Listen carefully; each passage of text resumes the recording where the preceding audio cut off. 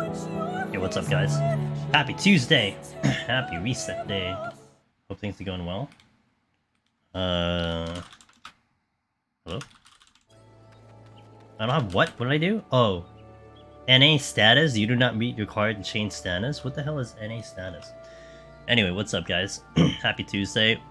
Wallen, Swiss, Swanee, I beat Jason. No, this will be a full... Oh, look, it works. This will be a full, this will be a full run. This was something I already had planned out, that I wanted to do. And this will be a full run. Oh yeah, funny story. If anyone was watching yesterday... Actually, let's get in. Let's get in. Let's worry about this now, so I can talk while we're doing this. So I got a little bit of a funny story. Hey! Marig, hello. You excited? You've come to the most exciting floors, floor 1. So I hope you're excited. Literally the most exciting part of this run. I really just... It's more that I get to chat with you guys. Please welcome in. It's good to have you. It's good to have you here on live stream.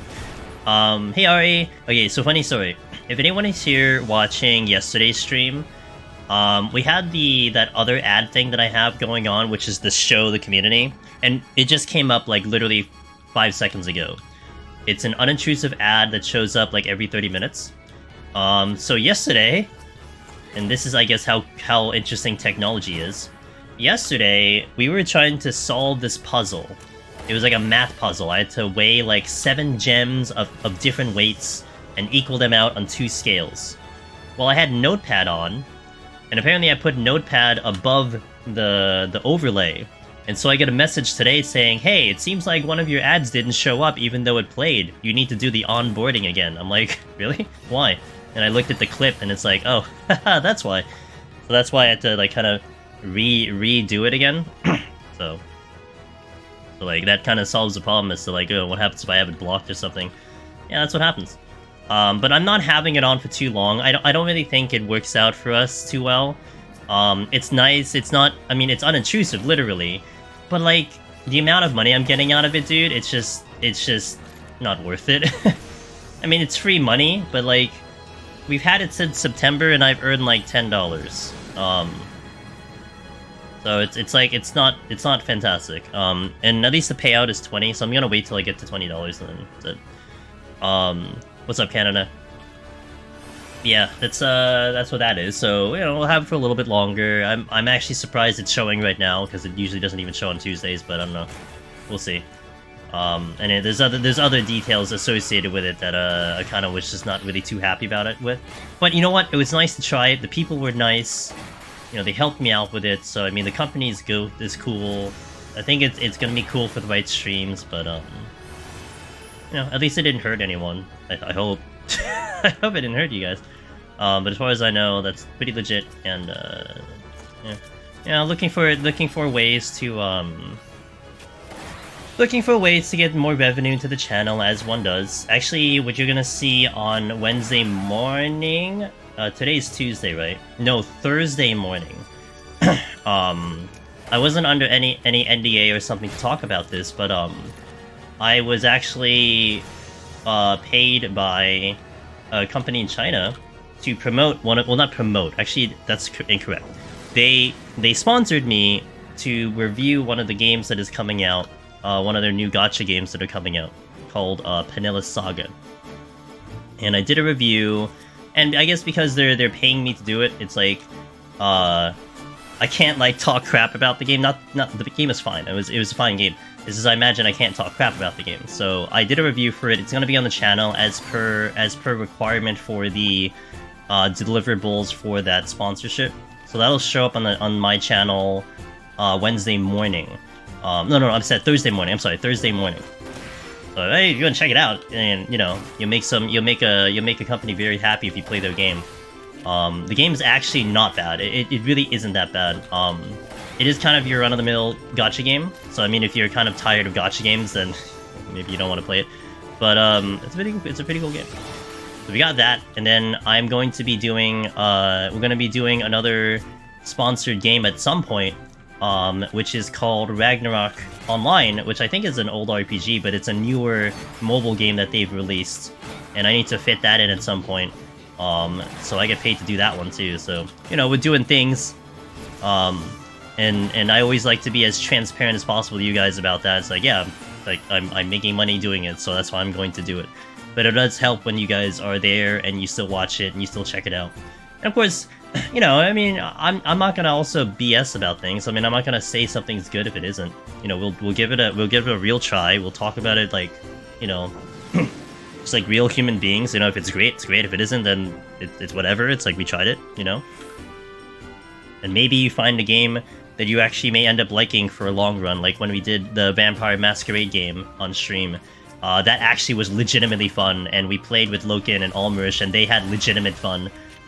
So that was cool. That was actually a really cool experience, because I would have never played that game otherwise, and we had a good time. So these are cool things to have. Butter Cookies, hello. You know, I kind of care about the user experience with you guys, what you're watching, what you're digesting with the content. Like, we always try to push out the ads when I do the bosses. It works out for the content, but I try to be very cognizant about when the ads are going in, or at least give you a warning if I can. You know, because I've always felt like in a channel, when the ads just come on, man, that's just like it like really like breaks the mood, kind of, you know. Like, you kind of sit through it, but it really breaks the mood. So at the very least, if you get a warning, it's not that bad. Who wouldn't want to have illegitimate fun? I mean, I could play Fortnite. You want to play Fortnite? I got a sponsorship for Fortnite. We could have played Fortnite. Played Goku on Fortnite. I'm sure that would have been a blast. Maybe. I literally looked at that and I'm like, I'm not playing Fortnite in my stream. That was basically what it came down to. I'll stick with this for now. Hey, this is going pretty decent, right? What's up, Finn? How you doing, man?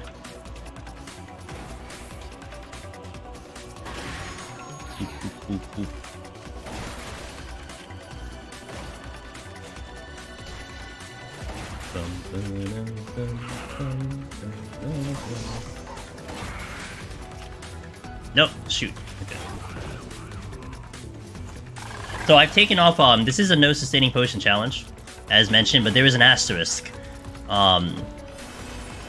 So we have it off our bar, but anytime we get to a boss, well, not this one, like, we'll probably put it on at, like, I don't know, like 30 or something, but, like, I'm gonna keep the potion off my bar on the floors. We will do the floors no sustaining, but once I get to some of the bosses, we will put it back on, because it will get to a point where it is just impossible to actually proceed without potions on bosses specifically. So that's why there's an asterisk, because all the other sustaining potion no sustaining potion challenges we've done have been legitimately like none, like you don't use any, period. But this is just a unique case where I have to. But I can still get through the floors. The last time we did this was in Shadowbringers, it was in Shadowbringers, and we got to 197 before I flubbed it. I made like an incorrect decision and I flubbed it. But we made it all the way to 197 without using any potions, so that's pretty sick. Going fine? Good to hear, man.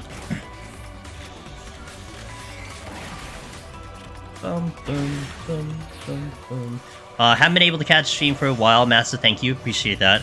We talked about it, but yeah, I've talked about it for a while, and it was definitely like this, like, super just a dream, right? Like, it would be cool, but like I wasn't really like, you know, thinking it would be serious. But I mean, we submitted a serious attempt, and I was talking about how I thought Stray was the guaranteed in. At least the game was gonna be in. It's just who's gonna run it, right? But they liked it, and you know, all I did was put up the links, and I'm like, hey, here's the run, here's my explanation. I advertise it as much as possible, and if you ever check out the GDQ site and you look at the game submission, you can see what I typed out. You know, I was like, hey, this is like a title, this is like the most difficult challenge in the game, the solo challenge in the game. There's only like less than 1% that did it. I'm doing it on, you know, no mouse. Like, I put in all these like selling points to the thing. And it was good enough, so they took it. Yeah, but you know what? As someone said, Swiss, and it's valid. I mean, they do look at runs like that are a couple years old. So I mean, we could resubmit it. You know, I mean, even if it's just if you're still interested in it, Swiss. I mean, you and me can still submit in the future. I don't mind. I mean, it's only. I mean, unless Swiss, you know, in like 6 months, you're like, you know what? I've submitted like 16 games, dude. I don't think Stray's gonna get in. I'll if you've submitted so many games and you don't have room for Stray, then I understand. But like, you know, if you're not really having a loaded list of submissions, I mean, we can totally just do it, you know. And I definitely would like to resubmit Palace, or the new one, the new Deep Dungeon if it's exciting, for the next one. But I'm really keeping that like that's gonna be a huge if. It kind of just depends, I guess, how this first one goes, right? I mean, if we do a really good job on the marathon this time around,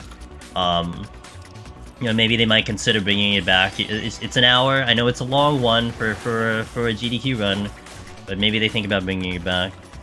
Alright, cool. Let's keep that in mind, man. Let's keep it in mind, because I mean, I don't think it'll take me too long to derust on Stray. I just have to look over my run, maybe give it a couple practice, and I'm good to go. So I wouldn't mind. But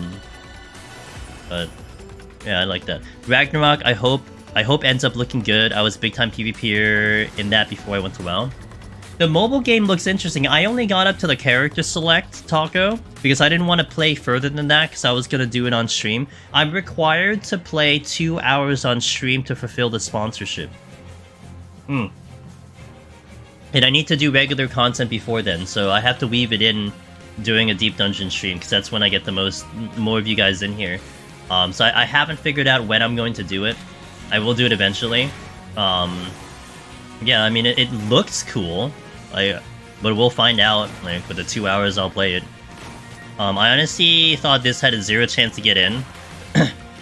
You know, you know what I hope for, Finn? First of all, I mean, you can submit. I mean, for the love of God, dude, you were really good at Deep Dungeon. And you know what I hope for? Maybe someone submits Criterion. Maybe someone submits, you know, some of the other challenges that are in this game that are actually cool to watch. I don't know about Ultimate. Like, that's the one that's more difficult, because if it's online only, you have a chance at Ultimate. But if it's in person, they only have 4 PCs maximum. So you really can't do a raid tier, because they just don't have the equipment for it. But I mean, hey, if they do hybrid online, offline, you know, maybe a couple of the speedrunner ultimates can get in, and that would be so cool. Don't know if you've ever watched, but they are quite interesting. I haven't watched them, like, I haven't sat down and watched them. I know they are there. I know people have done them. I know there's quite a bit of optimization with movement and all that stuff. I mean, it's kind of similar to how, you know, you would kind of do a speedrun here with Deep Dungeon with the optimization. But hey, I mean, you know, I was telling Raven, I don't know if Raven's here. Did Raven pop in here? Told Raven they should submit, because they're the world record holders for like Heaven on High speeds and all that stuff, so they should submit something too. Yo, what's up, Oliver? I've been amazing. We've had quite the week right now. You just finished your first 1 to 100. Congratulations. Oh yeah, let's go, dude. How does it feel? Are we like, can we step into 101, Oliver? Or like, you just kind of, you know, you had a couple deaths here and there, but at least you got to 100? What's the news? Yeah, I mean, I just really hope we just do a good job. Kind of honestly, like, win or lose, if I screw it up, whatever, and we don't beat it or something, whatever. But as long as it's like, I just hope we just finish the hour without like issues, you know? Just, you get in, you do the intro, do the run, get out. I just hope that happens. Because, you know, it's risky to do an MMO. I know it's risky to do an MMO. And if you can at least give confidence that it could work, then that's all you really need to do. I've been fighting COVID for... Ooh, I feel better. I know what that feels like. I had COVID about 2 months ago. You clear in slightest, only DCs. Yeah, that's what worries me. I'm not either. I prepare like a mad person, you know. I will make sure, even if I know that the chances are 100%, I'll make sure it's 101%. Like that's how far I'm going to go, to make sure that we do this right. But it's been actually, you know, it's been interesting. I don't know if you've been diving a little bit around, Finn, the internet. I've been trying to see if there's any chatter about the thing, and I've been trying to collect some information because I want to make it like a talking point to some extent. I mean, I know we're going to be talking essentially into the void. I'm not talking to chat. like we're not talking to chat. We basically have to like just talk like we're talking like a presentation with this thing. But I'll have Frosty with me, so Frosty I'm sure is going to have some additional insight and all that stuff. But I mean, there's a lot of people who think like this run can go haywire in 171 with RNG, you know? Like, oh man, like watch the run be like filled with RNG, watch this and watch that. Like that's fair, but like I think a lot of us have done this enough that we can control this run to such an extent that I'm not even worried about the RNG. The only thing that's a possible worry is Behemoth. And even then I've been pretty good on Behemoth consecutively, so that should be okay. But like the RNG and getting to Behemoth, that's literally the least of my concerns. Like, I'm more worried about making sure I'm talking clearly. Like, legit. Like, that's my only concern, is like, can I talk clearly enough that that people who haven't seen the content can understand what I'm saying? That's my biggest concern. The actual climb, I don't care. And like, talking about the run as we're doing it, I don't care either. Like, that's the easy part. Like I said, I want to get to a point on Machinist right now where I can just hit buttons and I don't even look at the screen. It's just literally just like I'm just playing this job unconsciously, and I'm like 10% on the game and like 90% on talking. Like, I have to get to that point. So people are generally clueless. Like you said, a lot of people are saying they hope the RNG is good, but all we know it doesn't. But we all know it doesn't matter for a single set. Yeah, and I've talked about this too. I'm like, and I talked about this in the Reddit thread. I'm like, look, I mean, I'm gonna play normally, but like if things go wrong for some reason, I mean, I then change my Pomander use and we guarantee our way up there. Like, if I were to, I mean, you guys would know, like, if you dump your Pomanders on like, if you treat 180 as the finale, like, you're not proceeding past 180, and you empty your palms, you can probably get to Behemoth in like 20 minutes. Like, you'll have like 40 minutes on Behemoth. Like, it's insane how fast you can go, you know? And that's like in my mind. Like, if I really have to do that, we can make it happen. You know, we'll make sure that we stay. We don't take the time of the marathon. You know, we don't hog the time. We stay with an estimate. And honestly, I think it was really good that I put it down as a 1 hour estimate. I mean, of course, you can't go past an hour anyway, but like, you know, that does allow me a little leeway. Also, the reason I don't think it's possible to fail is if you have 3 Raisings worth, there's no way you would die if I don't forget.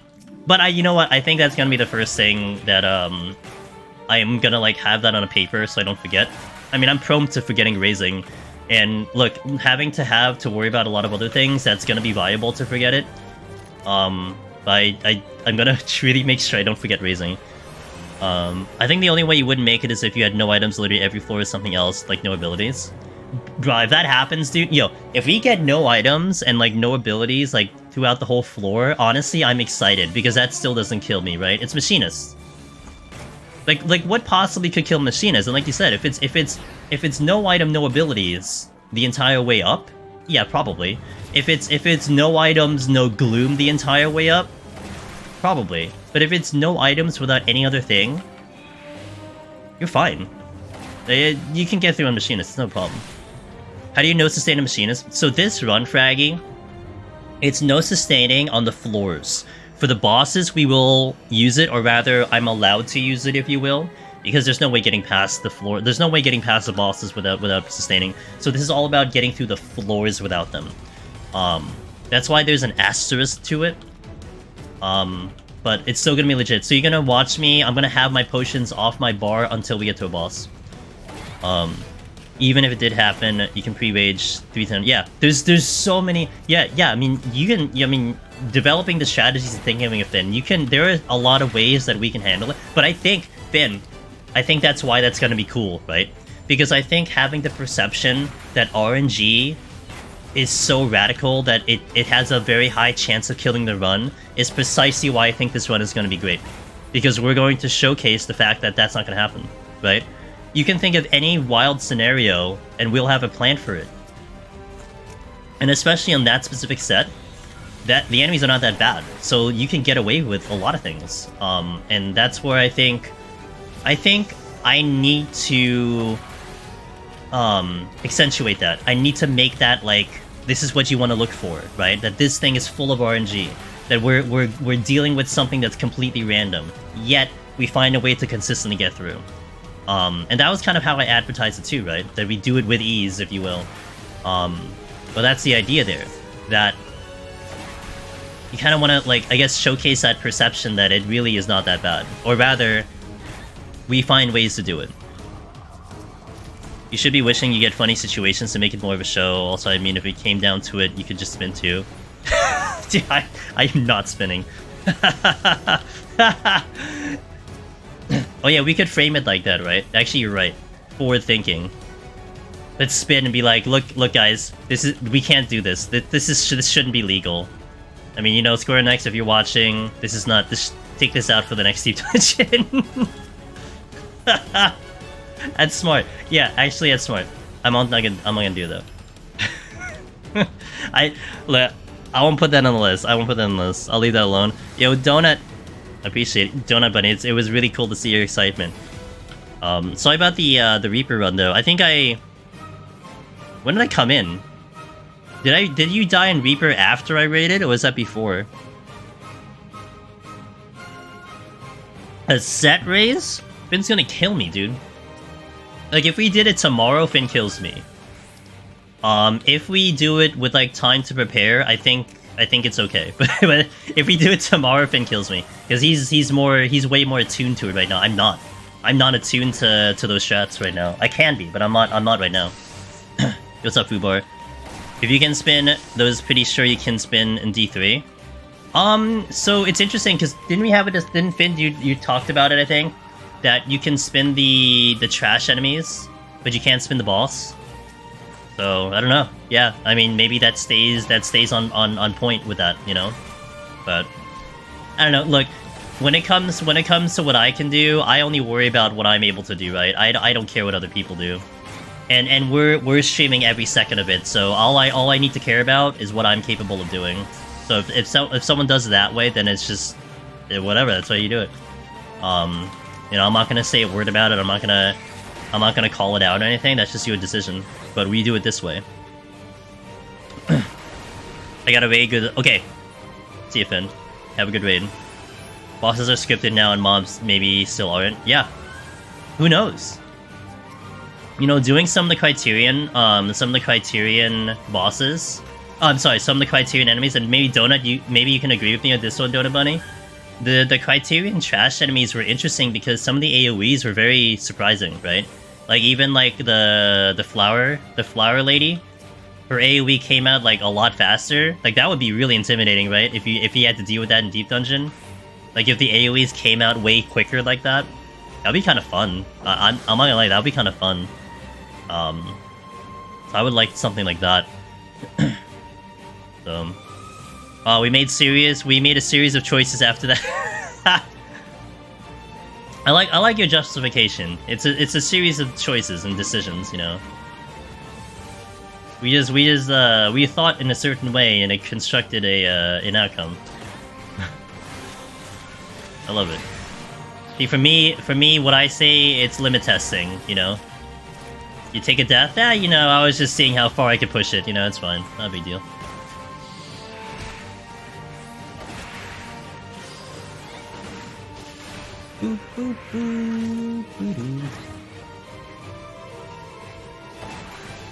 If you can spin those speedrun Criterion, would probably have to spin them. Especially for patrol mods, since your healer wouldn't have to heal at all. Yeah, maybe. That's fair.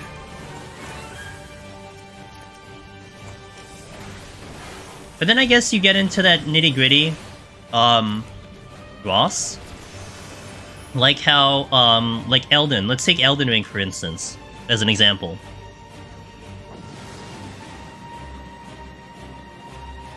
I think for the any percent category, like their official any percent category on the leaderboards, they banned zipping.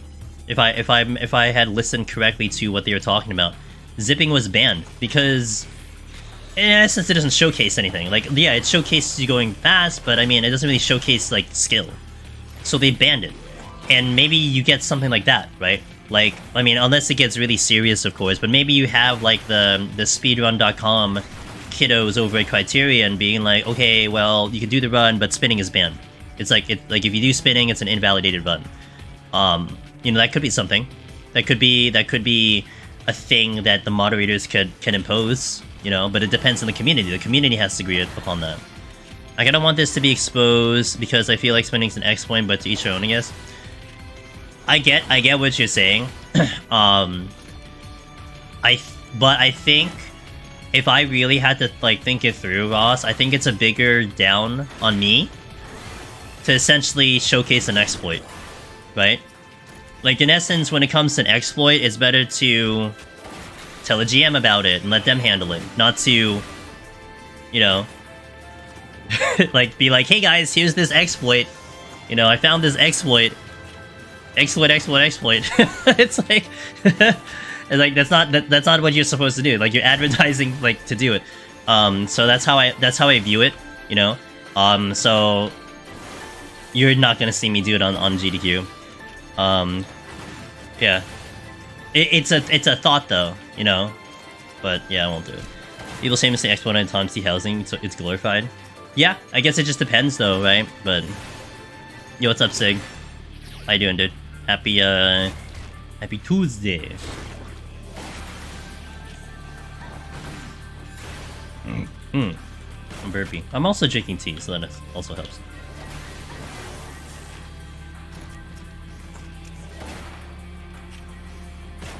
Also, I've been really... I really need to try to think over the Fantasia War idea.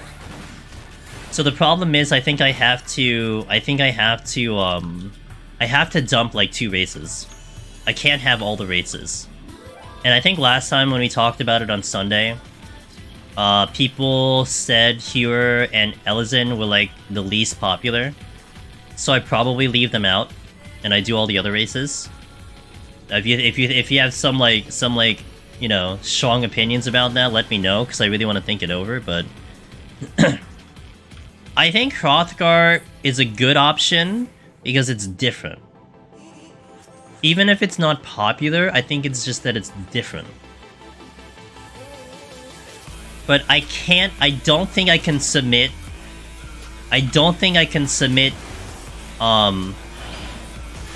8 choices. I'm like thinking, like, I don't know if I ever saw them like have like that many choices for an incentive. Maybe, you know, maybe it would be smart for me to send it over like that and then have them decide, so then it's not my decision. Maybe that's smarter? I don't know. So I still have time to think this over, but I'm trying to think it through. Yeah, I don't know, like, because then my other thinking is, what if I submit all these choices and then they're like, sorry, it's too much, we can't do it, and then they just don't do it. Part of me feels like that, but I also think they're smart, so they're not gonna do that. like they're intelligent enough to know their limits. Like, I don't know what their limits are, so I just don't know.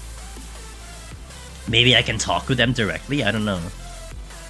No tank gameplay? I thought you'd actually say no red mage gameplay. Did you want to see tank sig?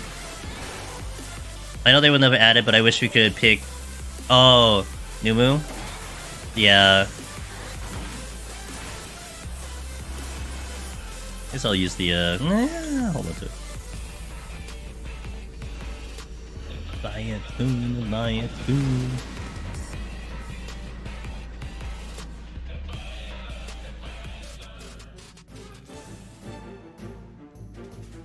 You want to be an orb like Ozma?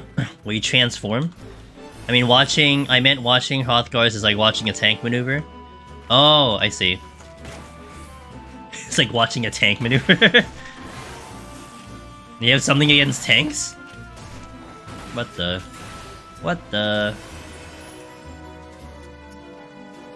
Sig likes the Swifties. He likes the fast dudes. Ever since Tactics no Mu were my favorite race in Final Fantasy. Ah, okay. I can see that. I gotcha.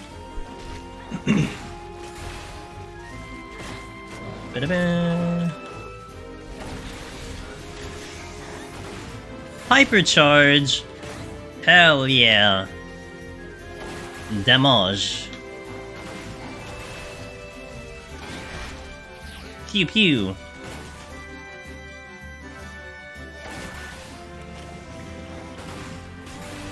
Whenever I watch Ross, I feel like his character will need a minute to change direction. But he's fine, man. He makes it through. Omni Ross, dude. Clearly he doesn't need that extra time. Or he says that too since he's on Lalafell.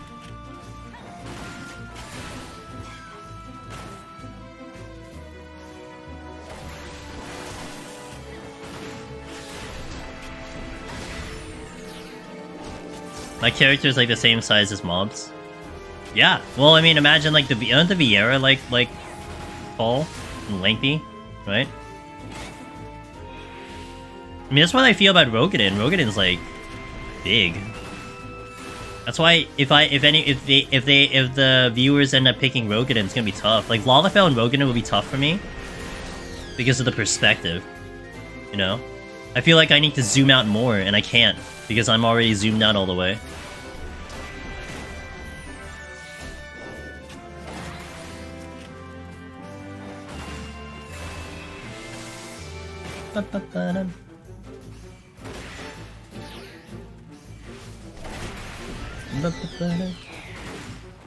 Lalafell's gonna win for sure.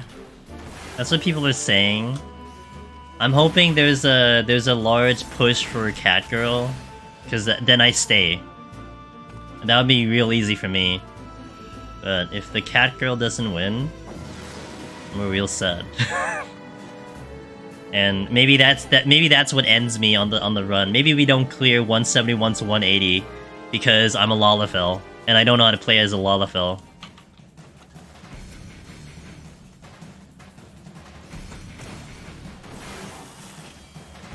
I hope you win the lottery. But I think that's where it's gonna be fun, right? That you want that war because it draws in more cash. Like that's the whole idea. You want cash in for the charity. You want there to be an incentive so that people will keep donating into the charity. That's why I think Fantasia War is the best one we can do. I mean, again, if you guys have other ideas that can do it, then I'm all ears. I have maybe about a week. Yeah, I actually have like a week that I need to figure it out. But we have a little bit of time to submit it.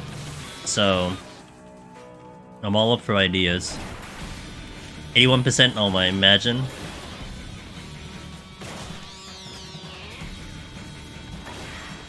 Like, I'm almost thinking, like, should I practice as a Lalafell? You know? Maybe I should! Maybe I should, but not on my main. What am I gonna do on my main? Maybe I should practice as a Lalafell. Because now I won't be as nervous about it. Yeah. I'll change one of my alts to Lalafell. Look, man, I gotta be ready, dude. I know, I'm with you, Sig. I'm not even disagreeing, but I think it'll be smart. I won't do it to my main though. But my alts are different because I don't care about them. I need your opinion on something important. Do you think Ura have gigantic, schlongs proportional to their height, or tiny ones proportional to the maid size? I don't know. I'm not well on the Ura anatomy, so I can't really tell you. If I had more information, then I would provide more insight, but I'm not really a really speculative type of person though. Like when people ask me where the new D dungeon's gonna be, or like what new jobs are supposed to show up, I'm like, I have no idea. Like I can't even give you a guess. Like I'm bad at these things. Since everything else might be too specific to Deep Dungeon, but yeah, that's what I'm thinking, Ross. Like trying to frame it in a way where it's like people can understand simply, again, like right now, we need to think about if you pull someone off the street. Like, if you guys looked outside the window and you pull them off the street and you're like, hey, would you like to donate to this cause? Like, they need to quickly understand what's going on without you having this, like, lengthy explanation. So, hey, Ellie, how you doing? Good evening, madam. Is machinist still the go-to job for people doing... Yeah, I think so. There's a lot of more popular jobs coming in. Bridge Face, Warrior is very popular. Dark Knight is rising. Dancer is rising. Reaper is pretty up there. A lot of new necromancers via Reaper. So there's a lot of options. Summoner, I would say Summoner is still a sleeper. Summoner is fantastic. I think I should have submitted Summoner over Black Mage. But hey, look, my ads are showing. So I really enjoy doing Gunbreaker for my clear. Gunbreaker is a fan favorite, Zanfel. It has been for a while, especially Heaven on High. You know, even though we pushed like Warrior Propaganda and Heaven on High for Endwalker, you still saw like a lot of people clearing on Gunbreaker regardless. That does say a lot about that job, right?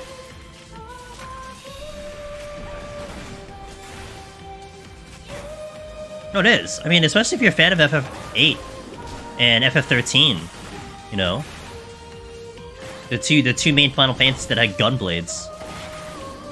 But it is a cool job. Once Machinist gets yet another DPS to be that trickles into Deep Dungeon, I think Warrior will become the new Necromancer champion, since Velvet has claimed. Velvet claimed. Yeah, it might be. I mean, look, I'm just doing a quick look-see on the accomplishments channel when people post their accomplishments on our Discord.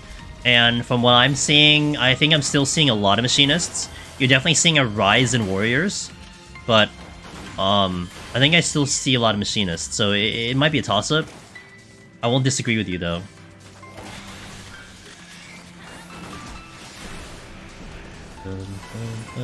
Delete Machinist and Warrior?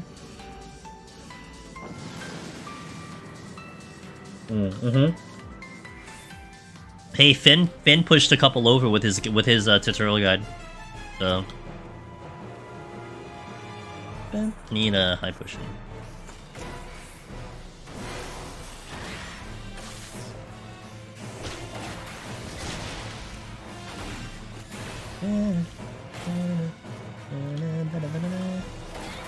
Just pop in and say hi before bed. Have a good one, Ellie. That means a lot that you actually, you know, popped in, said hi before you slept. So I appreciate that, and have a good night. I'll catch you around. I'm very sure. Very sure I'll catch you around.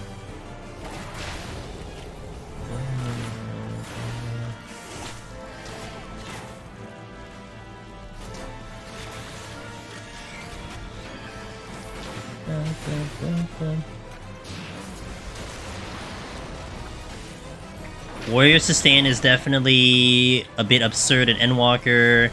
My first Heaven on High still alive because Warrior's just dear to not dying. Yep. Tijaku, happy to see you got into the AGDQ, thank you. Am I going to set up a controller cam for that? I want to. I actually am thinking about it, I just need the tools to do so, Tijaku. My thing is, there's two problems... No. Two obstacles is more the correct term. Two obstacles right now that I need to consider.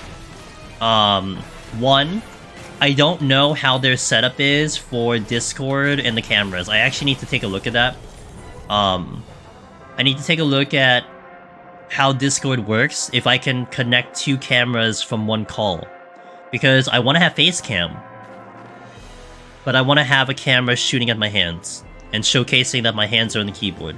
I feel like that's going to do a better job of like showcasing that I'm not using a mouse. I don't know if I could put my overlay on their overlay. So there's a lot of logistics that go on. Worst case scenario, I think I prioritize my hands over my face, which is fine. That's not a big deal. But there's a couple logistics I need to go for, but first and foremost, I need to find a tool that allows me to shoot a camera at my hands. And I saw something before on Facebook that I kept seeing pop up here and there. I know there are there, I just need to find it. Like there's like almost like a tripod thing I could attach to my desk that can shoot upwards, and then I could have my phone shoot down. So, you know, I can share an OBS preview. Okay. I'll worry about those logistics eventually, but I'll keep that in mind. Yeah, so I think the idea... Hey, yo, Sibylla, Seven Witch, thank you for the 30 months of continued support. I really appreciate that. Albino Mage, appreciate that too. So I know, from what I understand, I'm pretty sure it's a Discord call, and I share my screen. So yeah, I guess I could do that. I need to ask them though, because the thing is, a lot of times when they do the share screen, it's just the game. Like one thing I think that I do appreciate with Games Done Quick is a lot of the games that get played, it's like vanilla, right? Like you don't do any edits, you don't do any modifications unless the game has already modifications or it's agreed upon. So I'd have to talk with them about it, like the logistics of it, how I can make it work. And I already put it on the description, right? So there's some thought process there that maybe I have to show it. So maybe that's already taken into consideration. And I'm almost certain that this is not the first time that obviously other people have done things similar. So I'm sure there's something that we can work out. But on my YouTube, they're really helpful hints. Hey, Albino, I'm glad that they're helpful. I'm very glad that they're helpful. So thanks for passing my live stream. I will have to apologize because I do need to hit an ad. But we'll do a 1 minute quick ad, 60 seconds. So be right back in 60 seconds, and I'll catch in with anyone who sees an ad. So BRB, guys. Otherwise, we'll continue. Let me update the stream title. Where's my thing? 1. Boom! Oh yeah, it's good. Relic 10 done? Jesus, Wallen. Yo, who wants to hear that song? Yeah, that's a better song. Here. Here. You can use the PTR client of Discord to connect second count.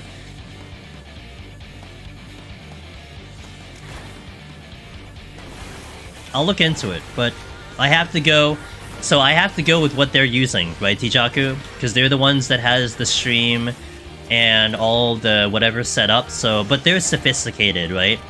Like, we're not talking like some you know, small company, like it's their first rodeo, you know? So I'm certain they'll have something that can work and all that stuff, so... But, again, the first thing I need to worry about is I just have to have the tools. I have to make sure that I have the ability to do so, and then whatever happens after that, that's whatever we can work out, so... Yeah. I'm not concerned. I'm not concerned about it at all. The only thing, I just need to find that thing. I just need to find that tool. Maybe I should, like, pass by Best Buy or something, you know, real fast. Thanks for the 60. Thanks for watching that minute. We're actually out of the ad incentive program for the rest of the month because I fulfilled my hours. But I still want to keep the ads somewhat present. But I don't have to play him as much, so I'm kind of keeping it as low key as possible. Curious if there's a go-to class to getting Necro. Tried Red Mace, wait until 133 and got disconnected. The go-to I would say is a toss-up between Machinist and Warrior. Albino. I'm sorry, Albino.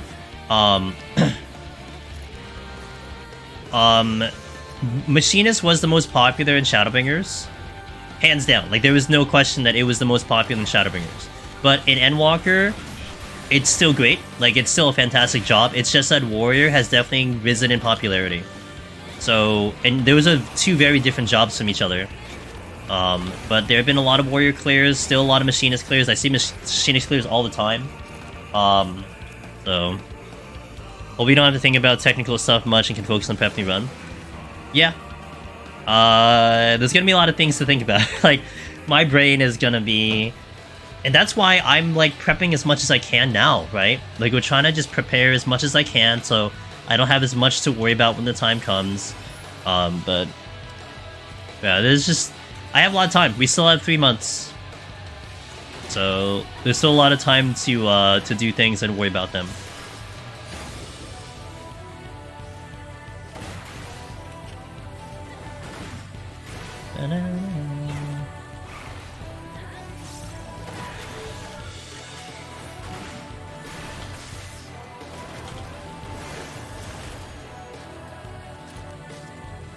Learn from Badgers to Terraria run over Pep. What are you referencing? What happened? What's the story? Yo, what's up there, man? I'm doing pretty good, man. Thanks for asking. I hope you're doing well. He was gonna showcase Terraria, okay. No. And miss stuff? Like what did he miss? Like, what happened? Overprepared is my middle name, dude. It's actually like a thing that I should do. I should prepare. Really? Oh, that sucks. He missed a few bosses. Oof. I got another alteration. I mean, it happens. Like, you know what was the one that was heartbreaking, Tijaku? I saw this on, I think it was last GDQ. And this was like nerves. Or maybe it just slipped the runner's mind. But they were doing, I think, Mario Sunshine. And I think the run was to get all the stars. And, like, literally, I think it was a 3-hour run. And 90 minutes into the run, the runner dies. And he said he or she, like, just lost track of their lives. And their save point was so far back that they had to just reset the game. And then they converted into just doing, just get as many stars as you can in the estimate. Like, that was... Oh man, that was so heartbreaking, right? But like, it happens, right? It happens. Like, what? Like, it's a marathon. You're in a schedule. It happens. And that's why already in my, like, the first thing in my mind, it's like, well, what happens if I disconnect? That's why we're gonna have backup files, right? It's not even a question. I already have a plan if we have to use the backup file.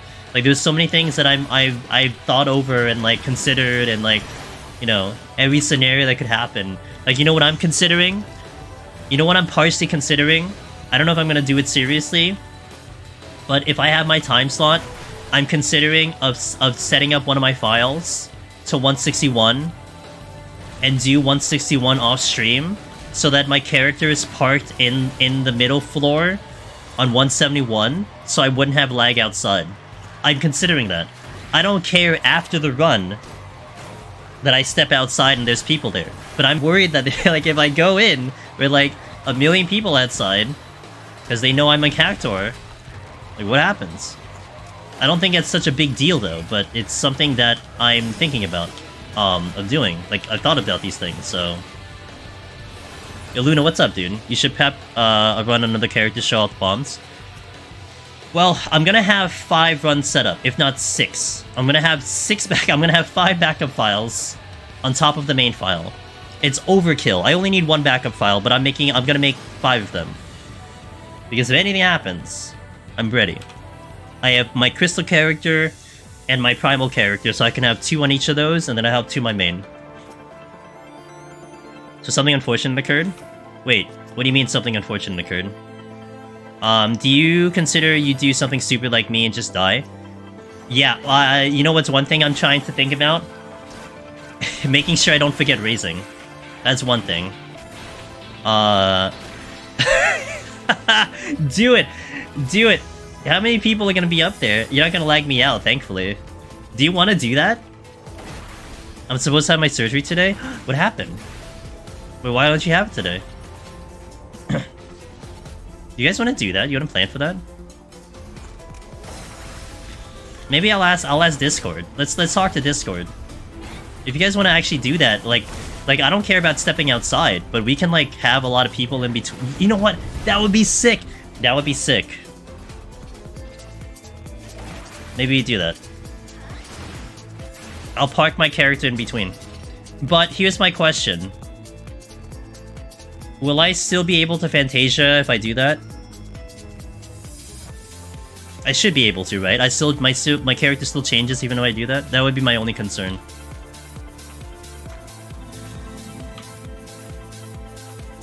Since I'm not in an instance? Okay. Maybe I should... You know what? You know what would be a good idea?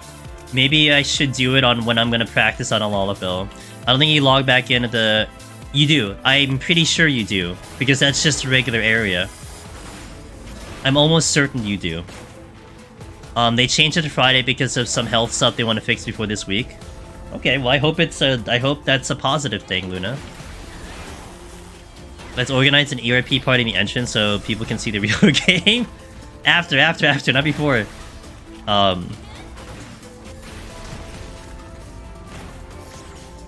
The D dungeon, and they are weird, that's why I'm wondering.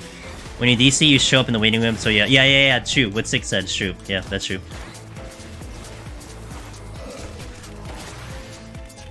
Maybe let's do that. That'll definitely, like, that'll bring out the hardcore runners. I can even make an announcement. You know what would be hilarious? I'll make an announcement. I'm like, hey guys, you know, in case anyone wants to meet me before the run. Isn't that such a weird request too? Hey, if you guys want to see me before the run on AGDQ, you know, get up to 170 and stay in the holding area. I'll be there. It's like, okay, BRB in like 5 hours. We should meet you after instead. Make through Behemoth requirement. Yeah, well, I mean, I'll be outside. Like, that's a guarantee. Like, I'll step outside, right? Because I want to step outside. Like, that'll be cool. But, like, before is what I'm concerned about. That sounds like some weird villain challenge. That'd be sweet. That's hardcore, dude. And then we can talk about how long it took to get here. You know, what kind of effort and all these people that are here. And honestly, like, it's really the community that's gonna show up. Like, I mean, technically if a free trial wants to come in and, like, you know, harass, that'll be pretty hardcore anyway, so. If you can change oh, but I can't change glamour plates in between. Oh, crap.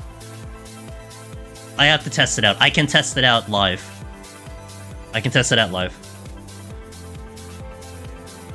Oh, we hang out in the 180 meeting room. No, I want to step outside though, boss. I see what you're getting. I want to step outside so, like, you know, everyone can get there, but the steps they'd have to take, right? It's all in, like, just preparation. I don't know, that now it's sounding really cool to do. I might do that.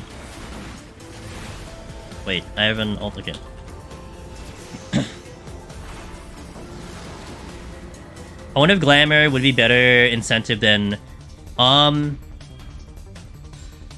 it needs context though, right, Wallen? Maybe though? Maybe.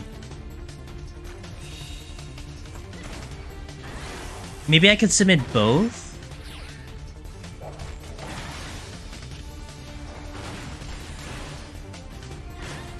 Because the thing is, I can't have my normal glamour at all. There's no way I'll be like, oh, normal glamour. Frog suit, chicken suit, like, I'm gonna guarantee I have to play as that. Force me to wear red? That's an inside joke. I don't know if random people would be more inclined to see a costume rather than races. They don't know. Yeah, that's true. I don't know either. We don't know the answer to that question. So that's fair. I do feel like the races are...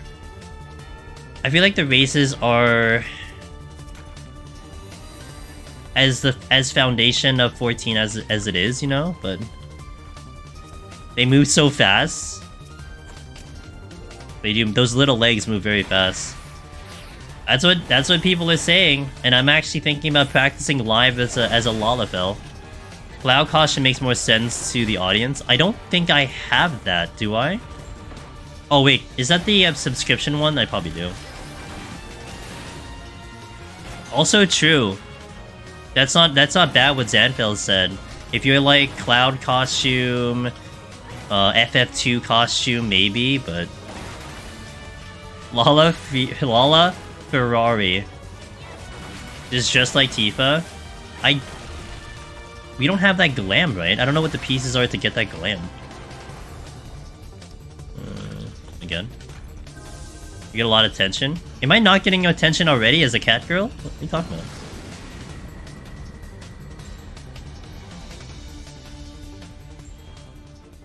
Maybe also be recognizable, but won't work for the class.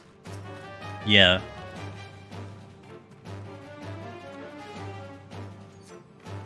The Italians do. Wait, why am I gonna make mimics again, huh? Okay.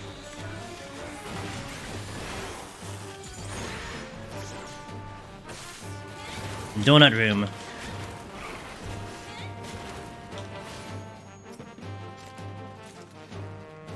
Oh, that would be here. But then that's still an inside thing. Like, people don't, like, outside people wouldn't understand that that's what the game uses as a default Warrior of Light, you know?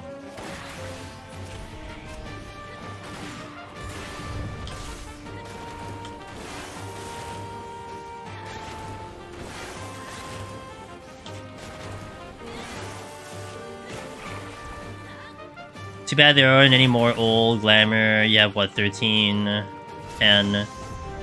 Do I have 10? Wasn't 10 like something you had to get from a fan fest or something? Or whatever? Yeah, I don't know what the items are though. Oh my god, what's up with these mimics?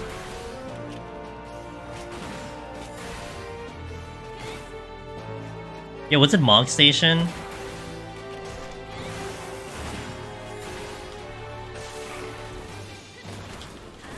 Get pieces together. You know, it's probably on Eorzea. What's the name of the website again? Eorzea Glamour thing? The Eorzea collection, right? Oh, it's on there. Something has to have made one. I think the sub one was... I don't remember. I know I have a I know I have the Tifa minion. That's all I know.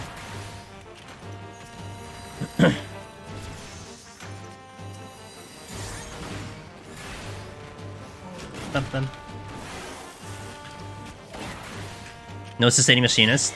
Yep, with an asterisk. With an asterisk, Kuma. I can use it on bosses, but not on floors.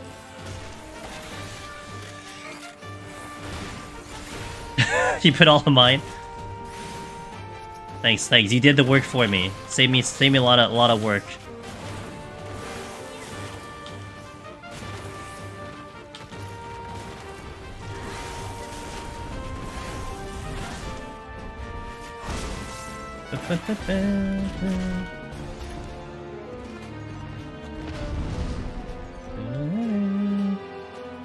I'm just farming the heart. I'm just farming the hearts on there.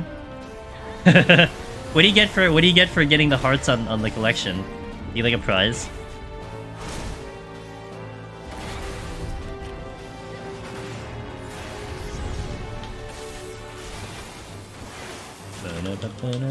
You want a car? Damn, what kind of car?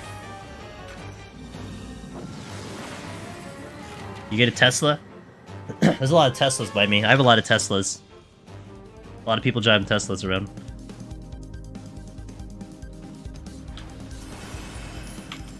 They look kind of cool in my opinion.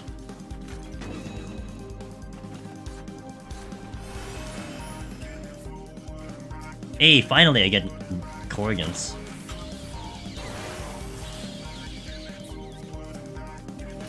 Affluence.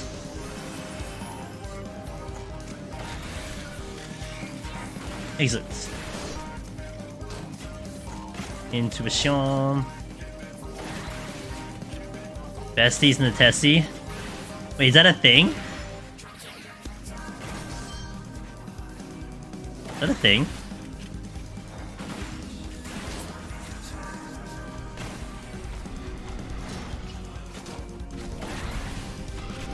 Swatty? Okay, I don't know who that is. I'm very uncultured when it comes to music, Donut Bunny. The only music I know is Soken and Uematsu. That's about it. I'm very uncultured.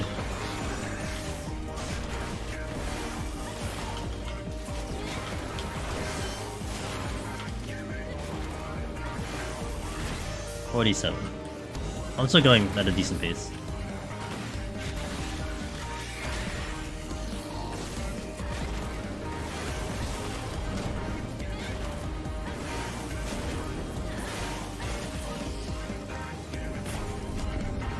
You gotta hear it, it's so fun. I'll keep it in mind. Is it a new song? I imagine it's a new song, right?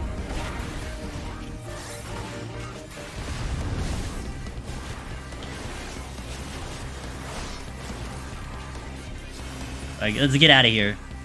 We need too long. Am I supposed to be avoiding 150 traps? No. You try your best. I mean, you hug the walls, you try your best, but there are a lot of wall traps in these types of rooms. So a lot of times what you want to do is mostly just assume you're hitting a trap and make sure it doesn't hurt you that much. Does that make sense? So a lot of times you'll watch me, I'll make sure I either clear the room or I make sure that there's a clear path from like point A to point B.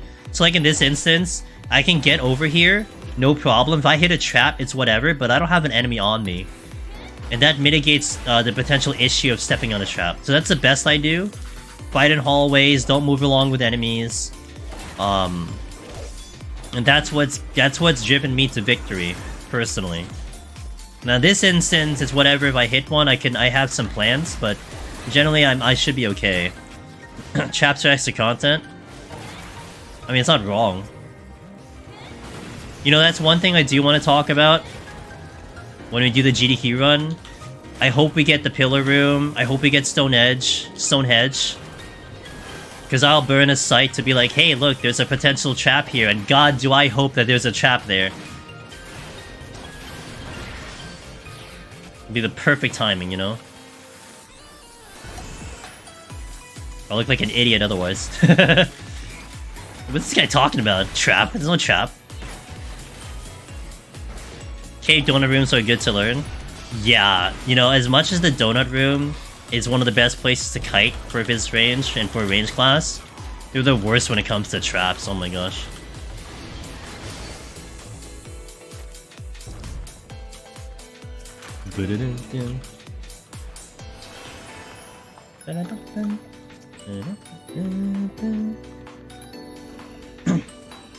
You know, Donut Bunny, I'm supposed to get Mochi Nut opening by me. Like, literally 5 minutes away from me. They were supposed to open last Monday, but they didn't, so they're supposed to open this, last Saturday. And now they said they're supposed to open this Saturday. And I'm like, can you please open already? I need to throw my money at you. They'll have mochi donuts and they'll have, bubble tea. Like, oh my god, you gotta be kidding me. I'm there. I'm hoping they open this Saturday.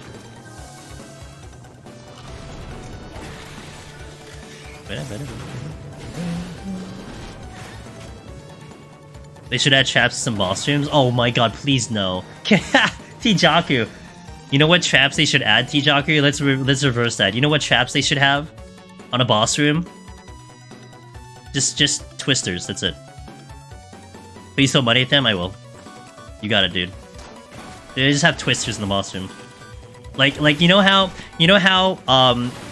if you've ever played the memory game, you know, like the card game, the memory game, where there's like pairs of cards, and like you see them for like a flash second, and then it turns over. That's what it should do. You enter the boss room, it shows you where all the twisters are, and then it goes blind. And then it goes blind. Oh my, that's just, dude, that's just gonna be so bad. That would be hilarious though. Oh my god. Yo, what's up, Miko? Time? No. Oh my god, time traps would be devastating. Well, it's an asterisk, you know. There's an asterisk on it. So I will be allowed to use sustaining potions on bosses, but not on the floors. So we're gonna get through the floors without any sustaining, and that'll be the challenge. That's why there's an asterisk. Damn, dude.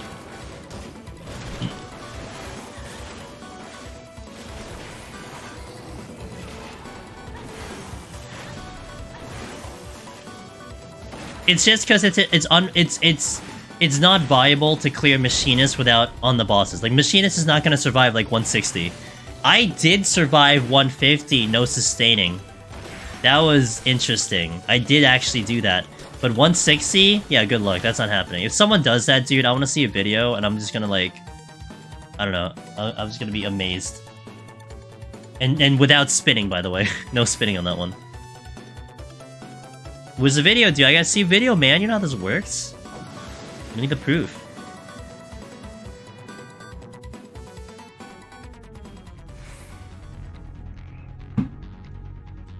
At the point of the boss and have them all luring. I kind of like the idea of twisters because that's like a fast death, you know.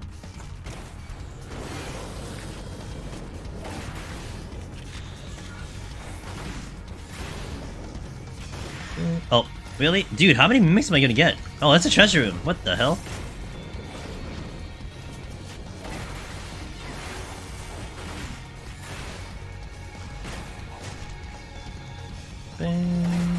I guess I'll fortune.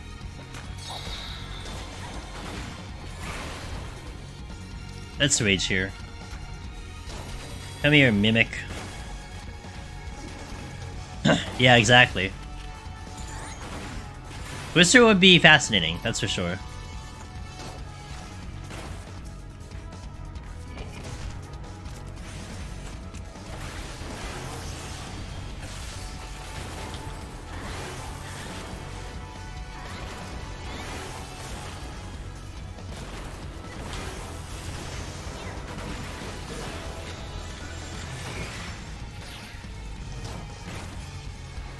We're actually doing really good on, like, overall resources. I mean, levels and stuff. Level is very high, considering. It's gonna end up being a score run, without me actually intending it to be a score run.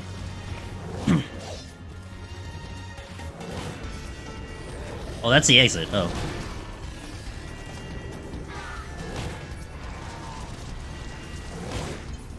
So many chests. Also, when entering the boss room, it should sometimes say inverse. Also, like, the mechanics are inverse. I would like that. Like, an inverse debuff, where, like, the mechanics are, like, swapped or something. So now you have to deal with a whole new set of mechanics. That would actually be kind of cool. Dude, I just want it to be more challenging, that's it. You know, maybe... Although it'll be kind of too late to, like, change what the next deep dungeon will be. But maybe, like, us showcasing how we get through Deep Dungeon like we will in Machinist will be like, wow, maybe we should make it harder, you know? It's almost like a signal for them to try to make it harder. Like, yeah, you should make it harder. Well, it is really hard for people trying to do it for the first time and everything. Like, that's fair, and trying to get their first clear. I mean, again, you're looking at my perspective where I've done this how many times, so... It's a little different. I mean, when you put the amount of time that I have, maybe you'll have the same result. But... That's the only difference between me and you, Mariko. It's just time. All the hours I put in, that's the only difference. I don't really think it's about skill or anything. I just think it's time. Thanks, Evan. Appreciate it, dude. Alright, this is gonna be a little bit of a tough boss. I'm gonna hope I can get through this without potions. I'm gonna kind of be ready in just in case I need it.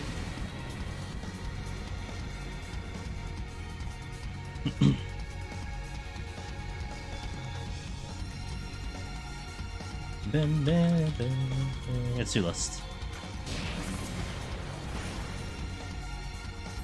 What about a floor debuff where it cycles through... cycles through, like, you just see a giant AoE in the room and you have to vacate the room? Is that what you're talking about?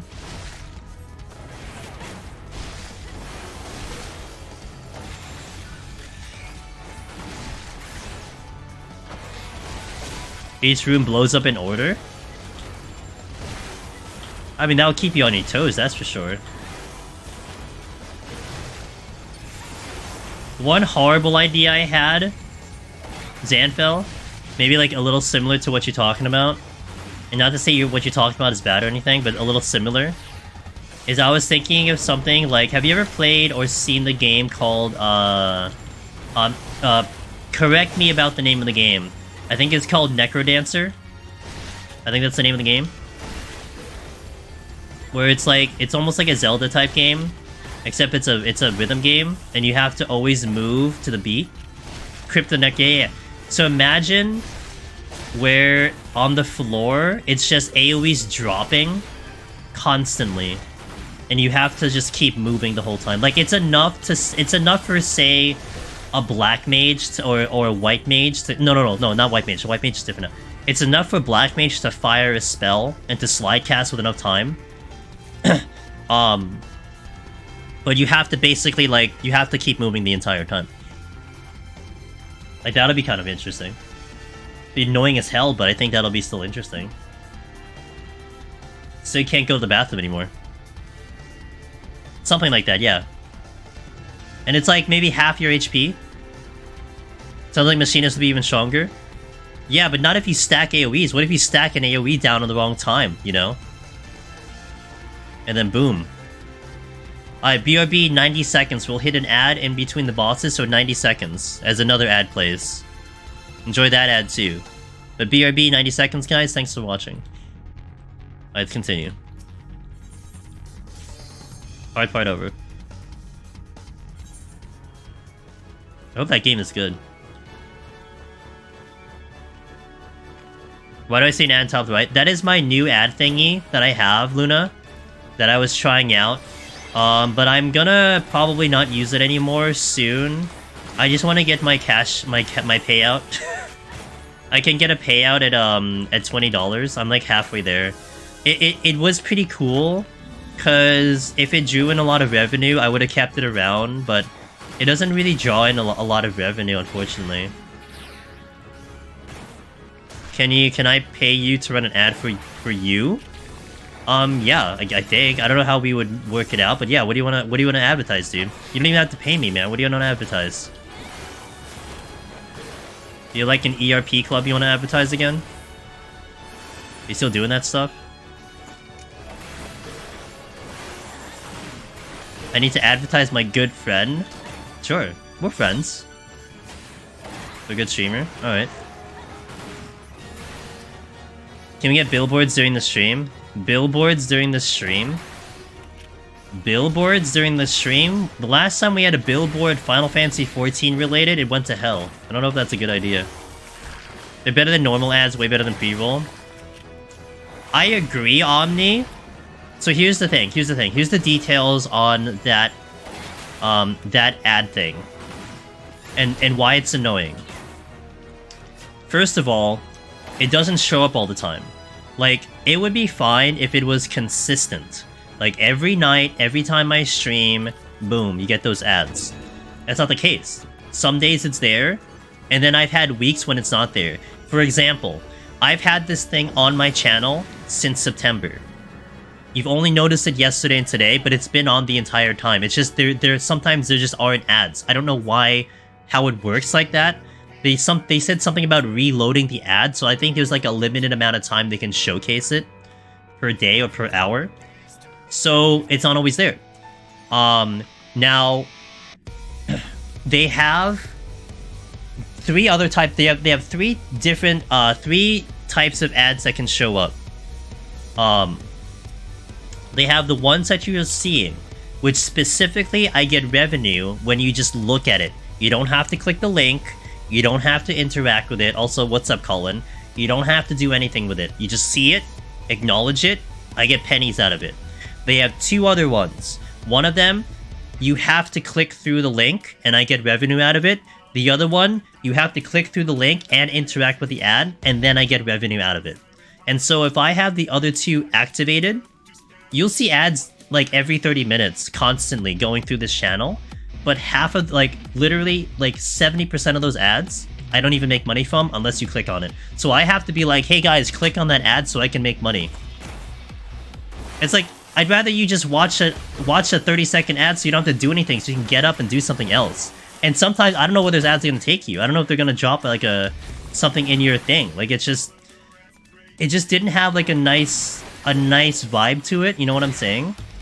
And if I'm making, like, $1 a month, like, I don't know if it's worth having it on the channel, you know? So...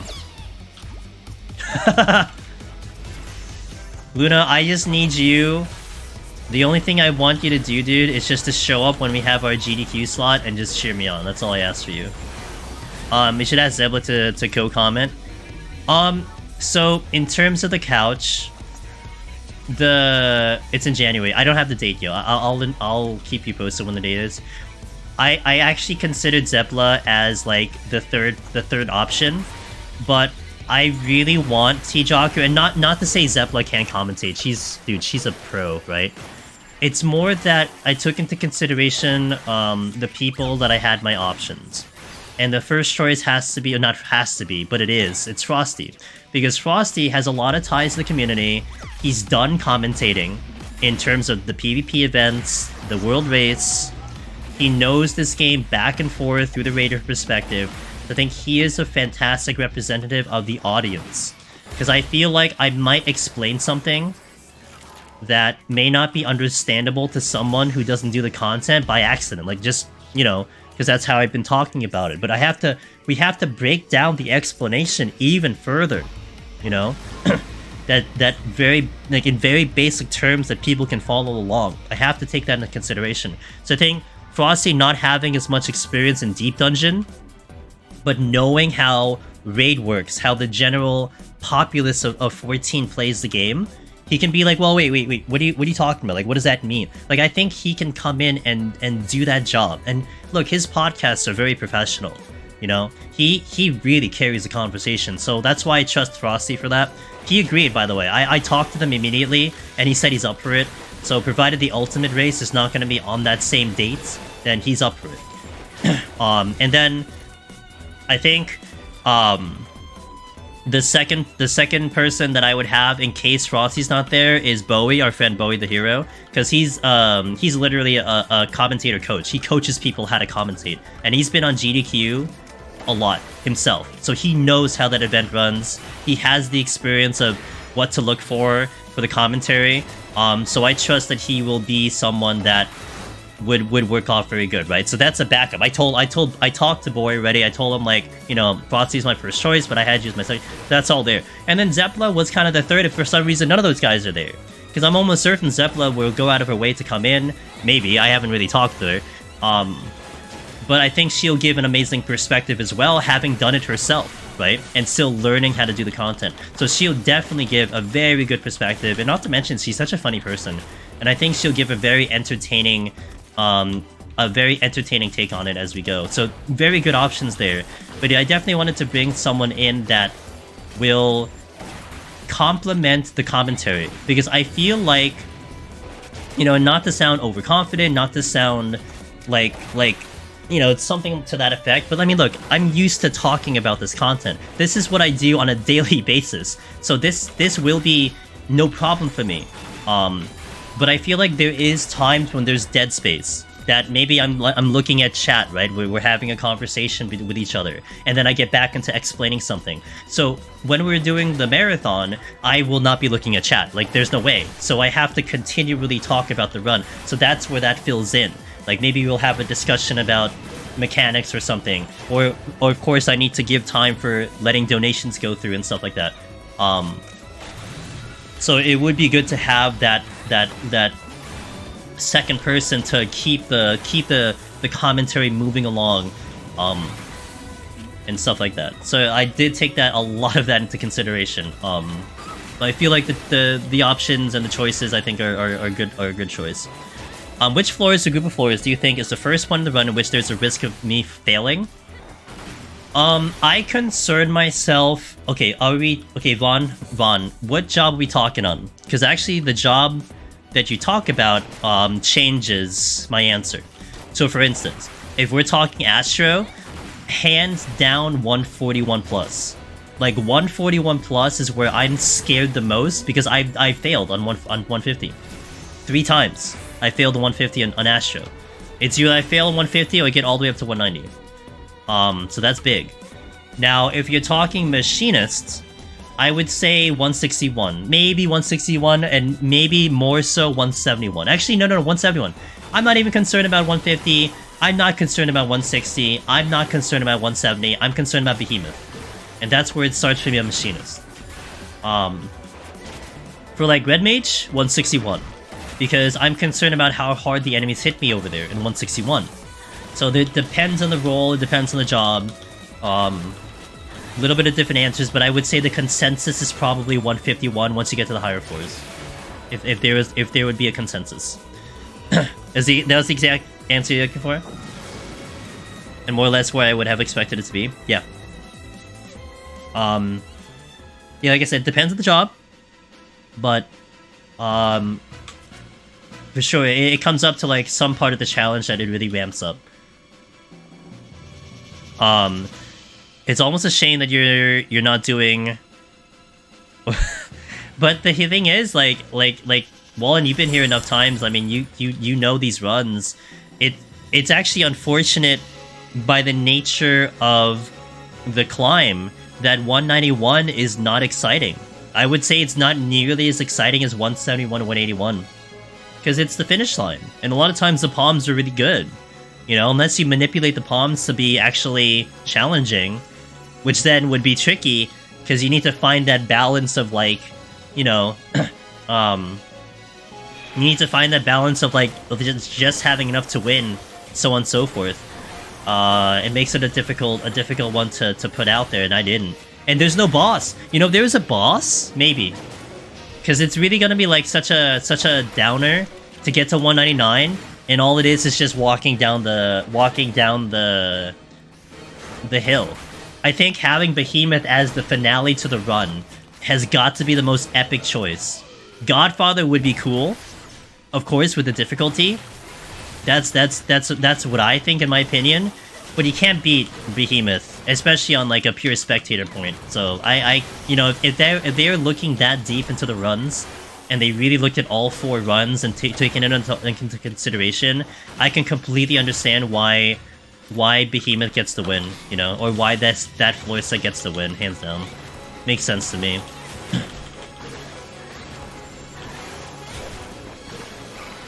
Oh, I don't have Strength on. I should put Strength on. Let's put Strength on.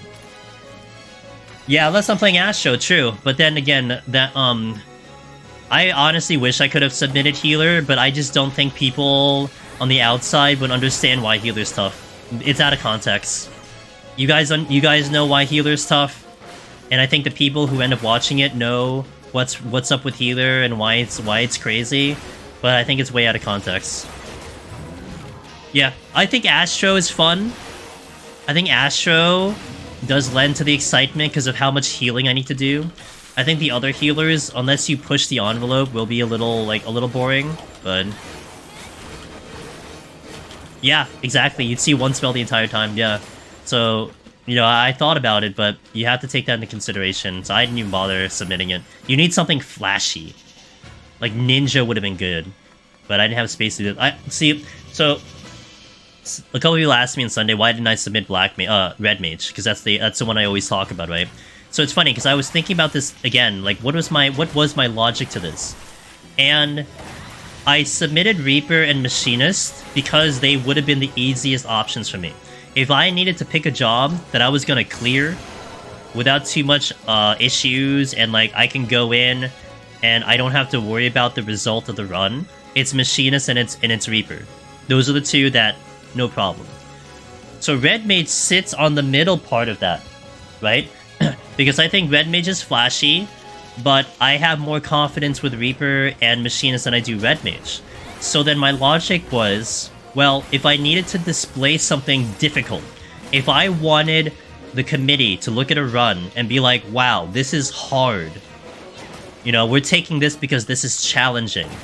That's why Black Mage got picked for me. Because I thought Black Mage was going to be the hardest one I could pick. That still makes sense in terms of difficulty. Casting job, a classic caster, trying to kill a lot of things. And so that's why Red Mage kind of didn't make the list of the 4 that I had to choose from.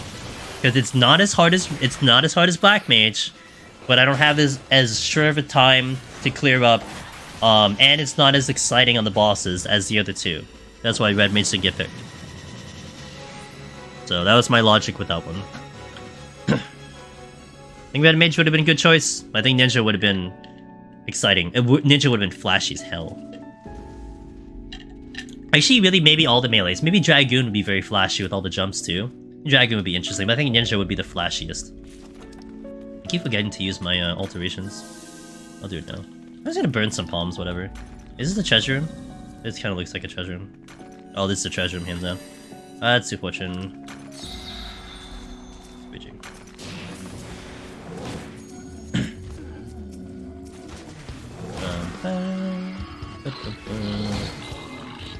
Funny part is, until someone actually tries to balance Dark and Light or Fire and Ice, I don't know if the common viewer noticed the change of it. Yeah. 140 done on Gunbreaker, still keeping pace. Good. You're still 20 minutes ahead? So, 141 will definitely challenge you on time, for sure. But if you get there comfortably, dude, you're definitely in good shape. Parry the bridge.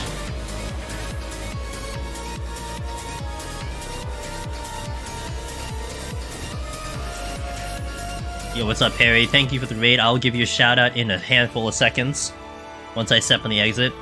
Hope you're doing well. Welcome in, guys. Angela's Demon is here, reporting in for duty. I do a lot of Deep Dungeon on stream. We are preparing our butts for Games Done Quick in January. We are actually in Games Done Quick for Palace of the Dead, so we are practicing. Shout out to Perry. Guys, Perry is a member of the community. Awesome person, awesome dude. Very kind of him to always raid the stream. So definitely check him out. What are you up to? What is stream today? What are we doing? What are we doing today? What the hell is this triple debuff for? What the hell? Do I really want to try that hard? I'm just gonna throw it in. I don't really care. Whoa, that's a lot of patrol. That's a lot of patrol. What the hell? Hello? Alright.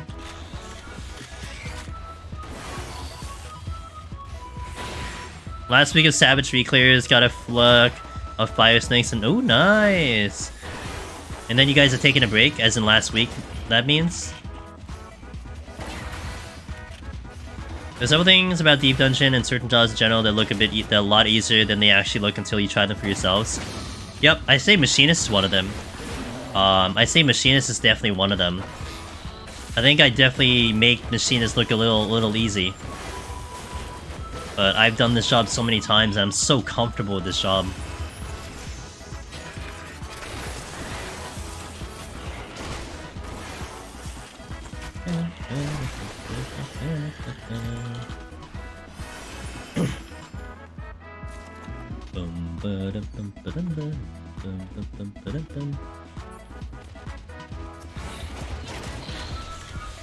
Kapow!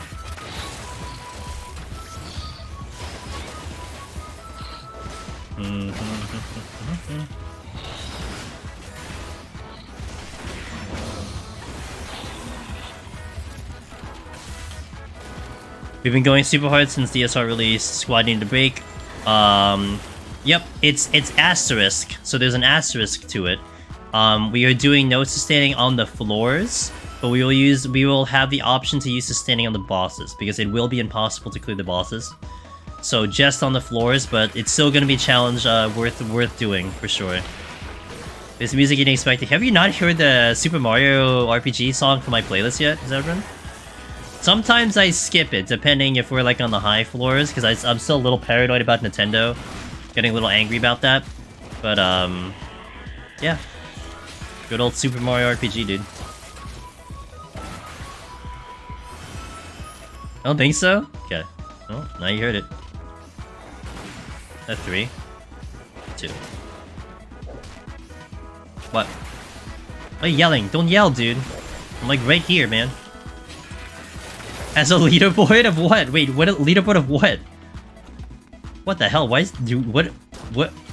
All this quality of life into the thing. What's the leaderboard for?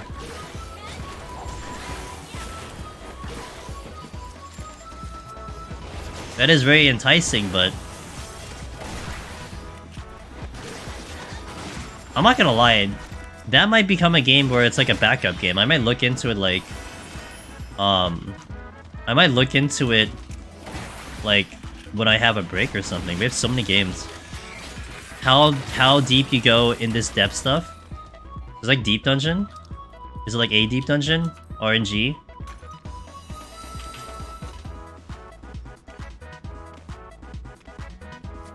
Is it gear dependent? It's nice to see you in Deep Dungeon, but I guess it's it. If they talk to me. I know there was a like they definitely had some incentive to play the game, but I don't have any reason to really play the game right now as we speak. Why I keep getting... I'm almost 60. And go faster.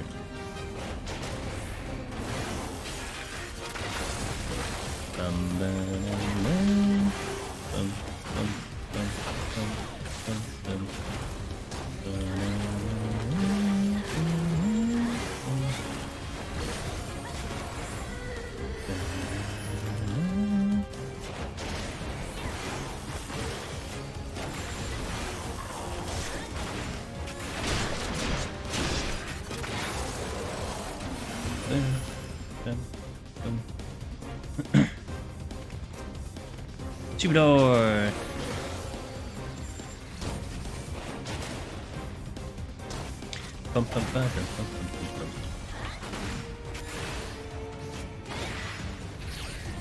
Text popping up saying, video news, quality of life stuff in general through, I'll give it up.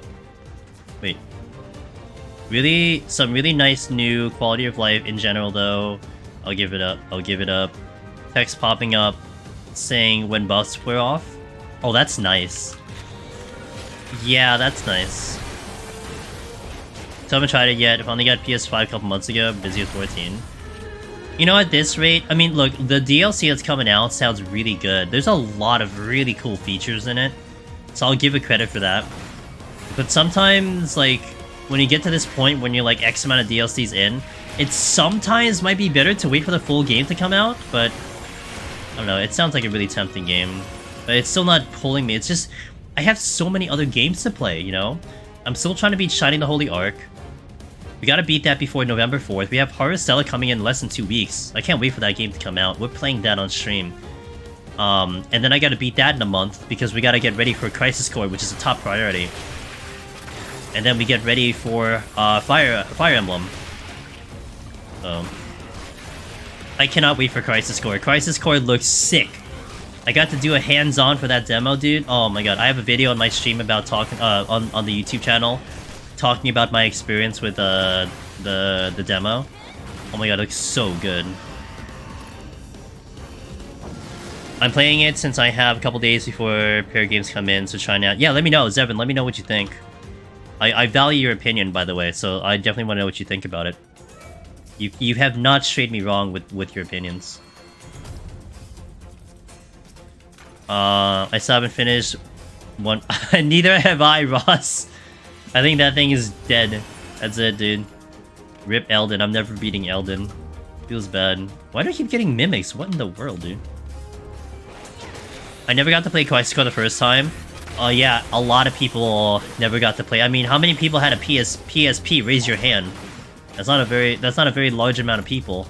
So it's gonna be so cool. There's gonna be so many people who are going to experience it for the first time. It's gonna be awesome. I like my PSP Narnia kind of got me through a couple college stuff.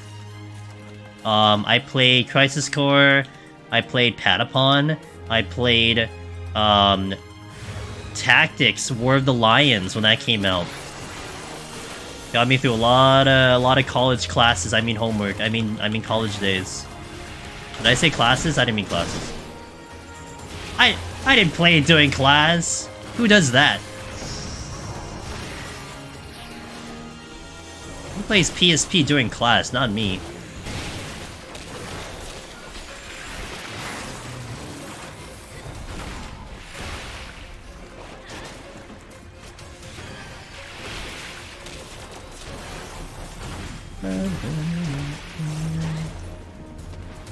Friend had my PSP, so I got to play a bunch of JP-only games that never came out. Oh, nice! Not leading 25-man raids during class in the back. Osbol, it was during, for me, college was FF11. FF11 era. And actually, my final semester of college, I got Maths Cap in FF11. If you don't know what Maths Cap is, basically, it's like the equivalent of getting the Amara mount here. you get all your jobs up to like one of the higher levels. At the time it was 75 caps, you get them all to 70. And you beat Matt, who's like a mini boss for all the jobs. And then you get his cap. Definitely, it was a really good item on its own, but it was for sure a trophy item. And everyone who saw that item knew what that was from. And I got that in my final semester of college. Which ironically was also when I had my highest GPA in college, so... Gaming is good, guys. You should game. That's clearly what that means.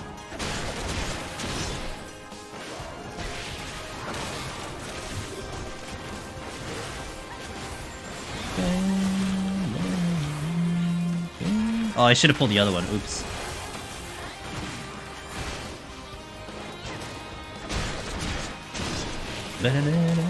Oh, I guess I didn't need to. Alright.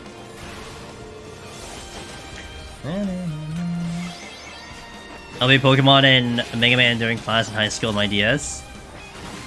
I played a lot of emulated games when I was in lecture halls. Played a lot of emulated games in lecture halls. I made sure that I could find a plug. I had a plug, and I sat in the back. Those are the key strategies to being able to play games on a laptop while taking notes.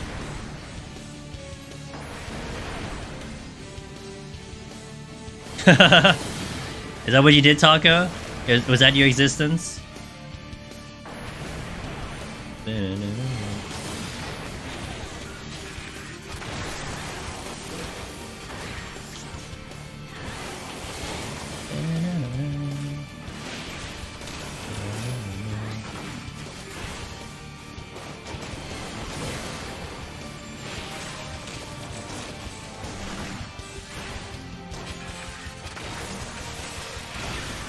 I have a fan who would do MM2 blindfolded to Dragon Moss. Damn. Yeah, I was one of the people making people do that. Damn. You drive a tough ship, dude.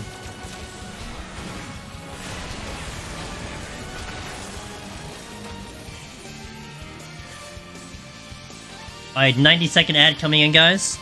Those seeing ads, you'll be back in 90 seconds, so appreciate the support. Oh, let me answer Brenzo's question first, and we'll hit the ad. How long do people usually take until they get the first solo clear in Palace of the Dead?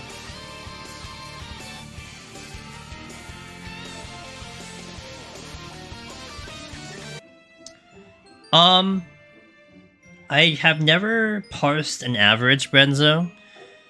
I would say maybe if I were to just throw a time out there, maybe 2 months. 2 to 3 months. I mean, you do have some people who have been taking half a year, years.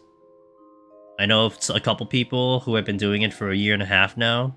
I've known people who've done 60 plus attempts, 40 plus attempts. So just multiply that by how many hours. I mean, it also depends. There's a lot of dependency here. So let me just give you all the factors, Benzo. Time is weird. Let's take one of the cooler gamers out there. You might know him. He's a Black Mage main, huge raider, Sifia. Sifia cleared in, I think, 11 attempts or 10 attempts. Wait, how many attempts did he take? I think it was like 8 attempts. But he went, like, literally every day for, like, 10 days. The moment he got up, he did a run, set up a run, went on stream, did it every single day, he cleared in 10 days. But he did like 8 or 10 attempts. Multiply the amount of hours into that, it's a lot of hours. Now you have a couple people who I know of. They go, first try, got it. They did it in one try.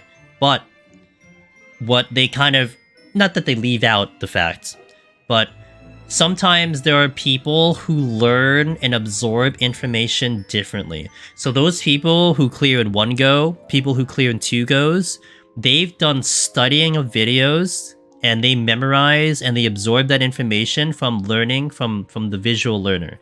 They look, they learn, they absorb, they go in. I know of people who will do 10 floors and then heavy study for like 3, 4, 5, 10 hours on videos, on VODs, on the next preceding floor. know as much as they can into it, and then go to the next 10. They defeat the next 10, go back to the videos. Hours studying. So the time spent is actually on studying and not gaming. For other people like myself who prefer it, I prefer gaming over studying. I study by doing it in person. So the hours are going to vary all over the place. You'll have people who do it like once a week, who do 10 floors a day. But yeah, so it's tough to say, but whatever you want to look at it, it does take people quite a lot of time to at least get to a consistent point. And you know, you don't want to just look at it as just, you know, how many attempts it is or just like how long it took, you know? I mean, like for instance, like I gave the example of Sifia. I mean, who out there is going to be able to do 10 days of attempts like nonstop for every single day, right? That's very rare. Like maybe a normal average person does 10 attempts in the span of like 5 months, you know? And so that might be the same amount of time, but it's just, it was done in a week as opposed to 5 months. So it's just, you know, it just really depends, but no matter what it is, you're talking about a tough challenge. Aeon, you love studying the floors? Yeah, I'm not, like, it's interesting for me, Aeon, when I was studying bosses for Deluvium Savage, Deluvium Regine Savage, I knew I could only look at video for so long, and I knew after that I was just wasting my time. It's like, I gotta see it. Like, I none of this makes sense to me anymore until I just see it in front of me, and then it'll register, it'll click. Some other people are not like that. They can study for hours, and then they go in and boom, they nail it. And you just have to take that into consideration. And that's why I absolutely love how we have so many different ways of presenting information. You have written guides, you have video guides, you have multiple point of views, you have people who talk on the Discord, because it's always in my belief that people obviously learn in different ways, and you want to accommodate for how people learn. You know, if you don't, so if I explain something and you guys don't understand what I'm saying, like, definitely say something, because I could reword it differently, and maybe that might help. Or maybe someone in chat gets you, and maybe you understand it better because it's in chat. It's in words and like that you can read. There's nothing wrong with that, you know? So there's so many dependencies on it. I hope that was a decent answer for you, Brenzo, but there's so many dependencies. I wish I could give like a general time frame on it, but there's just too many factors to just give that, you know? Oliver says, I hit floor 90 in Heaven on High 3 times in my like 5 runs, but I've also watched at least 40 plus hours of me doing the various runs, maybe not even just for Heaven on High, just to get situational awareness. Yeah, and that adds into your gameplay, right? That adds into your brain, things that you might remember. Other people may not do that. Like, I would never put in that much time looking at a video. But that's my style, you know? That's not nothing wrong, nothing bad about it, it's not my style. I started running solo last week and want to understand how deep in a hole I'm going into. You're going in a deep hole, dude. You want to know how deep of a hole you're going into, Brenzo? Let me warn you something, okay? I'm gonna give you this warning, and then I'll hit an ad. I'm actually gonna step out. I'll heat up my tea, and I'll hit the restroom, so we'll be back. I want you to know how deep you're getting into. I've only known of about 1 or 2 people who work so hard to get the titles. Lone Hero Necromancer, right? Months. Just like spending hours, months getting the title. And you'd think that that's it. They got the title, they're gone. You know, they're doing other content. No. You know what happens? They go back in. They do another job. They're like, you know what? I want to try this job. They clear that job. You know what? I want to try another job. So you might not only be aiming for just the title, you might actually enjoy the content. And you may enjoy the content so much that you want to do it again. And that's a deep hole. That's how deep of a hole you can go to. So you have a lot of people now who've gotten all 19 jobs cleared. That's a deep hole. You know? That's a very deep hole. But they do it because they love it. They don't do it because someone's holding them to it. There's no other achievement past the titles. They're just doing it because it's fun, you know? And that's cool. Lapras, thanks for the follow. And also Mastered God 69, thanks for that follow as well. Um, I think knowing it will probably take a while is better for me. It takes away the anxiety of trying to complete it up. Yeah, Benzo, high recommendation I give you, dude. If you join a Discord, by the way, to anyone who's new, please join the Discord. It's full of helpful people, full of people who are working on it. Don't look at someone's progress and compare it to your own. Like I said, I gave you all of those reasons, right? If you see someone going and got it on my first try, let's go. Don't take that as like, man, I suck, man. Like, what am I doing in my life? Like, no. You don't know that situation right there. Maybe they just spent 300 hours looking at video, you know? That's a lot of time as opposed to someone else who spends 300 hours doing like 10 runs. So never compare yourself to anyone else. Your journey will be your journey. And like I said, we have a couple people who have been working on it for like 2 years and still trying to get to it. And it doesn't bother them. They're still trying. So you'll definitely find people like that. Just take it as your own journey. Just enjoy it for what it is, and that's all you need to do. Okay, let me take that break. 3-minute ad, and I'll be back, guys. So BRB, thanks for watching.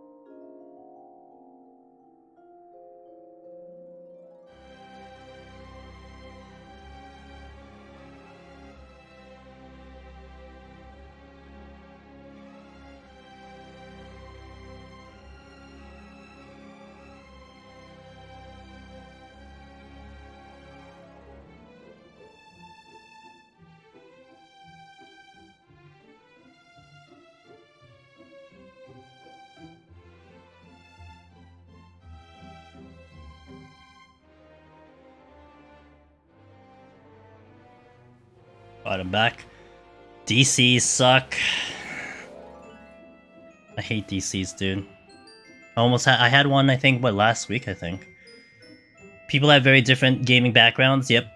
What Hustlehoof also said. Anxiety for some people is a tough barrier, but Sengear said, absolutely. You know, actually, Brenzo, we have a number of community members, Brenzo, who took it upon themselves to try to get Necromancer as a sprout. Like, that was actually a massive goal they wanted to do. They did not want to progress the game until they got Necromancer as a Sprout, and then climbed the main story as a Sprout with a Necromancer. You have a lot of people who didn't do main story because of that. So don't feel bad about that. That is almost common. Almost eerily common for that to happen. So.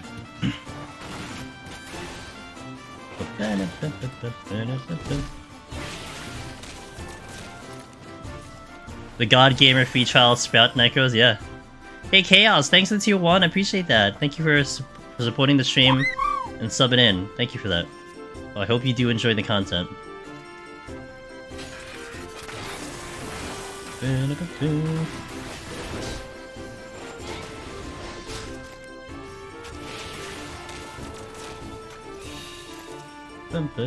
Nope.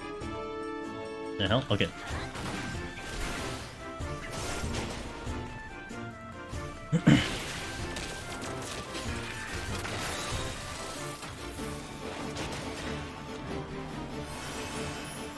Yeah, I do feel, kind of capping the conversation from earlier, I do feel that a lot of people understand those points, that everyone's prog is your own prog, you know, that you don't take it too personally when someone gets excited about clearing in like one go or something like that, or like really a lot faster than other people. I mean, look, I mean, if you want to look at my own progress, I mean, of course we're doing it on Astro, like Astro is Astro, but I've been on Astro for 5 months. Once a week for like literally 5 months and we still haven't cleared Astro. A lot of time. Considering like I have all of this experience backed in, but that's a tough job.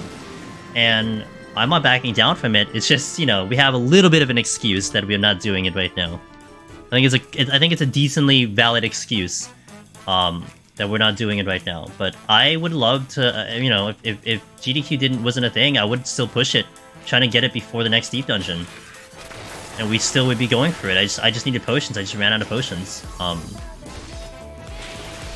Sometimes that kind of tenacity of just keeping it going and the perseverance of that, you know, that does kind of is a testament to a person's personality, person's drive, and that's something that is just a personal thing. And I think what makes this challenge so cool, and you know, as much as it seems like common sense, it really just is on you. I mean, who cares about what other people think, right? You're not having to answer to other people. You're not having to hope that other people perform well for you to succeed. It's just everything is on your shoulders. So you just have to be okay with yourself that you either fail or win. So I thought I was never be physically able to do it, not gonna lie. To say mentally. You lead into it, and how I look at it is that healer was such a learning lesson, Sangir. Doing the healer runs have taught me so much more about Deep Dungeon when I go back to other jobs. It's incredible. The time management is just out of control, you know? I've been striving to get a Deep Dungeon clear myself before you get Astro, so I'll damn. Well, you better use that time wisely. That was the most fun I had since Machinist. Isn't it interesting? So I think on the spectator views, Hengear, I can understand how healer is boring. Like, I get it. You don't even need to make some type of reasoning, argument. I'm not even gonna try to be like, no, look, like, watch the run, understand the run. No justification for it. But as the gamer, once you get up to those high floors, that's really where healer kicks in, right? Like the things that you need to think about, strategy, how you need to get through the floors, what you need to do to like keep your time low. It's thrilling. And yeah, like you said right there, 1 minute left using rage and everything. Like every little thing is like exponential. You waste the palm, it hurts so much more than any other job. Everything gets more and more value, and I think that's what's cool about it. I think the healer watching is the best. So much more drama. I'm with you on that one, Prismatic. Look, I get it. But I also get it from the other point of view. All I'm doing is casting one spell. like it's not. I mean, you're watching me cast Malefic or whatever spell you're using, depending on the job you're using for, like, you know, 50 minutes. It's like, I get it. But I think once you look at the intricacies of it, it makes more sense, but that requires context. You understand the context, makes more sense. People should do what makes them happy. For instance, I love mining botany. Now I've recently started scouting for hunt trains, data center, because I find it fun and relaxing. Yeah, you know, Tijaku, I know a lot of people who find mining and logging very too monotonous and too boring and all that stuff. I like it. It's like you said, it's relaxing to me. You know what? I don't like fishing. I like spear fishing, but I don't like regular fishing because it actually it's not relaxing for me. It's annoying because I have to pay attention.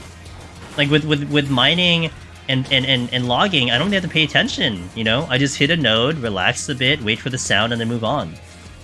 But for me, fishing is too tedious and boring. It's kind of like an RTS or MOBAs where if you know what's happening, it's so much better. Well, someone said that someone on Sunday's stream was mentioning how they watched StarCraft 2 with their dad, like tournaments, and it was really easy to follow. And that's an RTS, so I don't know. I haven't really watched an RTS, but I've also played an RTS, so I know what's going on. I can't get that perspective from someone who's never watched an RTS, but all the healer runs lately had me considering White Mage Palette since I made that outside Deep Dungeon, not Heaven on High though, where it's too much fun. Well, maybe you'll eventually get there, Requiem. You'll finish Warrior, you'll finish other jobs, and then you'll get back into White Mage. Yeah, agreed, Chakra. That's why I like it, personally. Also, honestly, the sound effects is, like, not bothersome to me. I like the sound effects of Gathering, you know? Like, soothing. I like it.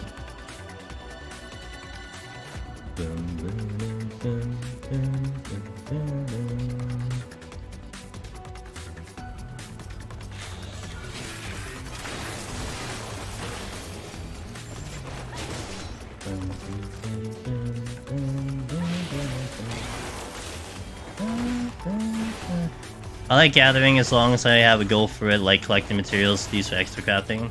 When I played WoW more than I do right now, I had a full night of just herbing. Interesting, okay. Is herbing similar to gardening, or is it similar to mining? I haven't played WoW, so I don't know what that is. But just to get a perspective on my end. Botany? Okay. Try it out. Once you get the AoE spells, it changes everything. StarCraft 2 also has really practiced and good commentators who know what the audience... Ah! So it's helped by the commentators. That's good to know. You know, that actually really motivates me to make sure that we do a good job talking about the run. I gotta say, the most difficult part of GDQ right now for me, it's Behemoth, but it's also making sure that we are clear and understood about what we're showcasing. I really want to make sure that we do a good job with that. Because I gotta say, I would say a lot of runs that I watch in GDQ, I appreciate it a little bit more when the guy or gal who's doing the run or whoever's commentating really explains what's going on. You know, it makes me really know, like I enjoy it a little bit more. So I gotta make sure that we do a good job on that. Perry! Yo, thanks for the 17! Appreciate that. Feels like yesterday... Yeah, it does. Feels like yesterday I joined up. Thanks for all the cool and helpful content, my Dudo7. Hey, no problem, Perry. Thank you for being an awesome supporter of the stream and the community. Really appreciate it. Thank you for the 17 months, dude. It really does feel like yesterday, Perry. One of the best streamers in general that I know. Really good talking. I appreciate that, Goop. But like...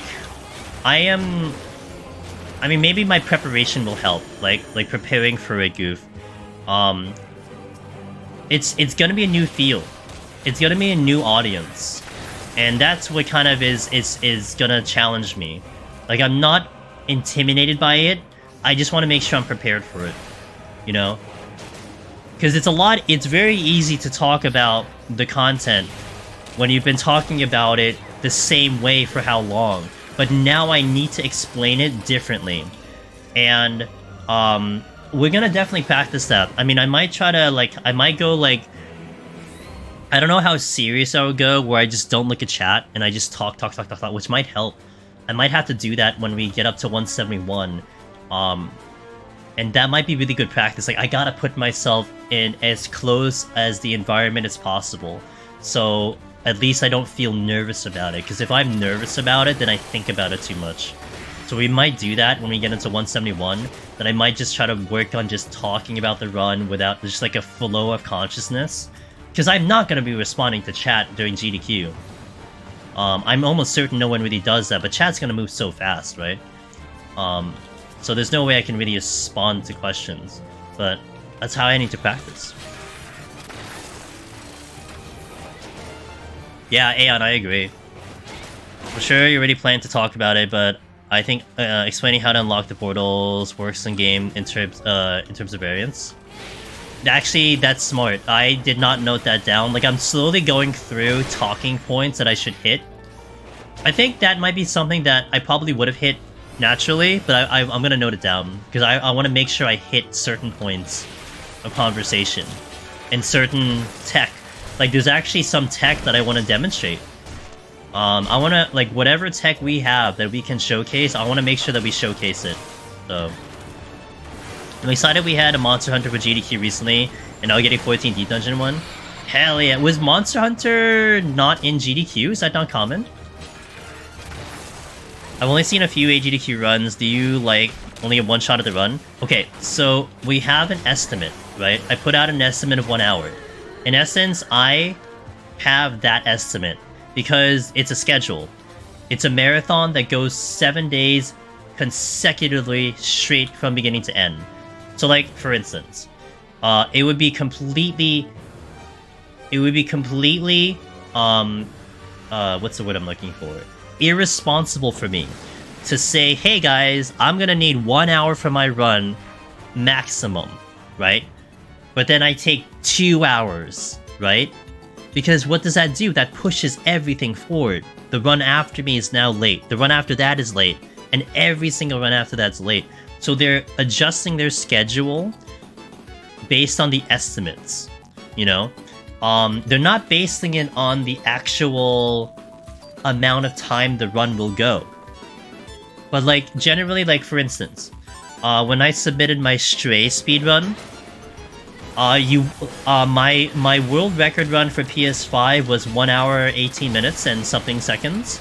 But the estimate would have been like 125 or 130 because you're accommodating for deaths, you're accommodating for hiccups, you're accommodating for anything that could go on in a live show. I can't just hit the reset button and the timer resets. The moment we say go, that is your estimate and you have to stick within that time. So we have to stay within an hour. That's how much time I have, an hour. Now, like, if we have bonus time, maybe we can do other things and talk about other things, or they just, like, you know, fill it with time or donations, but that's what keeps everything on schedule, and the schedule's very tight. Again, imagine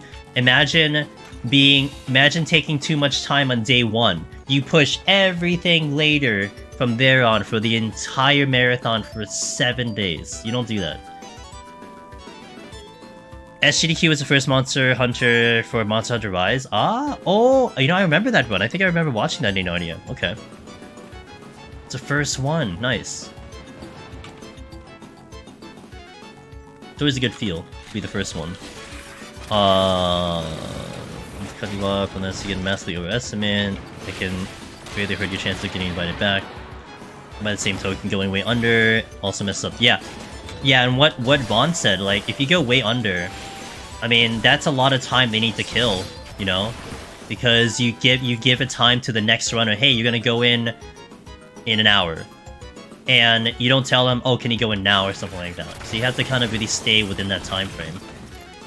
Luckily, when it comes to Deep Dungeon, you know, a typical run is gonna take, what, 40 minutes? I mean, it's gonna be fine. And we'll have some discussions and whatnot, we'll be fine. We could definitely manage, and honestly, you know what's the best thing too? I have an in-game timer. So if we're like going massively fast, we can spend more time discussing things, and I could kill time that way so that we stay on estimate. So it's really no problem. I'm not concerned about the time thing. All I'm concerned about is literally getting from beginning to end. That's all I care about, getting from beginning to end. If we do that, I'm a happy person. Exactly. But I am planning. This is what I'm planning, though. Let's assume that we have no issues getting to Behemoth, like a typical run, no problems, no connection issues. I am planning to get to Behemoth with 20 minutes, because I want 2 attempts. How long does it usually take? I would say it usually takes 50 minutes, 5-0. Under normal circumstances, Sengear, like if you're planning to go for Necromancer, you're probably taking 50 minutes on average. Most runs will push it to the end, like 55, 56, right, to the last minutes. Very rarely do you have that much time in the bank. So you're looking at a 50-minute run. So it plans out, it works out that way. 181 Plus is about the same, because you usually finish with like sub 10 minutes left on the clock. Would I ever consider doing a full speedrun for GDQ? No, because they'd never accept it. If for some reason they want me to do it, I'll do it, but they would never accept that run. No way. That's a 15-hour run. I mean, I can physically do it, but I don't think they'll have that. How many games could you put in that time frame, you know? And really, like, the first how many floors are not as exciting. Like, it really isn't. I mean, I'm sure people would rather watch a speedrun of Strider than watch me do, like, 1 to 10. You know what I mean?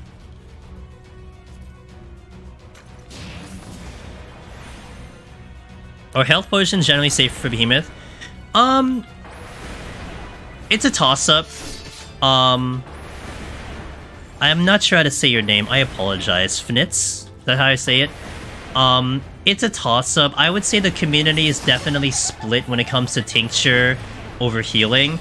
I will say in Endwalker, I think healing probably has become a little bit more popular, because it is a little bit easier now in Endwalker. But, there's still a lot of people who do the Tincture strat. I'm more comfortable with the healing strat, personally, because that's all I've been doing, so I know all of the little intricacies when it comes to it. But it's personal preference. I think execution-wise, Tincture should be better on paper. But again, you're dealing with nerves, you're dealing with what you're used to, and Tincture's impossible for people potentially with high ping, or if you're on a free trial. Absolutely impossible for a free trial because you can't even get Tincture. So there's definitely a valid reasoning why you'd even have the healing shot to begin with. Try ESA for one. Some people were suggesting a really long-a-thon. I looked into that, but I don't think I could submit anymore. But some people were doing that.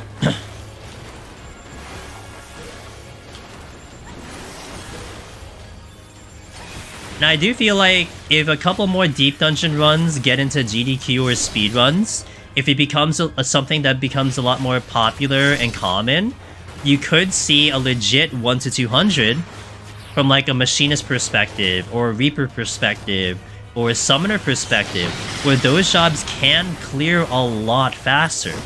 Look, the world record for 1 to 100 Palace of the Dead is sub 2 hours. It's under 2 hours. Just under 2 hours. That's fast. We've been streaming for 2 hours. I'm only at 150.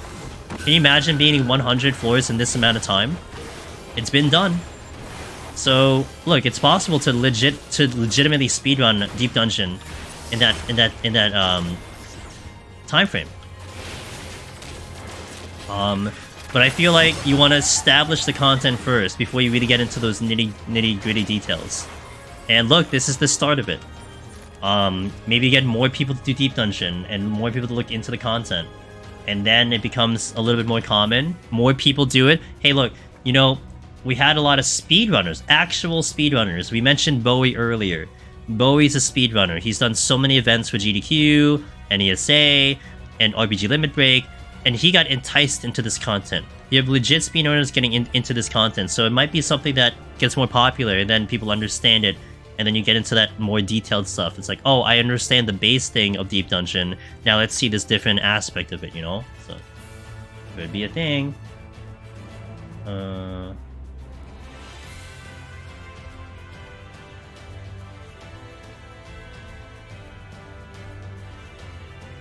Okay.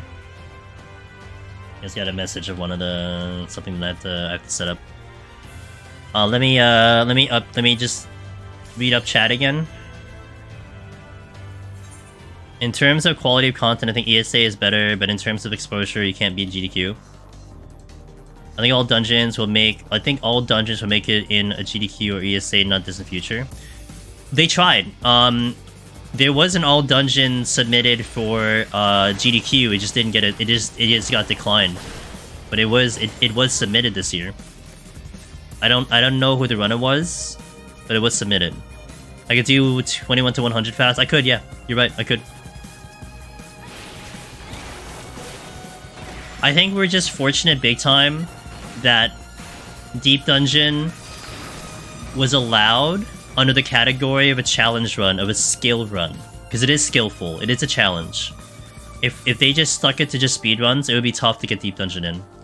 It's hard to justify those repetitive floors for the amount of time.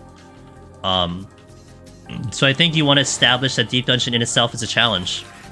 And then you further the challenge by doing a speedrun. Angel X, it is just 10 floors. The run that I have submitted and that we are doing on GDQ, it is just 171 to 180, so it's a snapshot. It is just those 10 floors for the 1 hour. But I think if you had to advertise Deep Dungeon and you had to showcase the best part of Deep Dungeon, I mean it's hard to disagree with Behemoth, right? Behemoth on a machinist. I think you can't go wrong with that option. So I'm honored. We'll do our best. Behemoth, I think, is iconic to Palace of the Dead for those who have done it, for those who have watched it. Everyone knows Behemoth if you've done the content. So, a good choice. Yeah. It's always hype to do it, let alone watch it, you know? And I'm with you, Nenania. When I see other gamers get up to Behemoth, man, I usually try to tune in. I want to see what happens. Because you know what that means. You know what Behemoth is. So I hope that's what shows off in GDQ. I hope it appears like that to people who have never seen the content before. And like I said, I hope we put on a good show. I love when they put him in Monster Hunter World. I remember that period of time, Nenania, when it was put in, and there was so many people who were like, oh my god, it's just like Monster Hunter World. You know? Like their first thing was like Monster Hunter World, and it's funny because like Deep Dungeon is clearly older, but they're like, yeah, Monster Hunter World, but I mean, it's more popular. How many people have really done Deep Dungeon that much, you know? Pretty funny.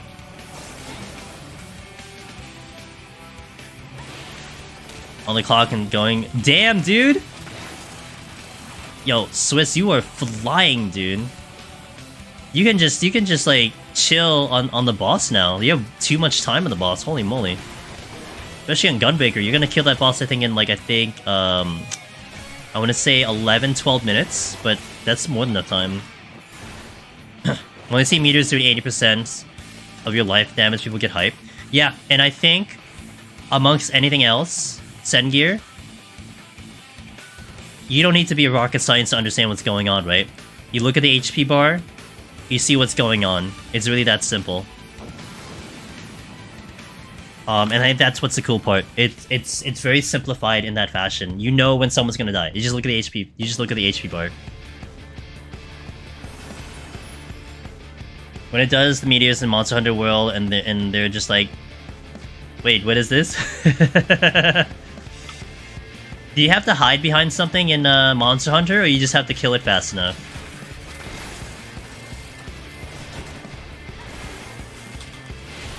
Or it is like a DPS race.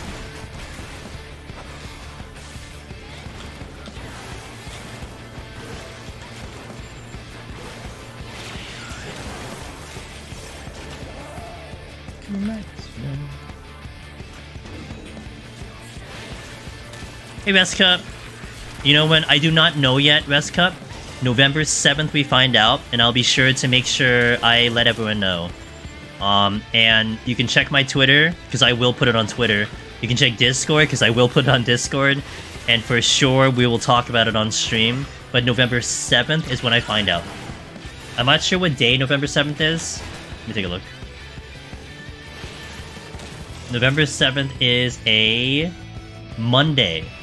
So it might be Tuesday night, like today, when I will be able to talk about it. Because usually it depends on like what the 7th means. Like for instance, they said the games would the game list would release on October 22nd, and it released 8 o'clock my time, PM, 8 o'clock PM my time.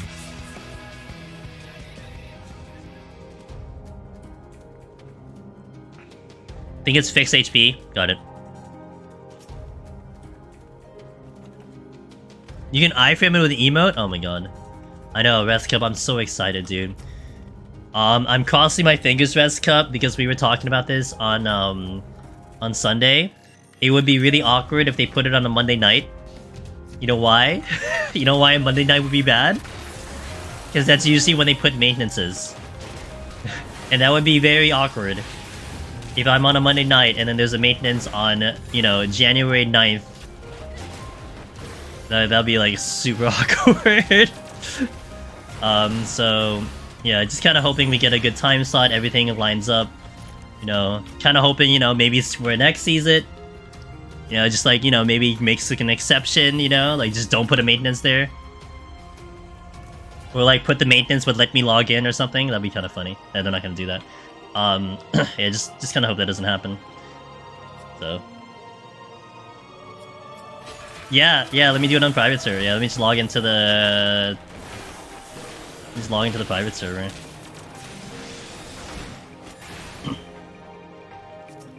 But we were talking about this also earlier for those who popped into stream. I thought about this. Look, I am an overthinker, okay? I over-prepare, I overthink. First of all, let me see this. JK, hey, thank you. 11 months! Holy moly! Why are you kicking my ass? So the news popped in to say congrats on getting a slot in GDQ. Thank you for that, JK. I appreciate it. I can't believe 11 months? I remember when you first came into stream. What the hell, dude? Thank you for the continued support. Yes, and that also... So let me talk to that point, and then I'll bring it back to what I was going to talk about. That is where it might be a problem, Prismatic. Not for the stream. Whatever happens, I don't care. Like, look, if we are at the same time with the Ultimate base, it's whatever. Like, that is what it is. But I may not have Frosty. I asked Frosty to be on the couch with me, because I think he'd be the perfect person to commentate, the perfect person to bounce off of, because he knows the game. But his priority would be Ultimate, and he told me that. I'm like, I understand, dude. Like, that's your thing. Like you have a charity, you have your own thing, like, that's your priority, I get it. So that would kind of suck, because I wouldn't be able to get Frosty. We'll have a good backup, who would be Bowie, but, yeah, that would be my only thing. So bringing it back a little bit, what I wanted to bring in. We were talking about this early on the stream. I'm an over-preparer, I over-prepare, I overthink. So part of me, not that this probably is a concern, you guys are probably like, ah, don't worry about it. But I can imagine standing outside Palace of the Dead. You know, the NPC right outside Palace of the Dead. People are gonna know what server I'm on, they're gonna look at it. But then there's gonna be so many people. Like, what if we, like, you know, lag out the town? What if we have too many people in the area and I can't get into it because I can't get into the zone, you know?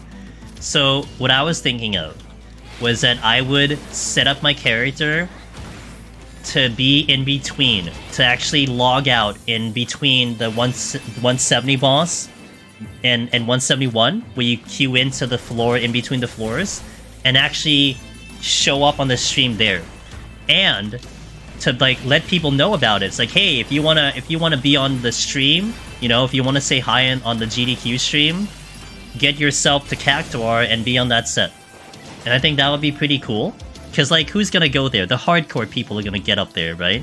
You can't just get random people who are gonna just, like, hop into, like, you know, beat the 170 boss solo and be like, what's up? Now, you could probably go in as a party, but you still have to put, like, a lot of effort to be there. And I think that'll be, honestly, kind of cool. Now, I don't mind... After we beat the behemoth and all that stuff, and we finish the run, we step outside and be outside in the area, that's fine. Like, look, the run is over. If we like lag out of the game, I don't care.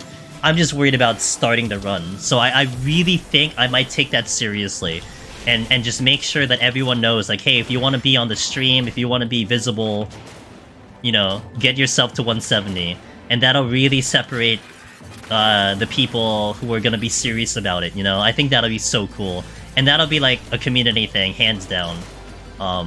So I really think I might do that.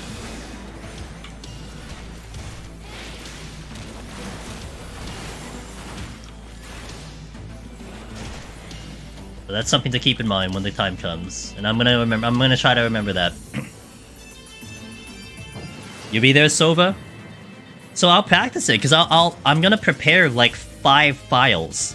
So if I can get it to work, then I'll do that. And it'll give me some practice to make sure it does work.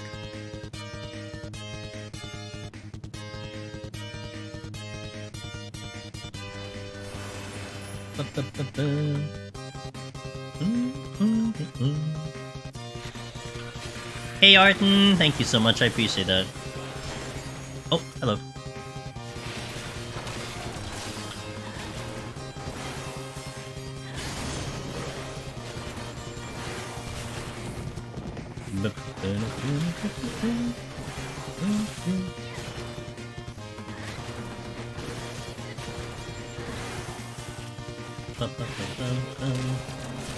Alright, Sengir, hey, it was fantastic talking with you, dude.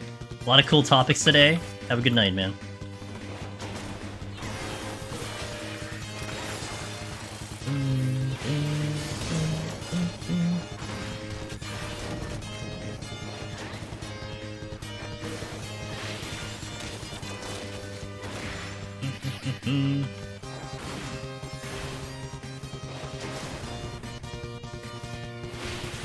Alright, let's go.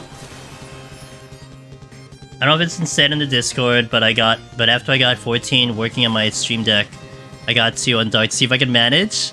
BRB for a second, I'll be here. I just need to do something off stream. What's my pawn plan? Okay. I will answer that. Wow, that's nice, Arden. Oh, that's nice. Efficient. Okay, so JK. I am gonna play 180, just like I'm aiming for 200, so just normal. I really don't have to go crazy. We play like normal. Because I mean, if we were to empty our palms like it's the final floor, I would get to Behemoth literally like 40 minutes remaining, right? It just would trivialize the whole thing. So you play it like you're playing for 200. Now, this is the thing that I'm thinking about. What happens if I disconnect? What happens if something happens to the run? Let's say it's somewhere before 177. I will then use a backup file. I'll get right into the backup file, and we will play it like it's the final floor, because I can zoom through 171 to 180 if I use everything. And so that'll be how I manage it if it's a backup file. But if we're no hiccups, no nothing, you know, no problems with any of the servers, we go normally. And we present it like it's normal. We show as much tech as possible. You know, I want to showcase as much of the tips and tricks and everything that we have, from the trap locations if I can, to stepping on traps, to landmines, to silver chests, like everything you can think of. I'm gonna try to pull everything out of the woodwork to make sure that we showcase it, and that allows me the time to do so.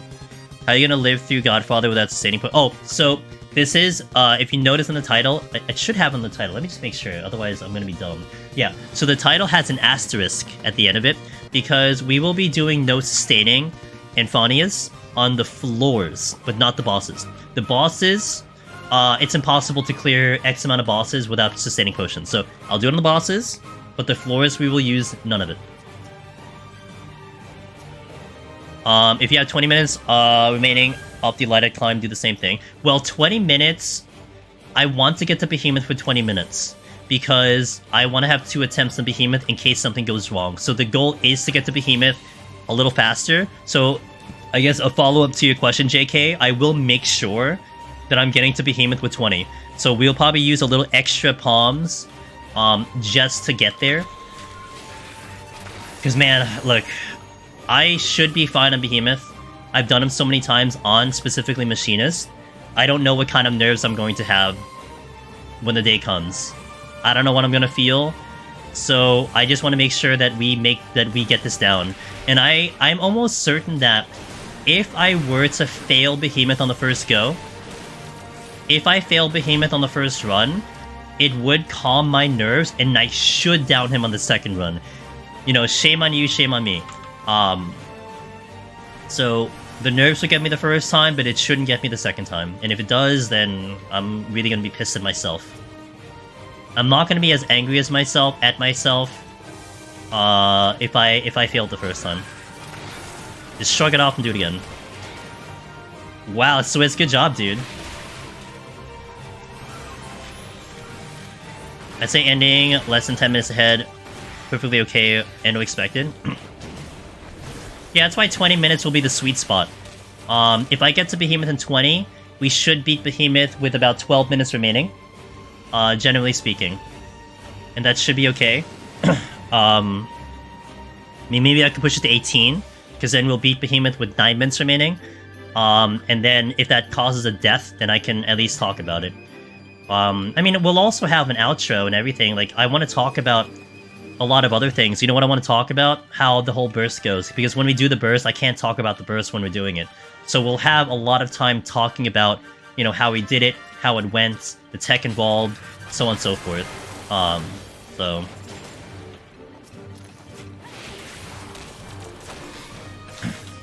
20 minutes ahead of estimate means you get a lot of people schedule shifted over. Yeah. Yo, no, I know. We're not gonna go that far. Like, that's why normal run Arton. Like, normally I can get to Behemoth with 20 minutes if I try a little extra. So if I play any of these jobs, like, absolutely normally, like a life tutorial or something like that, I will get to Behemoth with, like, 10 minutes. Like, you do have to put extra effort to get to Behemoth with extra time. But again, that's a safety play. That's like marathon safety, you know? We're doing a safety chat. Now, I could intentionally die, but I prefer not to. I would prefer not to intentionally die. But yeah, so... But there would be a lot of things to explain. Like, it would really suck, Arton, if, it would really suck if I beat Behemoth and we start going over time, and I can't have time to explain, like, the HPP macro, and how the meteors worked, and all these other details of the run, you know? So, there's still a lot of things I can do to kill time and everything. I don't know, Behemoth is just too much of a wild card, because I feel like if I throw it the first time, then I would throw it the second time. You know, I don't want to purposely throw like that. Now, it would be good for this show, but, I mean, I have a lot of confidence, it's just... That's... I'd rather have that safety net.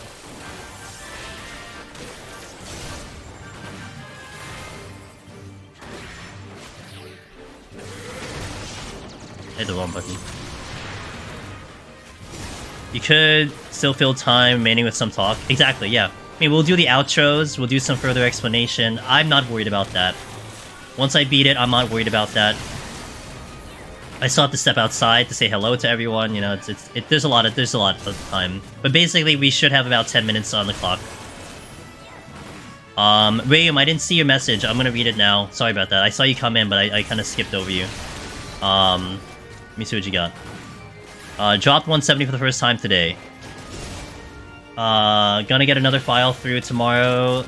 If I can push Behemoth before the end of the week, ideally. Good. Do it, dude. I believe in you. 170 is definitely... yes. Especially if you don't manage the puddles very good. Like, if the puddles are a mess, then that really becomes a problematic boss, but...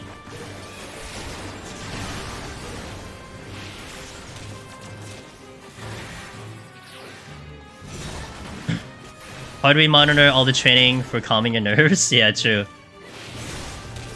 Let me catch up and chat a little bit before we go to the next set. If you go fast, then you can stall by going over your keyboard setup. I know a lot of people are interested in that. Yeah, that's true. I could do that if we're at the end. I mean, I'm going to intentionally fight things. So, like, I want to fight one of everything. So we're clearly going to fight an Anzu. Like, not even a question. I'm fighting an Anzu. And I do want to fight a couple things, like, straight up. Like, just to be like, hey, this is, like, really bad. This is why we kite. Like, there's a lot of examples I can do. So it's gonna be interesting, because... So, there's gonna be a lot of explanation going on, but at the same time, I actually have to make sure I get to the boss with, like, enough time. Like, I might want to time Behemoth. Because I want to know exactly how much time I need on Behemoth, so I can probably squeeze that time down as much as I can if we're going for 2 attempts. Because the thing I can do is, let's say Behemoth takes 8 minutes normally. If I die, you have to kill a minute because of the weakness, but I can do a double lust. You do the first lust in the beginning to push damage, and then you do the second lust for the end. So that would mean it's going to be maybe about a 6.5 fight. So that would be like 14, something like that. But if I time how much it takes to do the first one, it might help out, because I can squeeze that time and get to Behemoth in precisely that amount of time. If you die of anything, it drives the point that this is hard content. That's true. That's why it might be purposeful for me to step on a trap, you know? For the show. I was pretty good at puddle placement, but I was slow moving out of him on the first one, so he got to whack me on me with the buff. Oh no! You know, one time, Radium, I died because he was visually out of the puddle, but he was like a pixel in. And it counted, and I didn't take that for account, so I was looking at his body, and I wasn't looking at the buff, and he killed me that way. I think that was on Dragoon.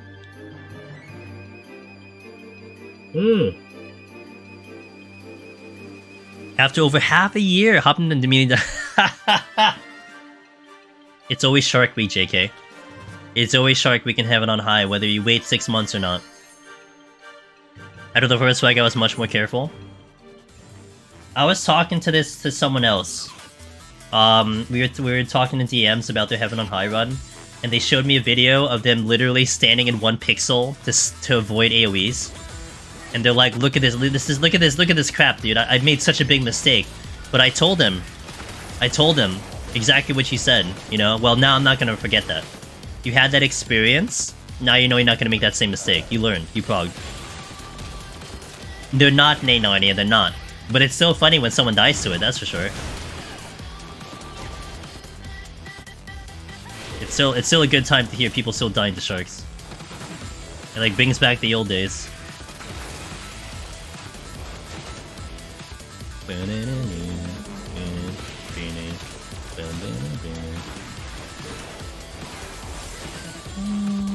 Oh, I'm out. Let go! It was certainly hilarious. Hell yeah, it was.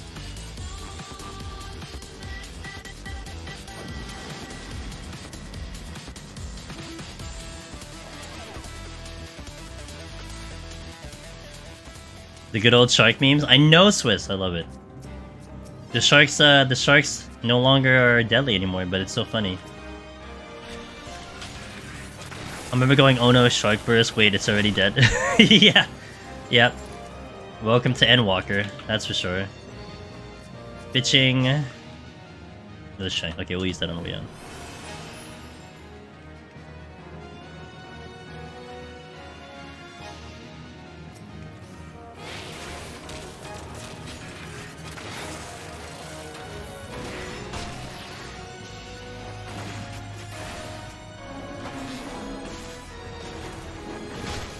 Two, 3, 4. What? Oh, well, I guess there's something else around the corner. There has to be. Chong. There's something that spawned. I hear it.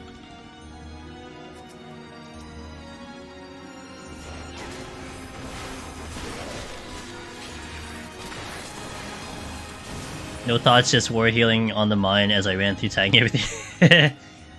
I don't blame you, that's exactly how you do warrior. Unga bunga, raw intuition. Hey Renzo, I appreciate the prime, thank you so much. Hey, and good luck on your journey. Good luck on your climb, good luck on your journey, keep me posted. I always love hearing the stories, so definitely tell them to me as you go along, you know. You don't have to tell me just to clear, tell me the fails too, because I can understand them. I've died so many times in here, so better believe I can understand how you're feeling.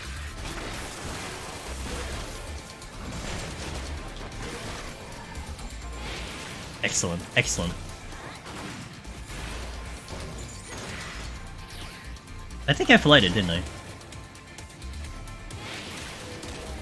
Or maybe I didn't. I don't remember. You're definitely dying a lot. Hey, look, it took me, you know, what you're watching now, this is like literally thousands of hours of practice. You know, how many times have I died? How many times have I suffered?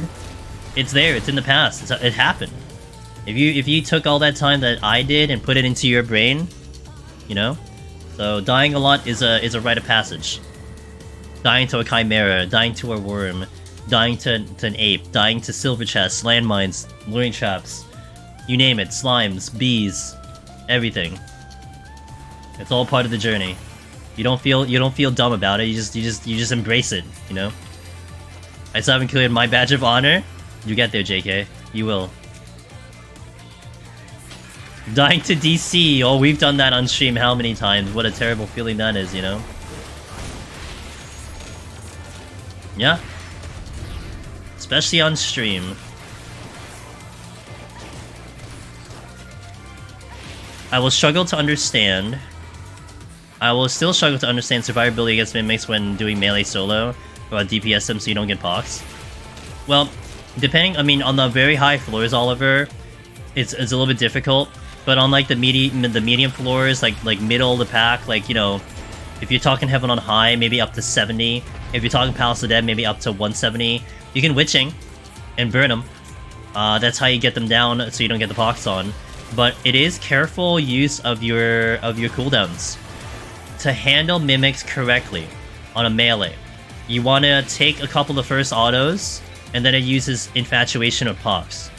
You take the Pox, and then it'll use Death Trap. After Death Trap, that's when you pop Faint, that's when you pop Bloodbath, that's when you burst. Because you want to burst in Bloodbath, you don't want to burst before then. All that damage you do onto the Mimic, you make it all back, because it's all towards Bloodbath. And that's how you can increase your survivability on a Mimic. And after that, if your burst is gone, or if you're taking too much damage, you kite. You just run away. Because Infatuation's on a timer.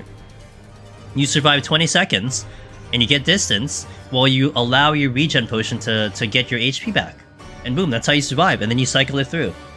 You know, it's just a survival, it's just a survival of that, endurance. It asks you to kite as a melee, but that's how you survive. So.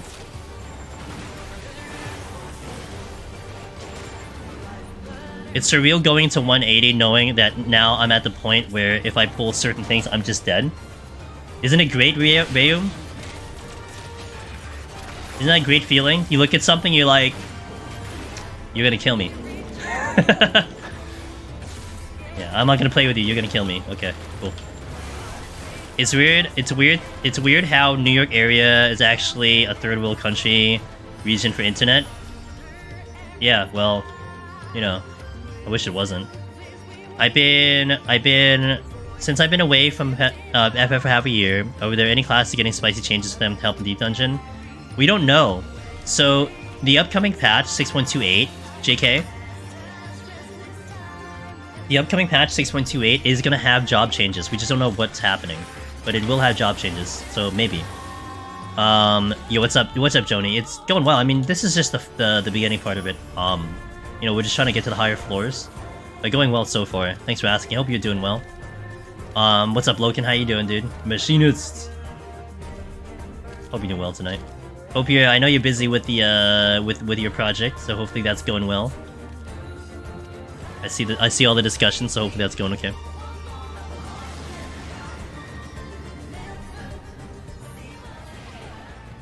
Hey, 10 works out, dude. You gave me 10 on drill. I'm gonna take it on Behemoth, you know. Yeah, I think Machinist is still in a bad spot for rating. So yeah, you're probably seeing Machinist get something.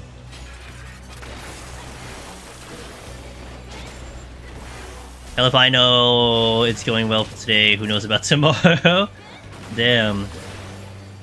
That sucks, man. Like, are you pissed about it, or like it's just part of the thing? And I know you had pretty much this like long period of time when like nothing was going wrong with it, but it seems like stuff's happening as a reason. Looking forward to. I know. Look, man, GDQ couldn't have come at a better time, Swiss. By the time GDQ happens, the new deep dungeon should have been announced by then. We should at least know something about the new deep dungeon. So that is mega hype, you know? You know, if you're interested with this content, we got the new one coming in. Brand new content. Oh my god. What's the thing that they had in Narnia? What is the thing called? Oh, Gauze Barrel, right? The original Gauze Barrel. We turned into Caster Fizz Range. Imagine that. Machine is Caster, yeah. It was Gauze Barrel, I think, right? The original Gauze Barrel. Now I'm not pissed. It's never going to be done. That's the nature of the beast. Gotcha. Good attitude, that's for sure, but I gotcha. But you do a hell of a job, though, man. You know, like, you actually had it to a point where, like, it's just like the little bits of it, but it's so impressive that you got it to that point. Deep Dungeon's pretty dope, hopefully. It's gonna probably be the latter AU, because they did say it's, like, after 6.3 or something. But... I mean, look, I don't care. It's, like, just show up and that's all I care about, right? Just exist and we're good. I'll always say this, Loken, I wish I could use it. I mean, we've had that discussion before. I wish I could use it, I could showcase it, but it's just the unfortunate situation of everything. But I still appreciate the work that you put into it, that's for sure. And clearly other people have too. That's what's important. It's being used correctly. It's being used in the right way, you know? So... you know what we had a discussion on, Loken? With Finn? He's like, you should spin enemies so that we can have it, so we can not have it in a deep dungeon, the third deep dungeon. I'm like, yeah, I'll get right on that. like at first I thought, you know, to show off tech, you know, that's how I first read his sentence, to show off tech. Like, I'm not gonna spin an enemy, but then his thinking was, do it so you point out it's an exploit, so that it can be like, you know, a topic discussion, so that people can get on board saying it looks like an exploit. I'm like, oh yeah, I get you. I'm not gonna do it though. I'm not gonna do it. Like, you know, yeah, not me. I'm not gonna be the one who does that. Good idea. Just I'm not gonna do it.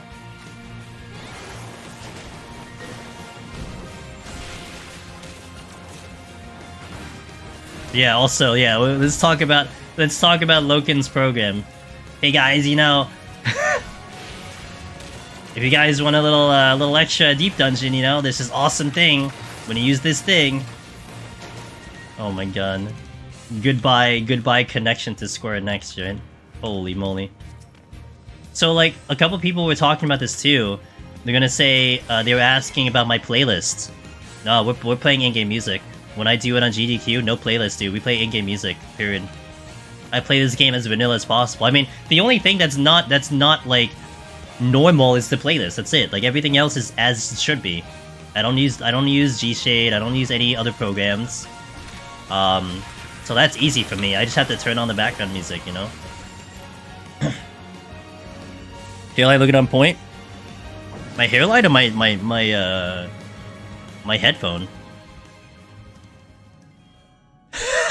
Yeah, Ninonia, let me put G-Shader on, let me have ACD on, I just put it all on, you know? Look at this game, look how awesome it is, look how far I can see this, like, the map, oh my gosh! Man, look at all the traps I can see right on the ground, damn dude. Wow, look at the score, look at this high score, holy moly.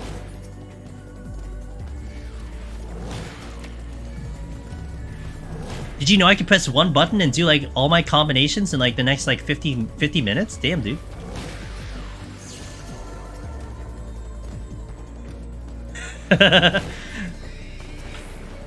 Yeah, it's actually hidden category, incentive. How fast can I get into GM jail?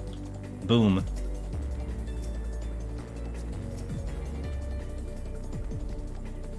That'll be a speed run.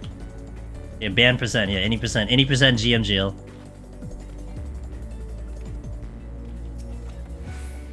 The 180 boss is Yoshi. Oh my god. Yeah, you know, it's fortunate. You know, I'm lucky that I didn't get tempted to use programs like that. because it's really no problem for me. Obviously, that has to be a concern. Like, it is a concern for streamers already. You know, how many streamers have you watched before, especially the raiders, that have had to hide ACT? Because they had it on before, but they were using it properly, you know? They weren't using it to harass people, they were using it for the data. But no third parties, that's it, no third parties. So many of them had to adjust their way of playing the game. I mean, I would say, if you really want to make an argumentative statement, I am kind of pushing the envelope with my playlist, but I'm not playing any weird music, I'm kind of playing in-game, just at my own pace, and you see the playlist right in front of you. I'm not doing anything hidden, it's right in front of you. If you even want to argue that, maybe the keyboard is a thing, you know? But... So... Hey, Banny, thanks for the 4 months of continued support, I appreciate that, thank you so much. Hope you're doing well.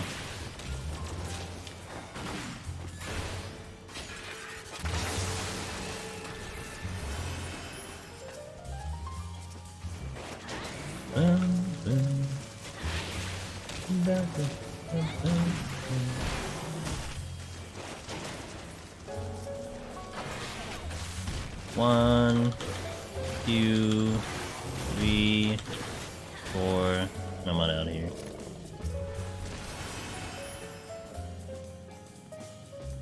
Sight. Oh, come on! I gotta go back and find something. Damn.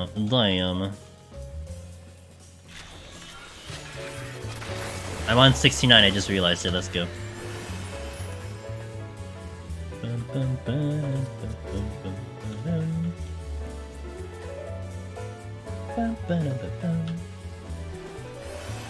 Alright, let's do this.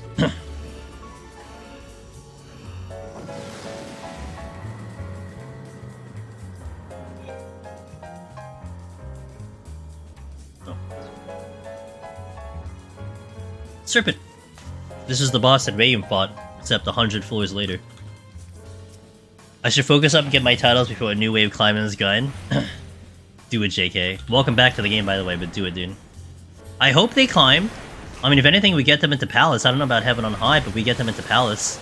Because part of what I'm going to advertise is that you can do it on a free trial, right?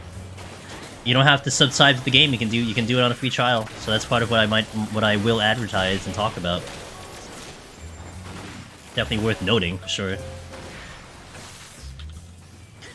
Yeah, free trial? Palace of the Dead free trial, not to mention Machinist is part of that. You can do Machinist on the free trial.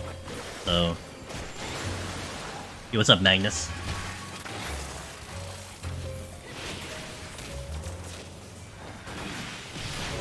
Yeah, it will be, for sure. We're definitely gonna bring it up. I've been taking a lot of notes of what I should talk about, so... So much of the lurking? Appreciate the lurk, as always. I should have it mentioned? I know, I need to make sure that it's there so I say it correctly. Llamas! Thanks for the follow. Hope that is llamas. Thanks for the follow, welcome in.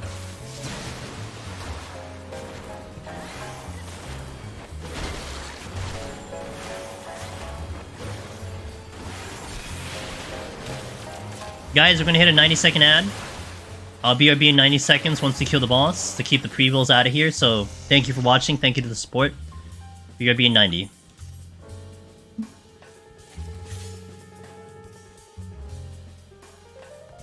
Oh, nice, Magnus. Nice. 71. I had no idea that spinning was until now. It's an interesting concept. It's definitely a heated talking point, Rayum. Some people have no problem with it. Some people think it's just cheating and an exploit. It has been banned in raid content, but you'll have videos, Rayum and JP videos on YouTube that literally it's just like 5 hours of just spinning, and that's fine. Like, no one's banned there, so it's like a weird topic, but for how I view it, it's just I want to demonstrate something that will be useful to an audience that gets the most benefit. Because I think spinning is high skilled, and not everyone can do it, you know? And I'm all about getting people in the content, making people feel like they can accomplish something. So you know, I want to keep it as simplified as possible. So that's how I kind of view it. I did do it before, but I haven't done it in years.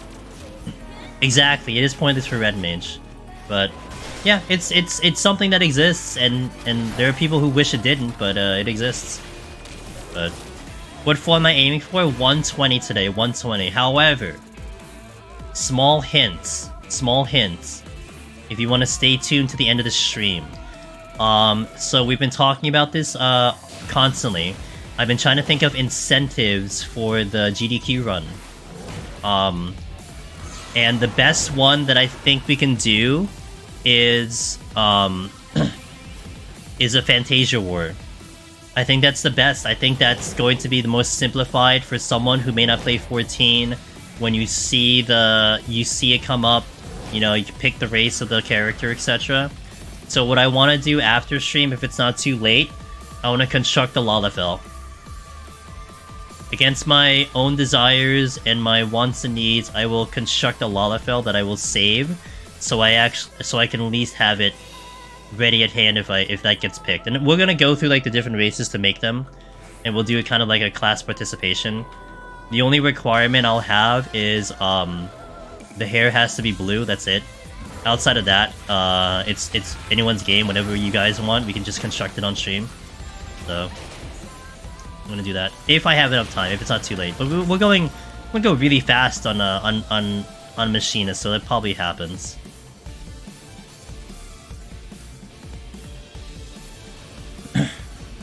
It's super cheesy. It might be a thing I mess around with if I can, but I don't think I'll ever try to push with it because it feels cheap to me a bit.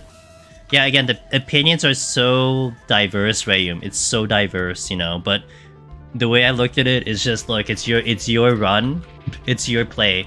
Whatever the heck you want to do and you're okay with, do it, you know?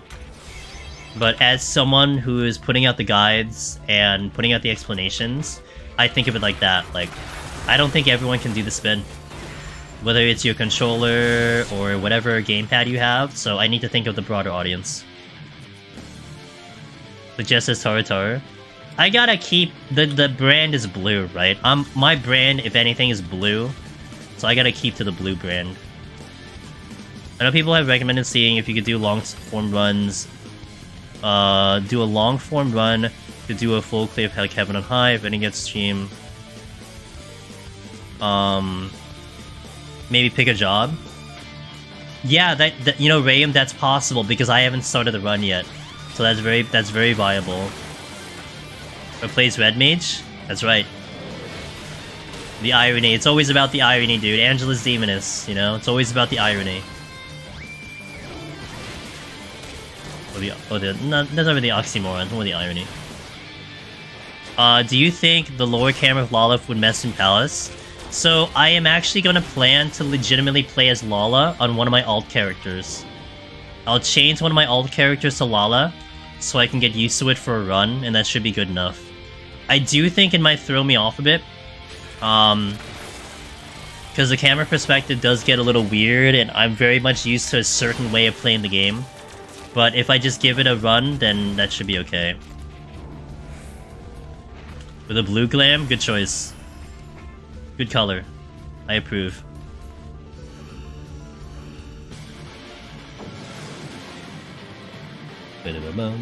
Crisis Core so soon. I can't wait for Crisis Core.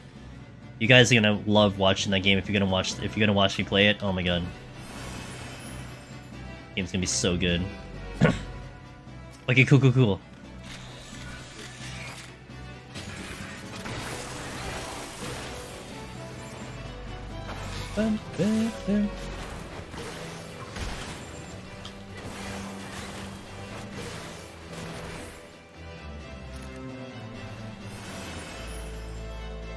You ended up raising the camera, Swiss? I might do that if it causes me a lot of problems. I know how to do it, so I might do it.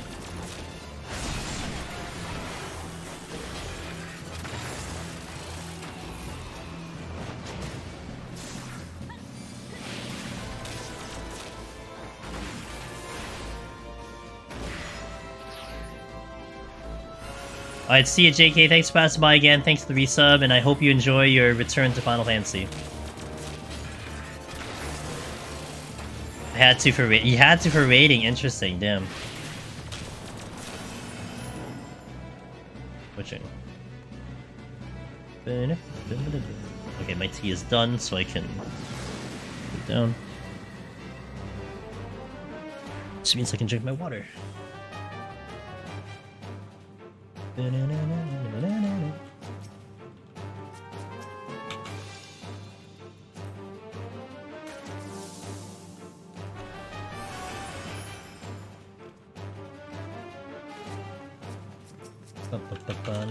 Switching.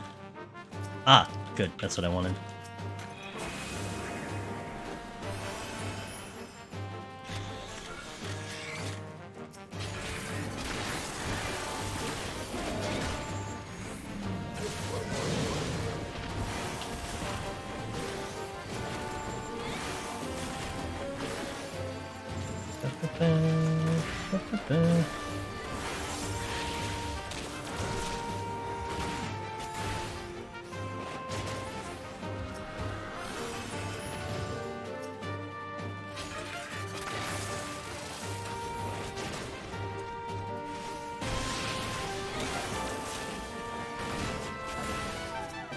Here.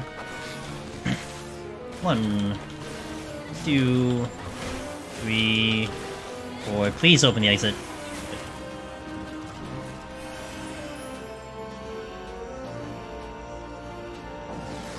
I love how I get a lot of raisings on a job that probably doesn't challenge me for that. Pretty funny.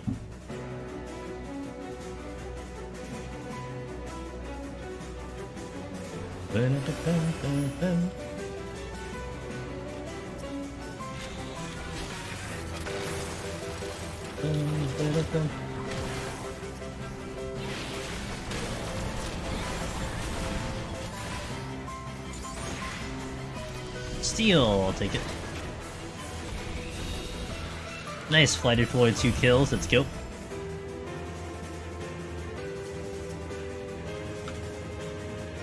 Chin.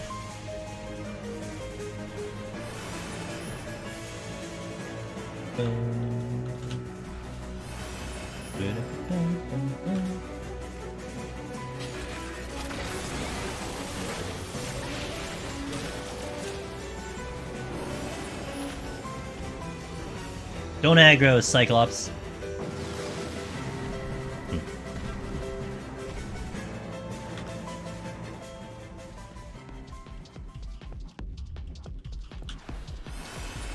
Landslide.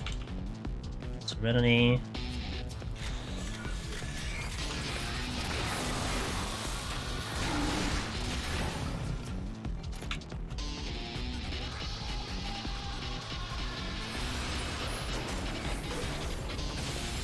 Oh. Ew.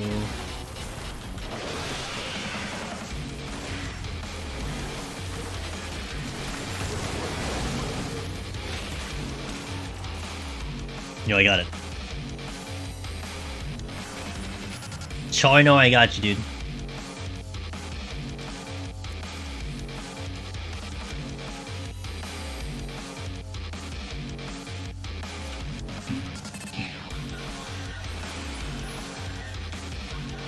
Landslide, watch out for that Titan car. I know. Too bad it's not a mount.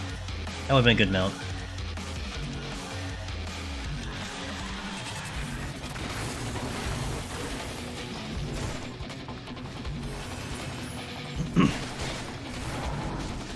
That would've been a great mount. It would've been a great mount.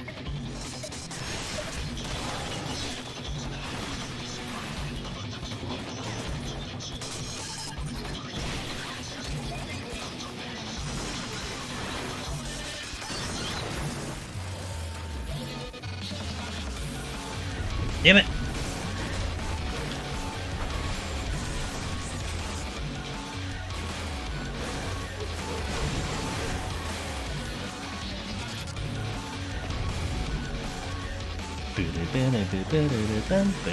I was mad when we got that stupid cloud skiff and that Titan ATV. I know.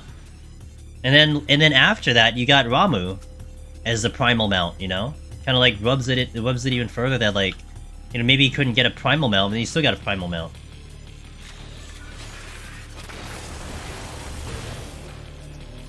Okay, what's this? Oh, Rage. You know, I was thinking about Rage. Let me check this chest first. You want to tighten the mount?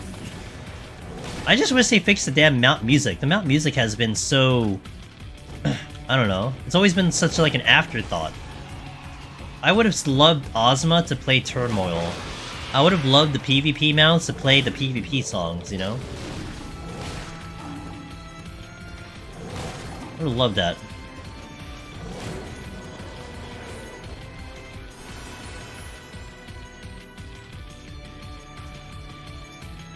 Yeah, give me those pennies. I want those pennies. Give me those sexy pennies.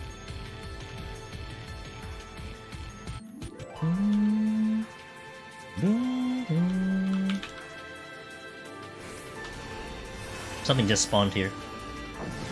Maybe not. The new Lotus mount plays one of the basic Halloween dungeon songs. Yeah, the Fat Cat does that. Wallen. It plays the first floor Palace of the Dead one. Which kind of makes sense.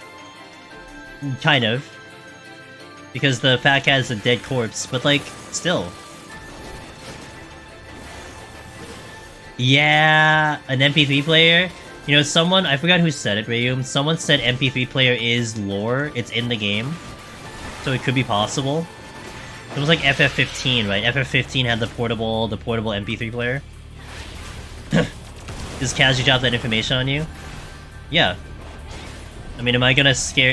Is it gonna be new information if I say that Silky is a dead rat? Is that also gonna be, you know, too much for gamers? Just plug some headphones in my tombstone. Exactly.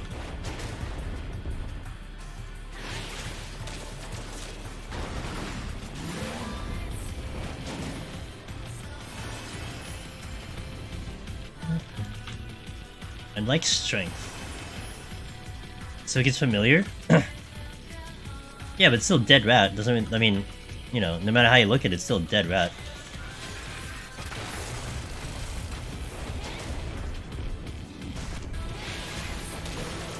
Who knows, man?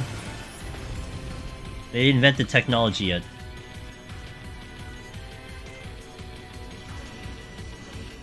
You think they would? You think they have?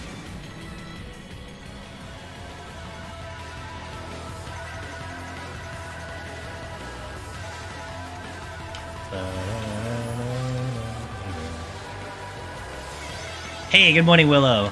Hope you had a good sleep. What's up, dude? It's going awesome today. How can I complain, Willow? What a week it's been. It's not even been a week. What the past couple days it's been. How can I complain?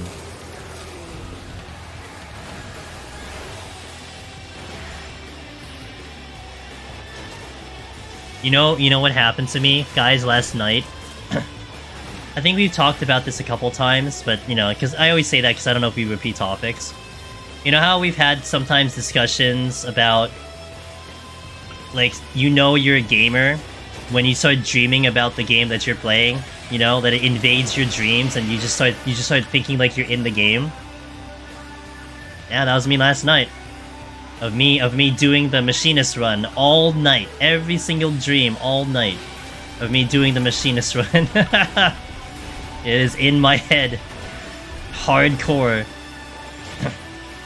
Because who can blame me, but it is in there. Goodness, it might be in there for the next couple of weeks, you know? But...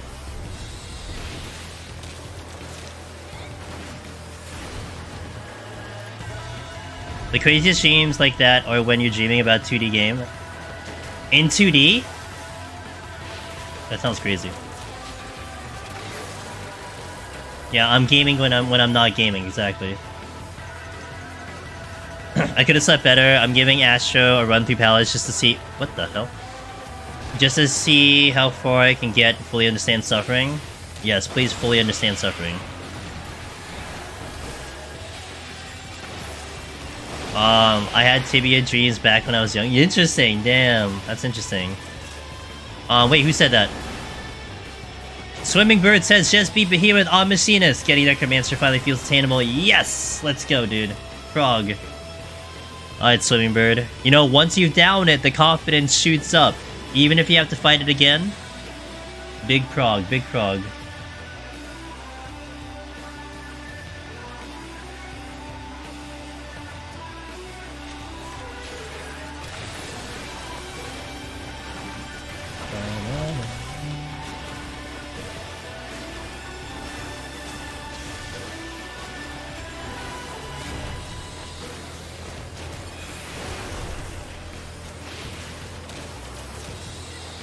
Being on Red Mage, I'm less scared about Behemoth in the time. Well, the one you're gonna be definitely scared about, Rayum, Godfather. Godfather is a hell of a challenge, but yeah, Behemoth is not a problem. For sure, for sure, for sure. Flamingbird, good luck, dude. Keep me posted. You're right there.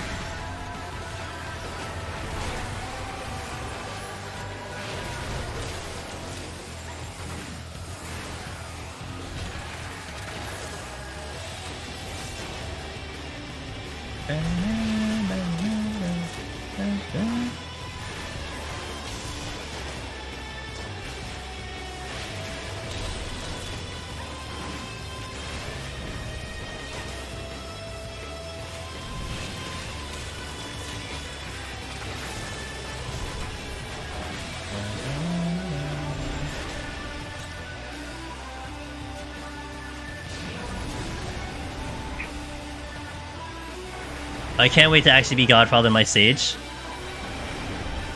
Will you get there too? You will definitely get there, dude. It's a timing and entering, lust around the bottom spawn on the screen. Yeah, it's tough. Oh my gosh, it's tough. You know, a lot of times when I play games, Willow, I don't know if you kind of get this too. There's a lot of internal timing with how enemies do their stuff. And I'm just kind of used to it. Like, I know when, like, I feel it. I know it's coming after this amount of time in my brain. It's not even like it's not even like, you know, X amount of seconds. It's just, okay, it's gonna happen now. So I kind of am at that point, and that's what's helped me for sure. But I think at some point you'll get there too. Just more practice, that's all it is. Alright, 2-minute ad, guys. 2-minute ad. We'll BRB in 2 minutes for those seeing ads. Thank you so much for the support. We will continue the run. So BRB.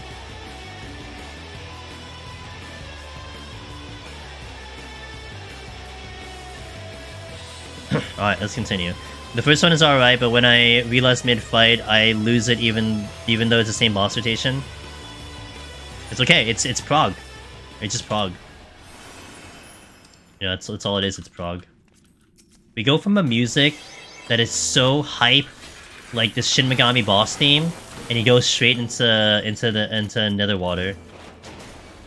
What a polar opposite song.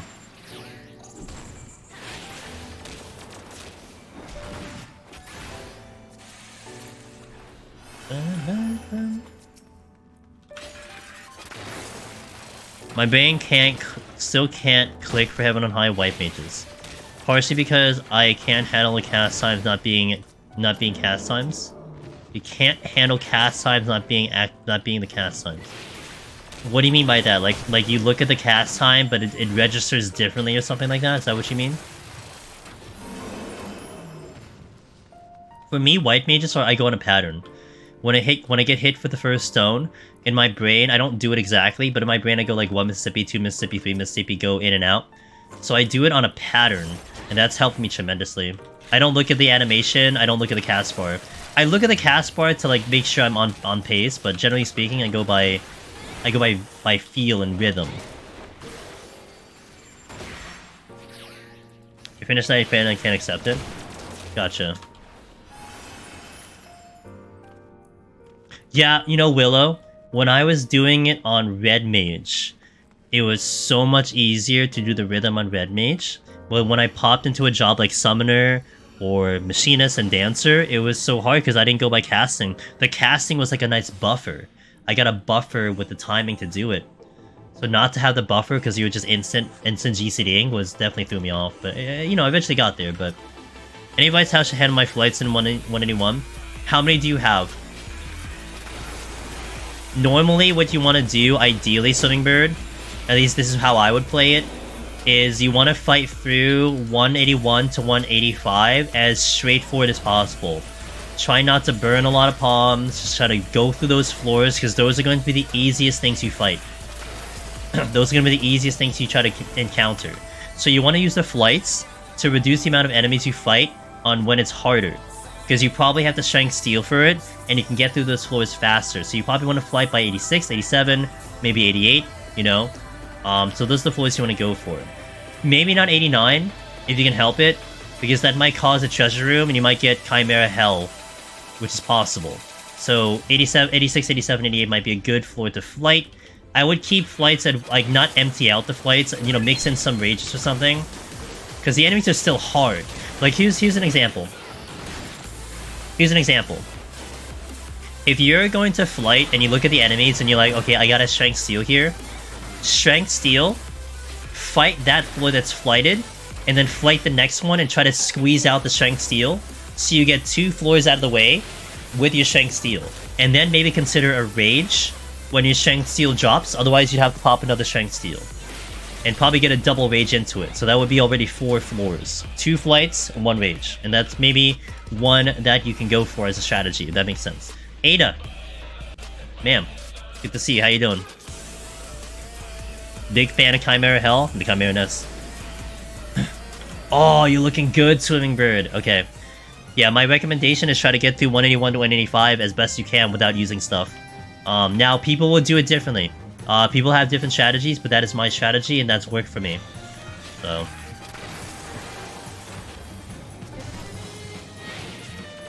Ada, how you doing on a Tuesday? How's Persona 5 going? Are you 1% into the game yet, or no?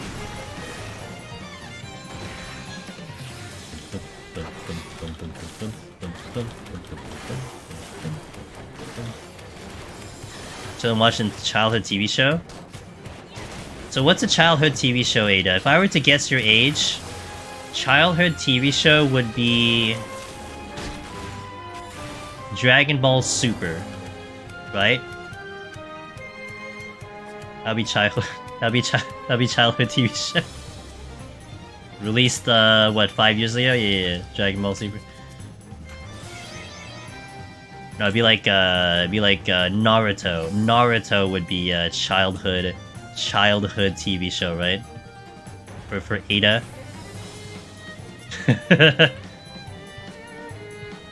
Right, am I close? Am I there? No way, neck. What do you mean? You can't be that old.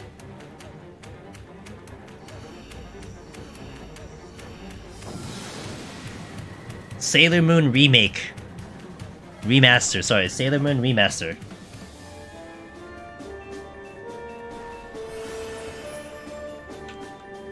It's like... Watching a TV show? Damn, dude, that's just worse. What the hell? My childhood TV show is a show from 2003. Wow, I wish I could say that. God damn it. Did I use the intuition? I did, okay. Sailor Moon Crystal's great, I love it. It's hard because I still kind of like the OG Sailor Moon, but... Yeah.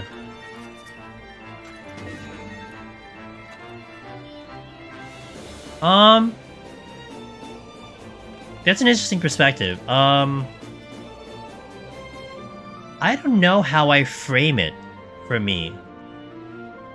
I think there are definitely eras in my brain, but I don't frame it. Like, maybe I frame it by cartoon eras. Like, there was a time... Alright, Rayum, hey, I have capitalism tomorrow. Enjoy capitalism. Thanks for passing by, dude. Good luck on your runs. Let me know how you go, dude, on your continuation.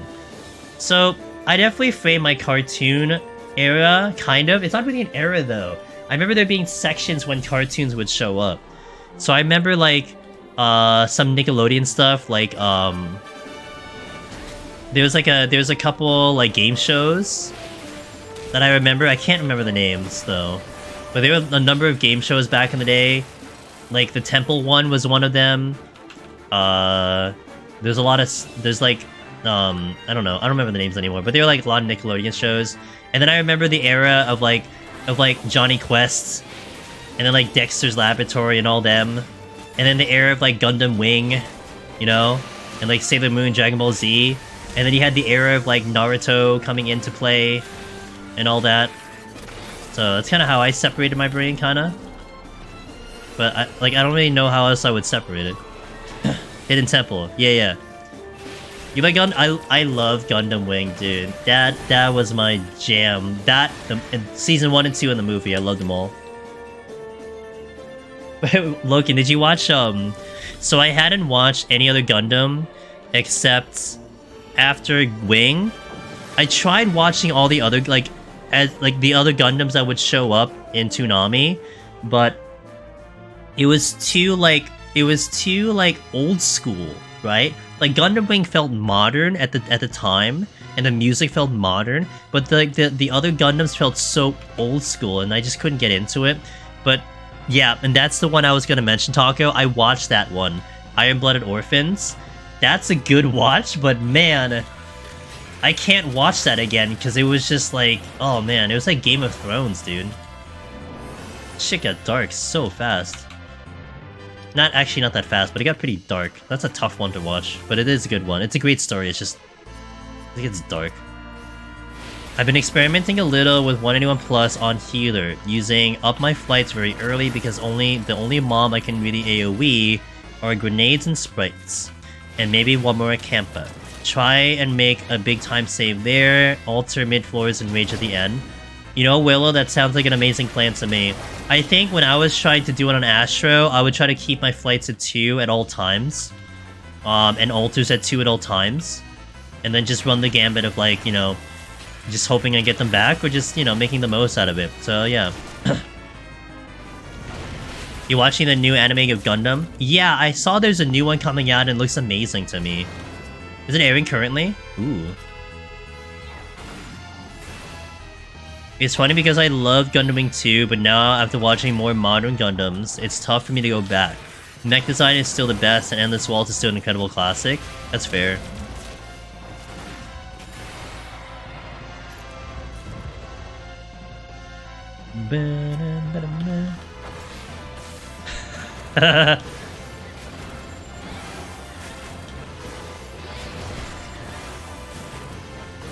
We're reliving Loken's college years right now with Gundam Wing. Damn, dude. At the silver chest, I think. You have a closet full of models from Gundam Wing? Damn. Damn, you were super serious on Gundam Wing. Let's go.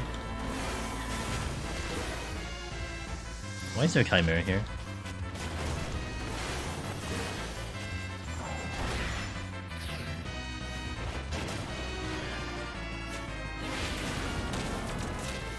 I like Ronin Warriors a lot when I was younger.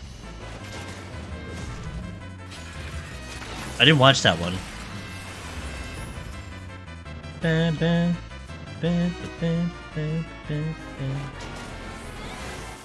Fun fact, my first ever gaming tag was Lightning Count after Zex. I think my personal favorite is Gundam Unicorn, but the OVA, the anime cut the episodes off in weird spots. Oh, that's unfortunate. Who tagged me and why?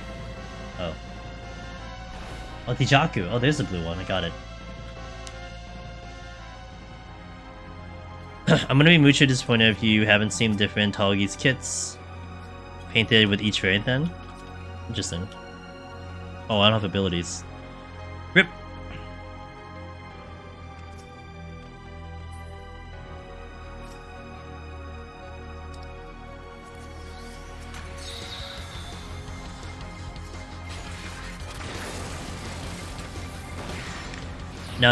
Now I'm imagining Gundam Wing, but in 14. You're gonna hand Link Pearl, you drop it on the ground, step on it, and you say you're going to kill her.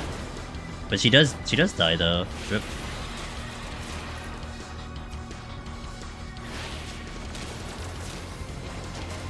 RIP. He doesn't make it to the end of the episode, or the end of the end of the series.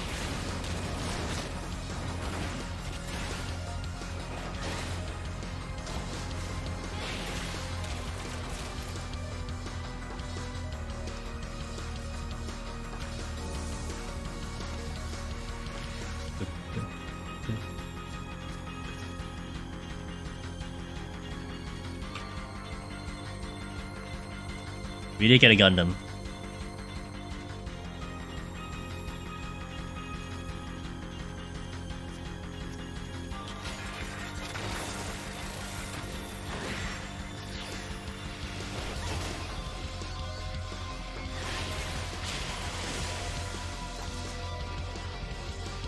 Okay, let me get the chests, and off we go.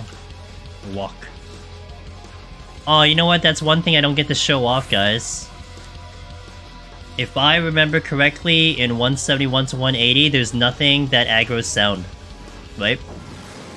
Not a single thing aggroes sound, so you can't show off walking. Yeah. You can't show off RP walking. Oh well. Sacrifices must be made.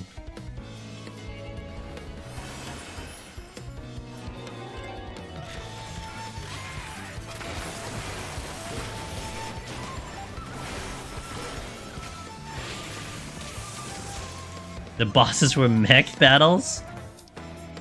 Oh god. That's one reason I didn't like Rival Wings. Because you had to be in the mechs. Oh man. I guess if the playing field was even, it wouldn't be as bad, but... That's the one reason I hated Rival Wings, because you had the mech mechanic. The meh mechanic.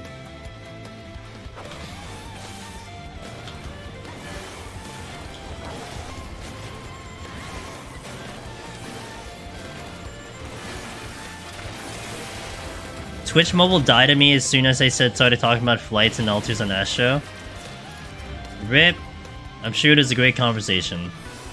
No, I was saying that, I think your strategy, I think you heard me say your strategy I think is awesome. And then I was just saying with my strategy, I was just trying to keep the flights and alters at 2 and to make sure that they don't overcap as best as I can.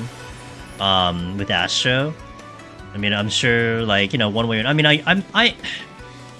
like, I'm so close to the damn clear. It's like it's there. It's just I gotta just push it over, you know? So... Yeah, that's kind of what I try to do. But I load my rages later. Like, I plan to rage later, no matter what happens. So... But... Hey, you gonna do Astro in Palace? You make me proud. I think that's kind of what I'm trying to originally from seeing you in Aurora, like doing a mix of flights and alters to the set. I think your strategy sounds amazing though, and definitely tell me how it goes. Because it sounds very well thought out, and it sounds great. And I never looked at it that way, and that's pretty damn good. Because you definitely will get into a section that you simply can't double attack, you know? Unless you had Steel on, which then makes it viable, but like you really don't.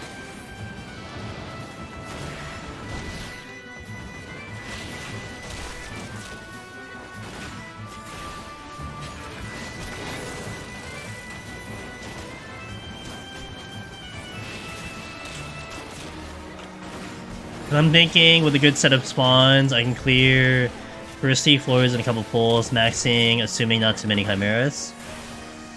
What, you don't like doing double chimera? What's wrong with that? There's nothing wrong with a double chimera. You need to add spice into life, you know? A little excitement.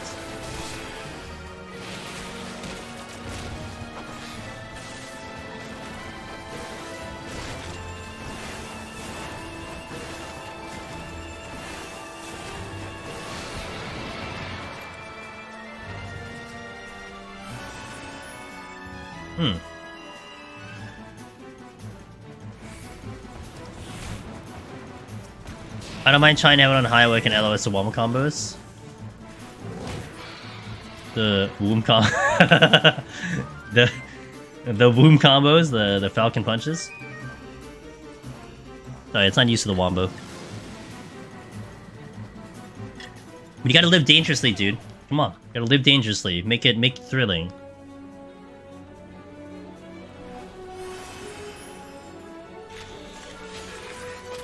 The jetted chimera womb attack? I know, dude. Straight to the gut. Oh, hey, yo. Let's do this. Let's do this.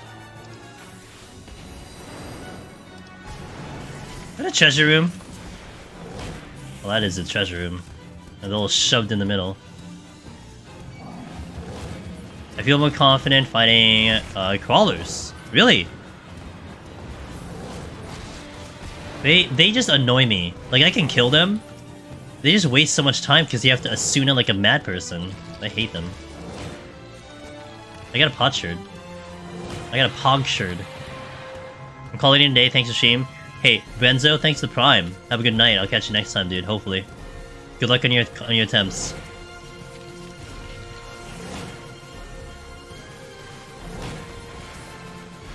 Lust. If I get slow resist on the first, then immediately pull the next. That's fair, but you're probably gonna get slow again, right? Probably get slow again, so... I don't know, look, if it works for you, it works for you. That's just the way my brain thinks. You know, I'm not trying to make an argument or something, it's just that's the way my brain thinks, but if it works for you, it works for you. We're all trying to figure out our strats and stuff, so... Okay, this is I think the first instance where you might see me use sustaining potions on the boss. Again, this is this challenge on the floors, not on the bosses. We gotta get through the floors, no sustaining, but I might need it for the boss.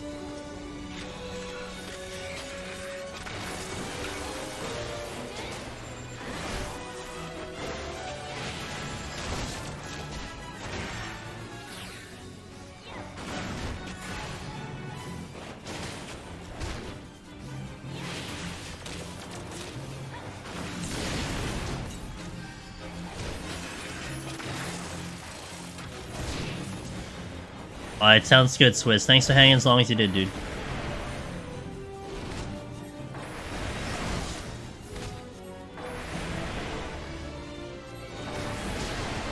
Yeah, I'm gonna need the potion here. This boss is just a little bit too hard. Which is fine, this is part of the challenge.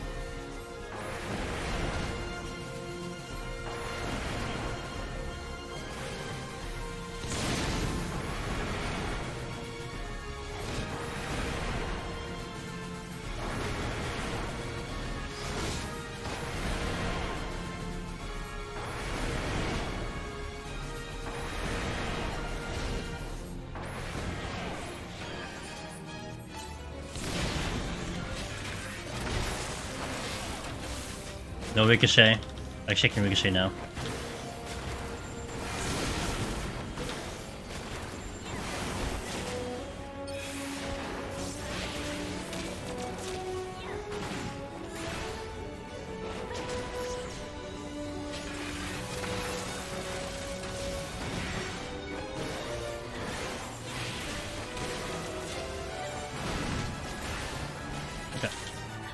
Got my file set, definitely gonna getting that time management on points, I'm happy with it today. Swiss the speedrunner, dude. Swiss the speedrunner. Impressive.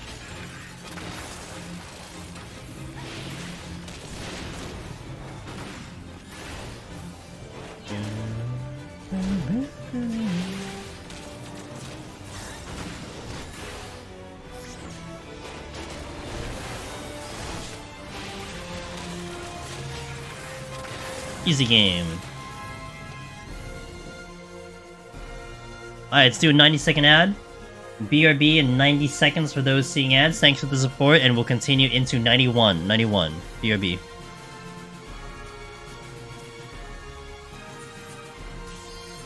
I'm gonna start using food, too. Hey, shining the holy art, guys.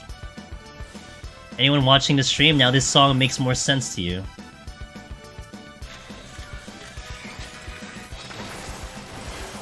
A good battle theme.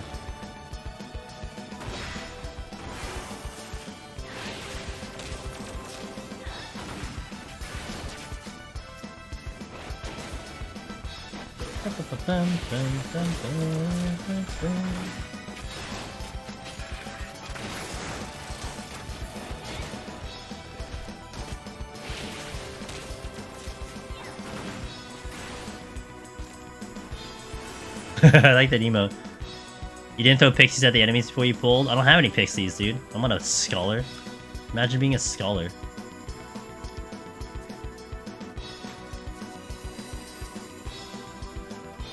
That's the acid.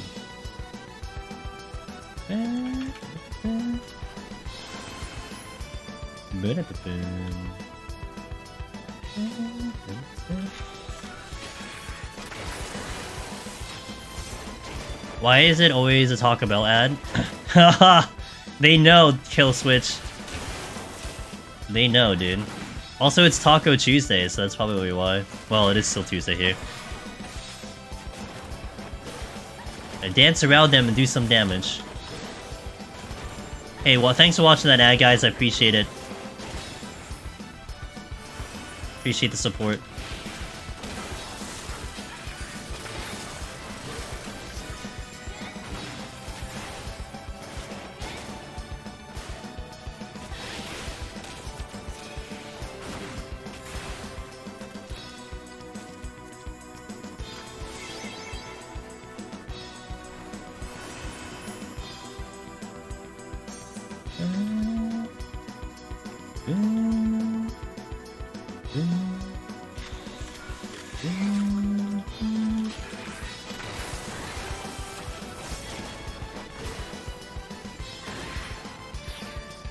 It's a good battle theme. Like, I think I'm appreciating it even more while we're playing the game, you know? Playing the game now, what, for 15 hours, I think?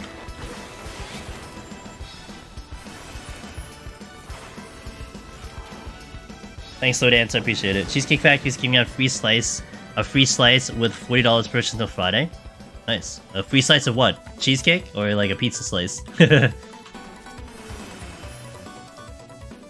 They just give you like a slice of pizza. Here, have our, you know, slice of pizza. Cheesecake, yeah, I know. I figured it's cheesecake. It would be funny if it wasn't, though.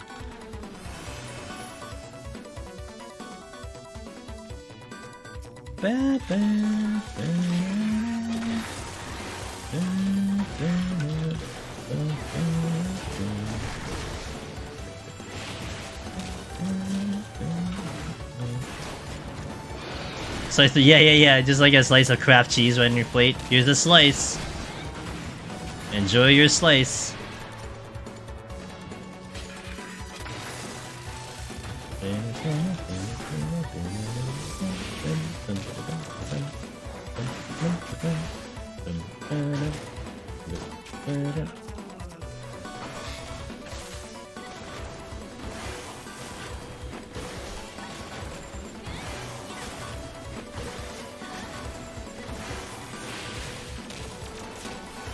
Actually, I don't know what this chest is. Let's check it first.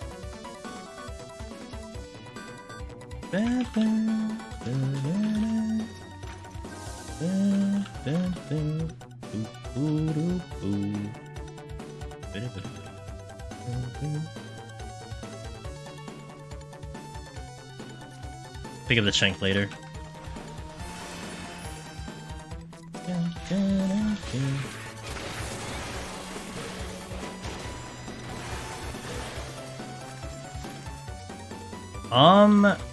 I might do that. I actually might do that.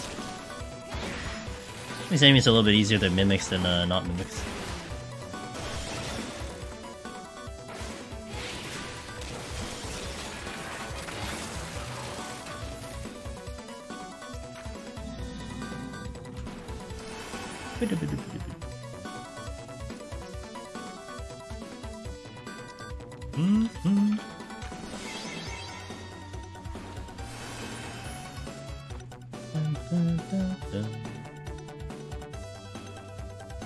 Kind of on time with stream. Maybe I don't get to the lot of failed character select. Maybe we'll do that next time.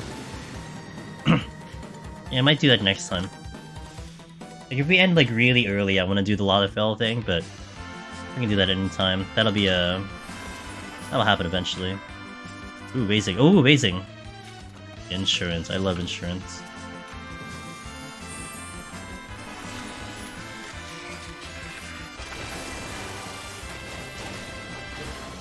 Oh, I got the dragon. I honestly didn't think witching would hit, the ricochet would hit the dragon.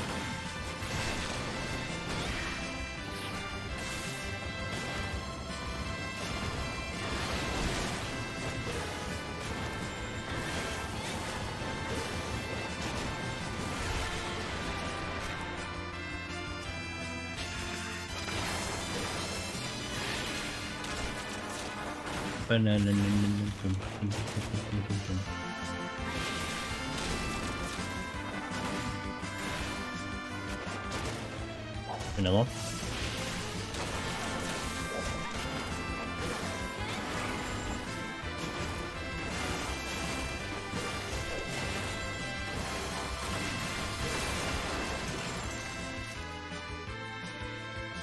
Security.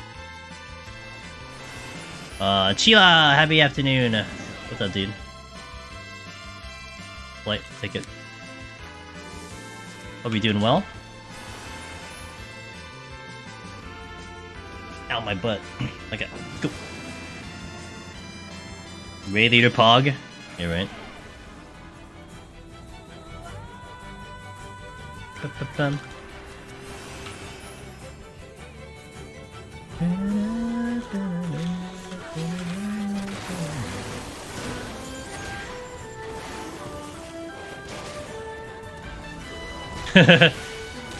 Yeah, did you sleep okay? Did you sleep at all? How'd that go?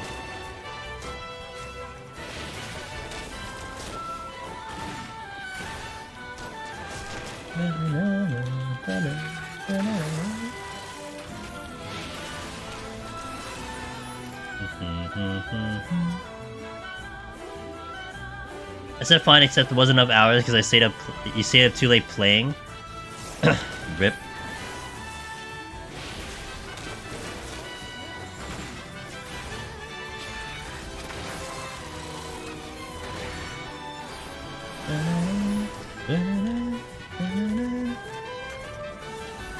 Good. Can't complain.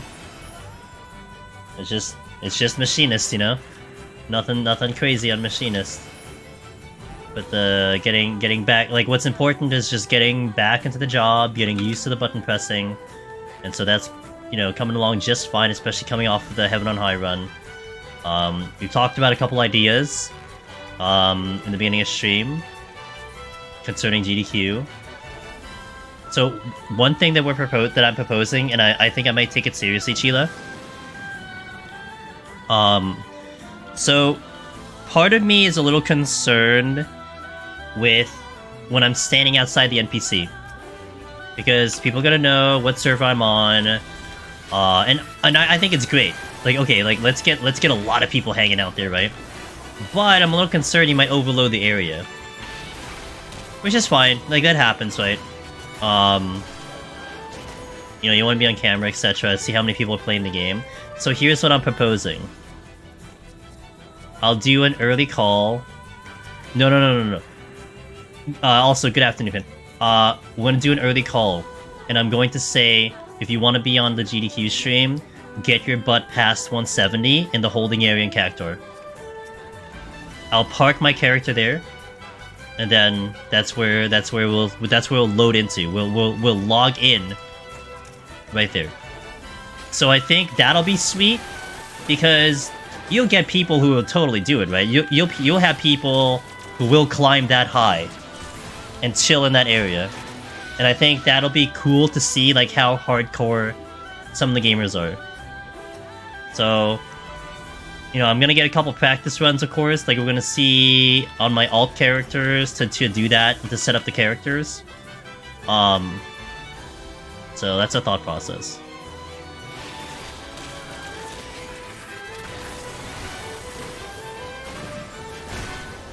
And then and then after we finish the run, we can go outside. And I don't care how many people are there. I don't care if it overloads the system and the area. Who cares? The run's over, right? So. But just to avoid that potential issue of any type of lag, you know, problems, we can do that. I'm not super aware of how GD Beyond's... is your machinist supposed to be a speedrun? No, it is under the category of a challenge run. So, I framed it as a challenge run. So it's not any percent, it's not, you know, glitchless, it's a challenge run. I mean, I can go fast, you know, we can go fast, but there's no frame of reference for going fast, if that makes sense. It's just beat the thing. And we'll beat the thing. If anything, you can head over to the GDQ pin if you want to go to the GDQ website and look at the game list, and then just look for the listing of the game. Look at the accepted runs, and you'll see the description I put it in. And I felt like I was pretty clear that, you know, it wasn't a speed run. It was just a really challenging run, and then I'm doing it with like, you know, 2 hands on the keyboard. So is it? I don't know. I was trying to see. I have to wait until like there's submissions open, Sheila. Honestly, because I don't know. Like, they say the game's done quick submissions, but it says pretty specific to AGDQ. So Femme Fatales could be a little different. I just can't find the rules for them. So I guess you have to probably wait for it to show up. Yeah, that's the best I can give you. I've never looked into it. Obviously, I can't participate. I can't participate in Femme Fatale. So, in that one. In Fleet... Is it Fleet Fatale, I think? I can't participate in that. So, you know, that's all on you. So I've never had to look into it. But, you know, I'll keep an eye on it, and we'll see if there's any information I can glean from it. They've allowed stuff like competitive Tetris on GDQ under GDQ block specifically. Yes, they did.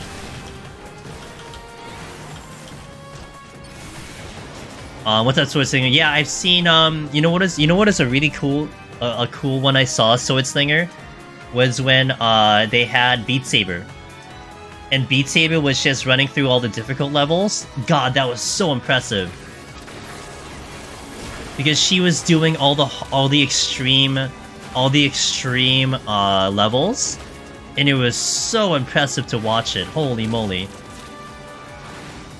And that's what you want to see in a challenge run, right? That it's so hard, you understand its difficulty, and maybe that's why they allowed this run in, because Behemoth exists, and the climb to get to Behemoth exists, right?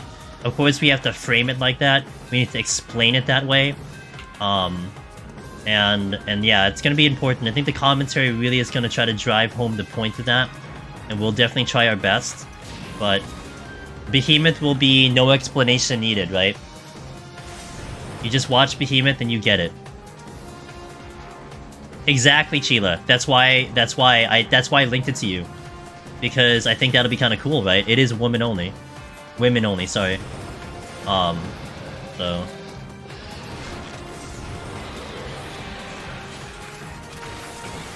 Oh my god, can you imagine them doing that? Actually, we were joking. Maybe they should open up like a private server if like the servers are down or something, so I can log in. Be funny.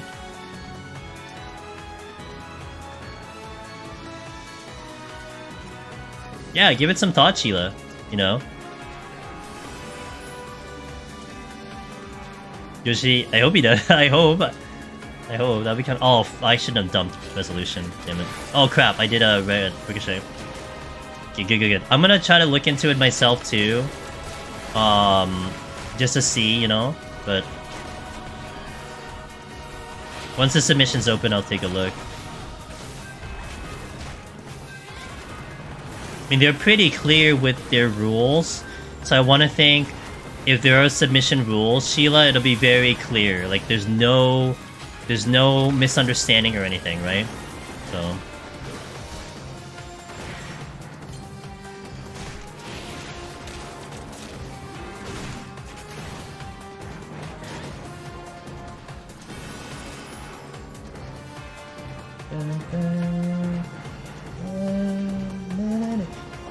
Being 714 should sponsor and be surprised if there's next season for it. It'd be kind of cool if they sponsor again. It's just if they sponsor again, I want to think that they're gonna know that there's a run in the GDQ, right? Even outside speedrun events are rather lax with speedruns. ESA has similar practices. Okay. I mean, it still has to get verified, right, Sword Slinger? So I mean, whatever run you want to submit, I mean, they look at it. They don't just like pass and go. They look at it to see if it's gonna fit their show. So.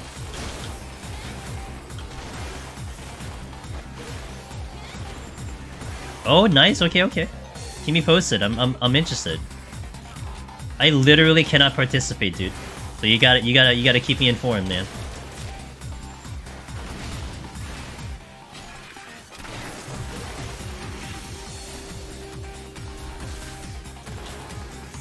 God.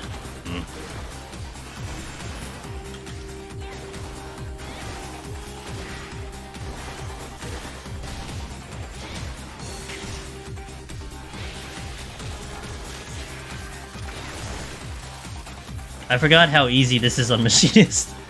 If this was like Astro, I'd be concerned with healing. Like, yeah, whatever.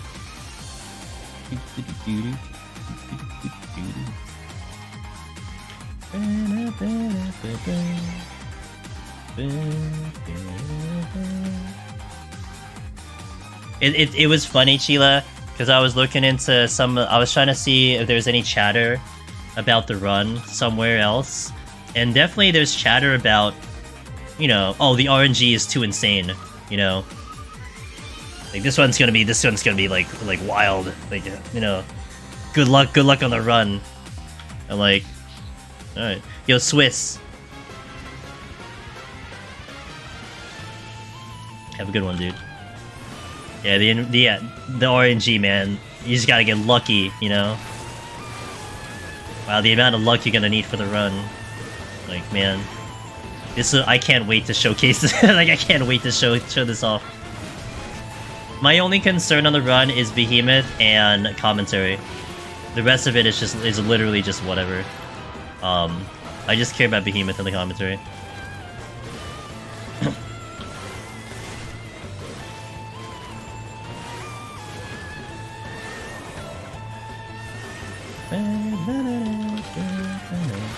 Kind of funny that these are the floors where it gets concerning for Astro. Pretty much any other job like this is calm before the storm. Yeah, actually no. Well, some jobs get a little concerning if you start getting double pulls. So like melee would be a little tough because I'd have to really try to stay alive. I might start using potions. Handling things like this is fine, but some of these things do hit kind of hard. Like the dragons hit really hard for what they are down here. So there are a couple things that you kind of get concerned about.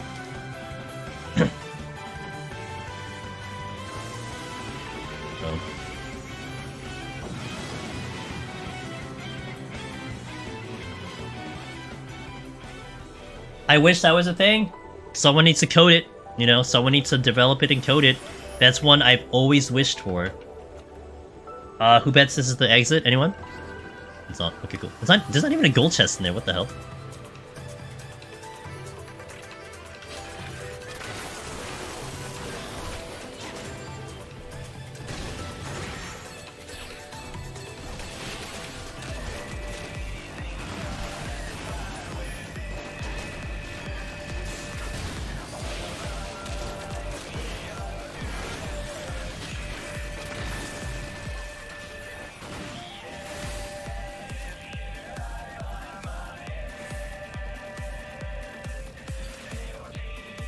What if you get no item plus treasure from every floor? That's what we were saying. I mean, the possibilities of that happening are completely abysmal. I mean, it's not that it's impossible, but even if that happens, there's still ways out of it. Like that's the incredible part. They can throw me no items forever. I still have ways out of it. There is absolutely nothing the game can give me unless it's like literally no items plus gloom for like 8 floors. Or like no items, no abilities for 8 floors, which we've never seen on any run whatsoever. So it's the only thing that can take me out. If you have no items, I can get through no items. That's literally what this challenge is training me for, to do this without any sustaining potions, and I've done it before.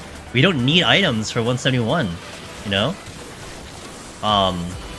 So it's not a big deal. It's really nothing that can hold me back on Machinist.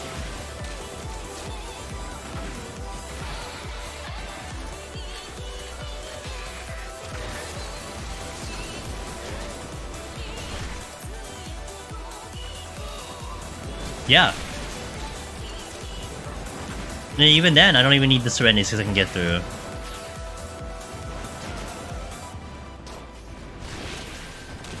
Also, the run is post. That's right. Yeah, there's the high possibility we're getting updates for a high possibility we're getting updates in 6.23. Yeah, 6.28 rather. That's exactly right, Jay. Oh, that's a problem. That's a big problem. So that's a little too much. 2 Gravekeepers and a dragon? That's a little too much. Without potions. I'm not using sustaining potions, so... I have 2 imps on top of me.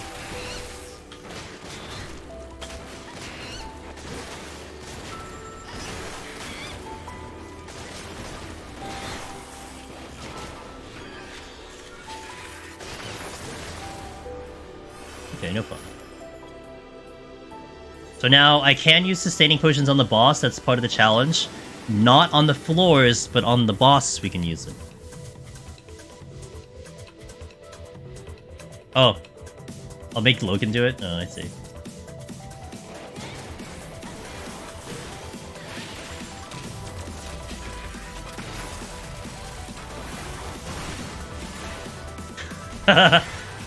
How competitive.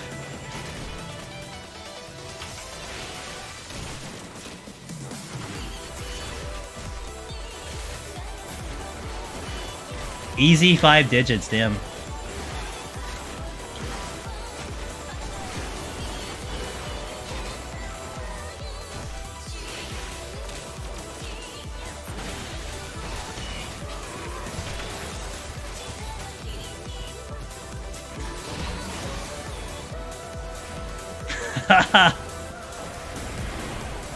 They're gonna be like, yeah, we can pay you in like, you know, 10,000 yen. No problem, 5 digits, easy game. How much is 10,000 yen in USD?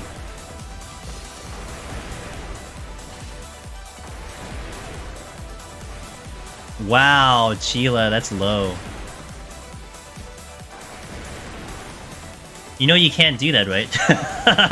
you know you actually can't do that. Well, I guess Loken's on your friend list, so I guess it works. It's salty. That's fair. That's fair. I'm salty? Why are you yelling at me? Jesus. Don't yell at me.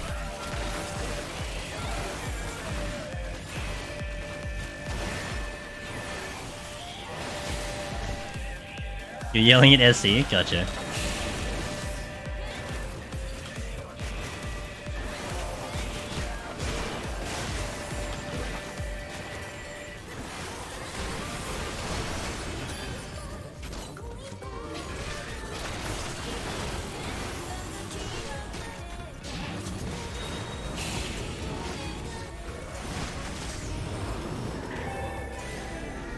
This is why I need potions. There's no way I'm surviving this without potions, guys. Kidding me? That's why the challenge is on the floors only. I can do the floors, but not the bosses. Too much damage.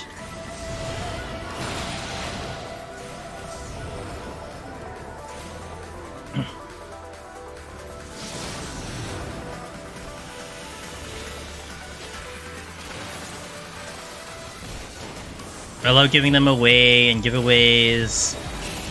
Yeah, I know, I get it. I know, a lot of people were talking about it. I get it from their standpoint, you know, people are buying them and then reselling them, that sucks. That sucks, you know. That's not fair, but hopefully they find another way to do it.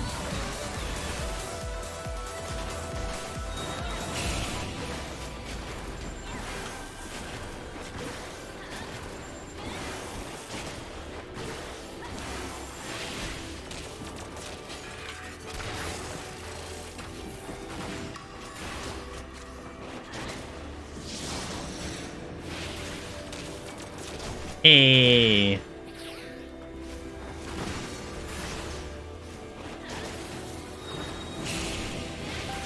I can make it, I swear.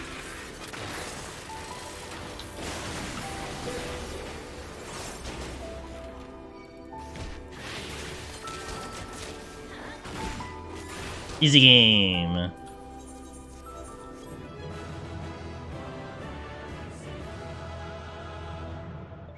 Look at that sexy score.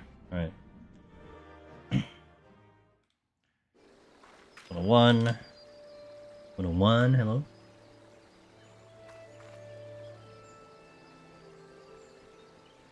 Okay, let's continue. 101 plus, shall we?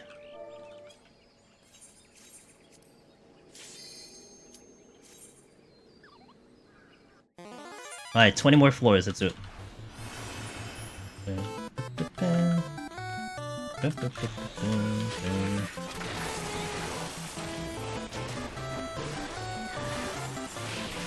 Hollow's crazy talented? That's an understatement.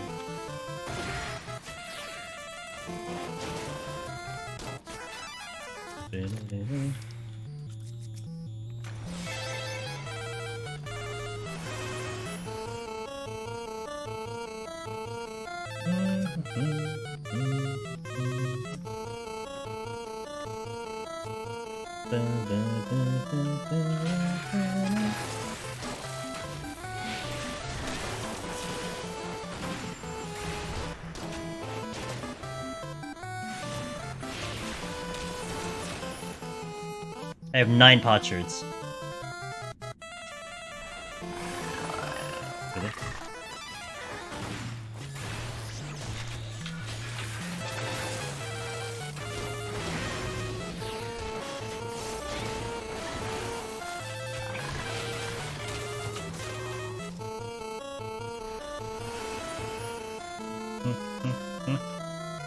On the bright side, after doing all of these machinist runs, I should have a decent amount of potsherds ready for Astro when I come back to it. That'll be the plus side of this. That pic of his that you retweeted right before the stream, my character. That was a really good picture. Yo, what's up, June? Big hello back to you, my friend. How you doing?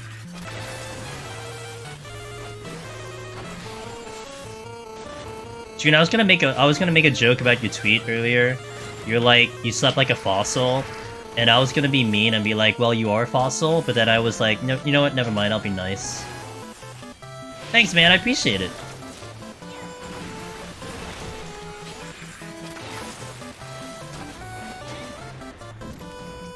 See, I'm a fossil too, dude. It's fine. I'm just like talking to my own people at that point. I'm a walking yeah, same. Can you set my tiny high? Your tiny high. You know what? Everything is accepted in here, Luna. Everything is accepted in here.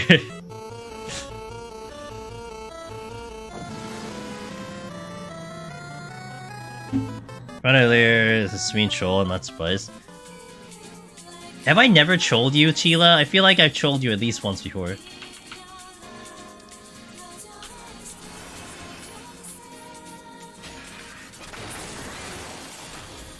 I was just making sure you saw the content, that's all. Don't worry about it.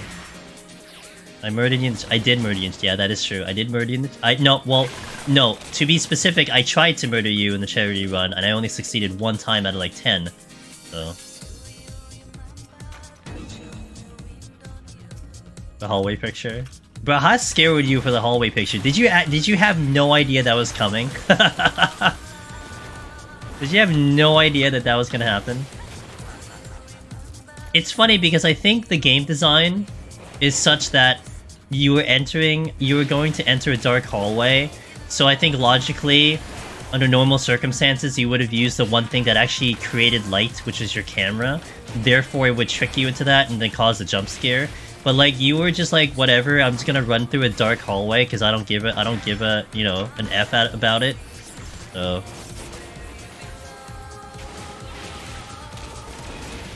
Yeah, I didn't say anything specific. I think it would have been far worse if I'm like, look at this one wall. Yeah, right there, and then like take the picture. I would just like take a picture in the hallway. So it wasn't very specific. You forget the picture? Like I said, dude. It'll be fun when I go to Japan. We won't have any evidence. So I'll just show up there and then go, and then that's it. Like Pin said, it's the one what Pin said it? It's like the one mechanic in the game that you're actually supposed to do the entire time. It's like Sig not doing hotshot or something, right?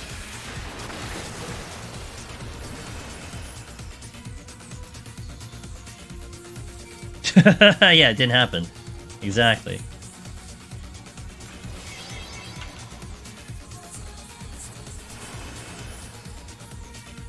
Exactly, Loken. Exactly, dude.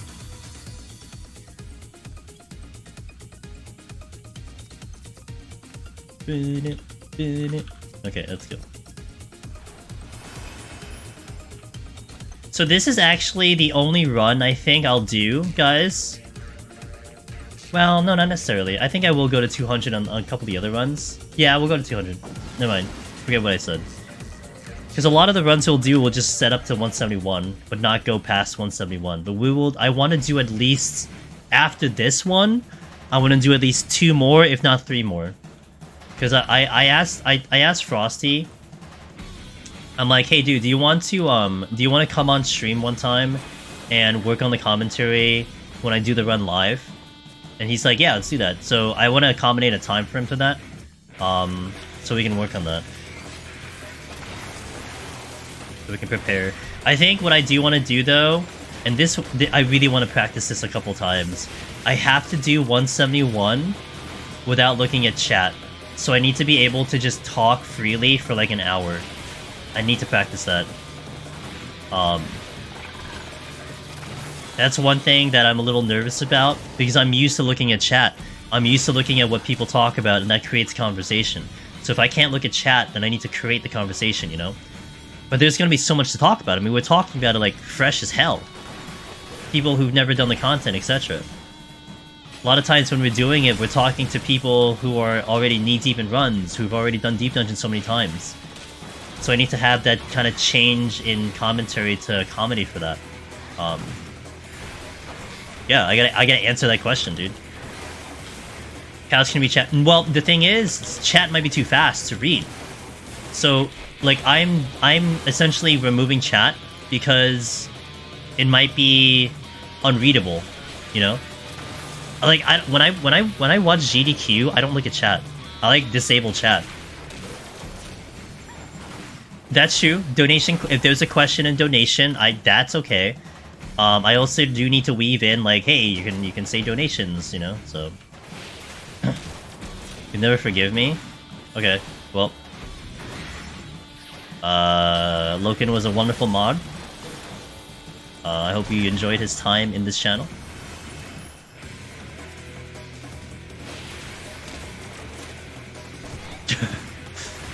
Hey, what's up, Government Mule? It's been good. How can I ever complain right now? Since way back in the day, I actually remember I was actually a moderator for it, and I would say out of the gate, it was damn impossible to do anything in chat.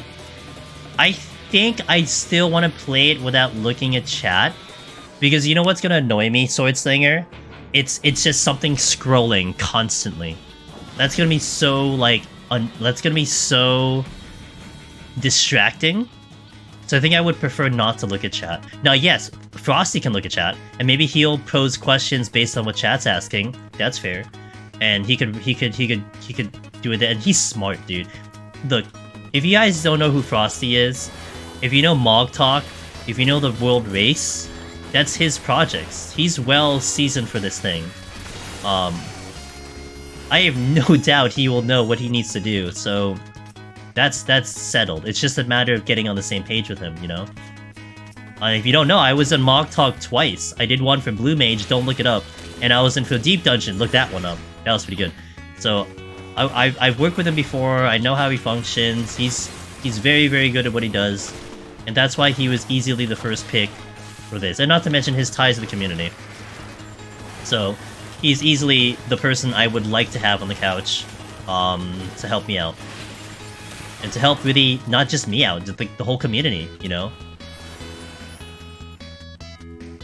People, yeah, they don't. If you have a couch member patience to look through the phone, sure, I suppose. Though typically, most communication I see between viewers and runners is donations, yep. That's what I've seen too. As a spectator, Sword Singer, that's what I've gotten used to, right? But from a streamer perspective, I can understand why you don't look at chat, and that's why I'm planning to not look at chat.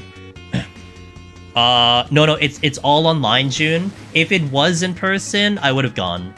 But it is all online, because there was a lot of logistical issues to make it in person. They were planning to do it in Florida.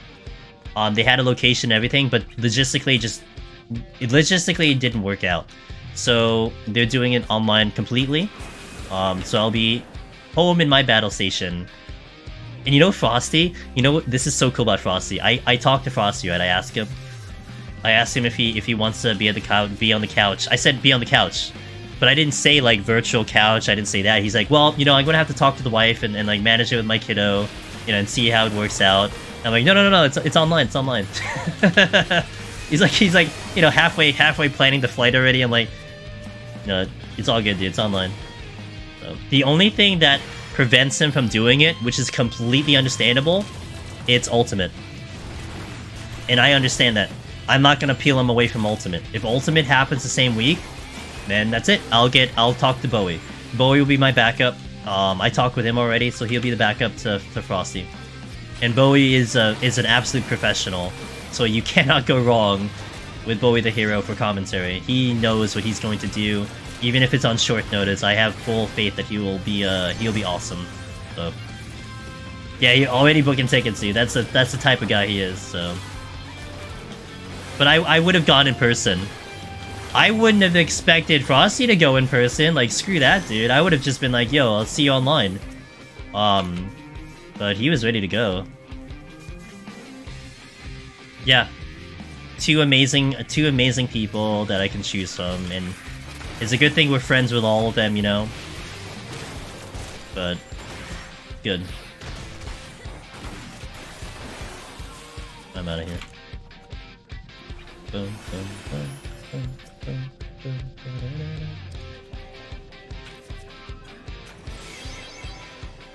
Strength. What's this? Ooh, steel. Okay, let's go.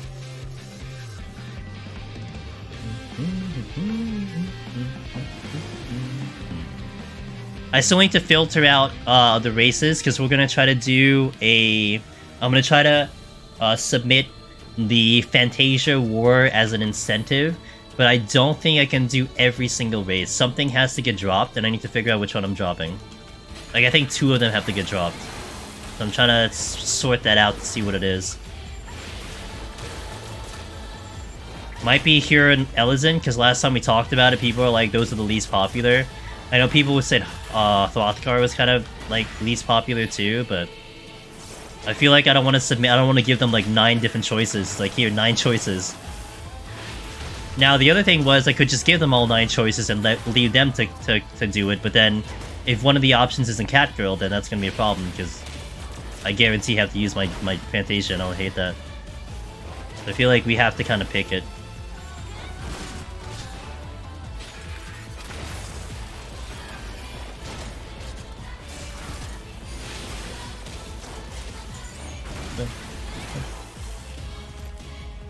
You did drop the chest. Oh good, that's good.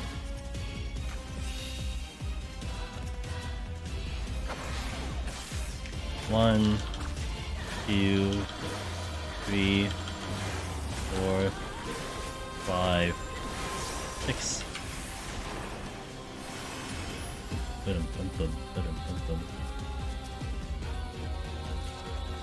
Putchard.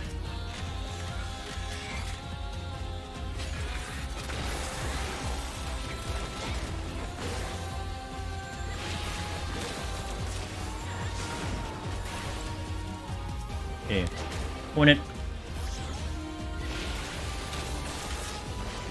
I'll go back and get the strength in a second once we open up the exit.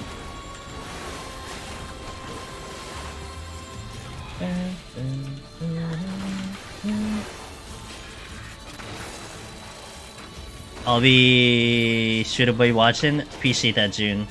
I'll be definitely letting everyone know the schedule once it shows up November 7th. And I'll make sure we all know what time that is, and hopefully it's a good time.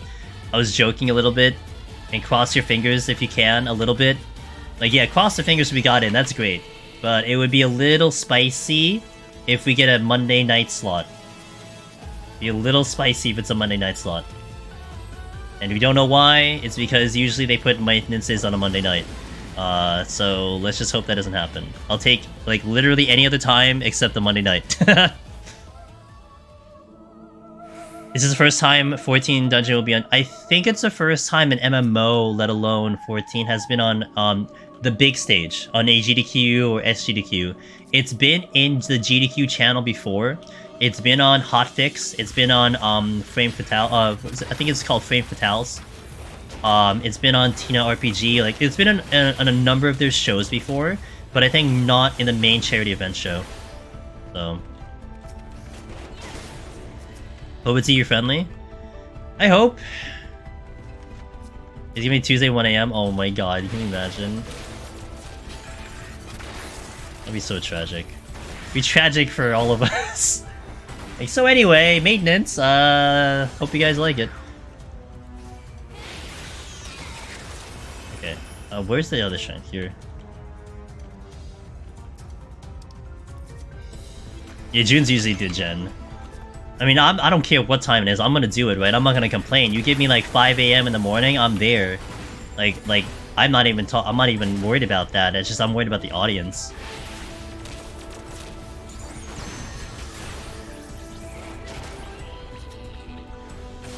Like, I think, like, 12 noon would be the best time period, right?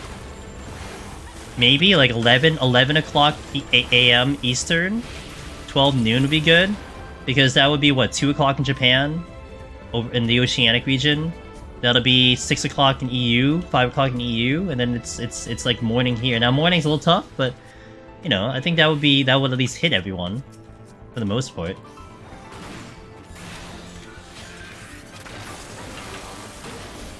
Wait, I'm not the mod. Why are you giving me the thing? I'm a little angry that my my name said that one. I'm not the one advertising it. His machine is the best class of PoTD. Hey, Blue Boats.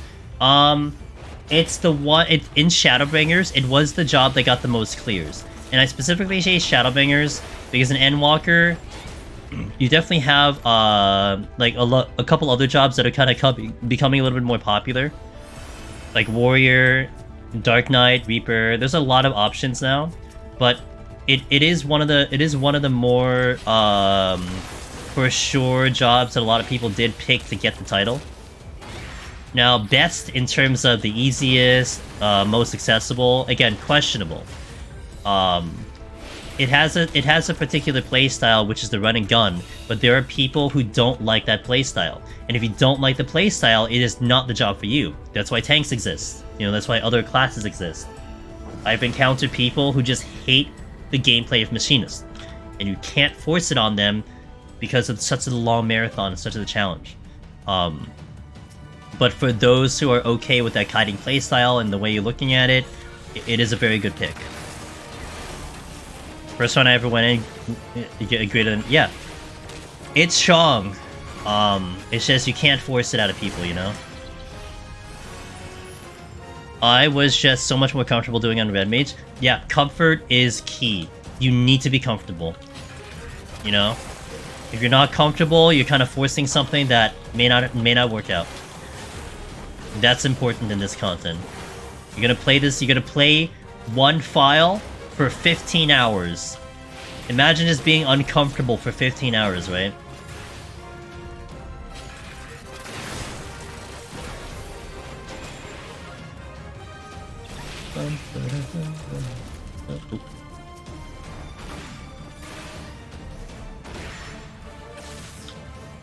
$150, yeah, 150 hours, yeah.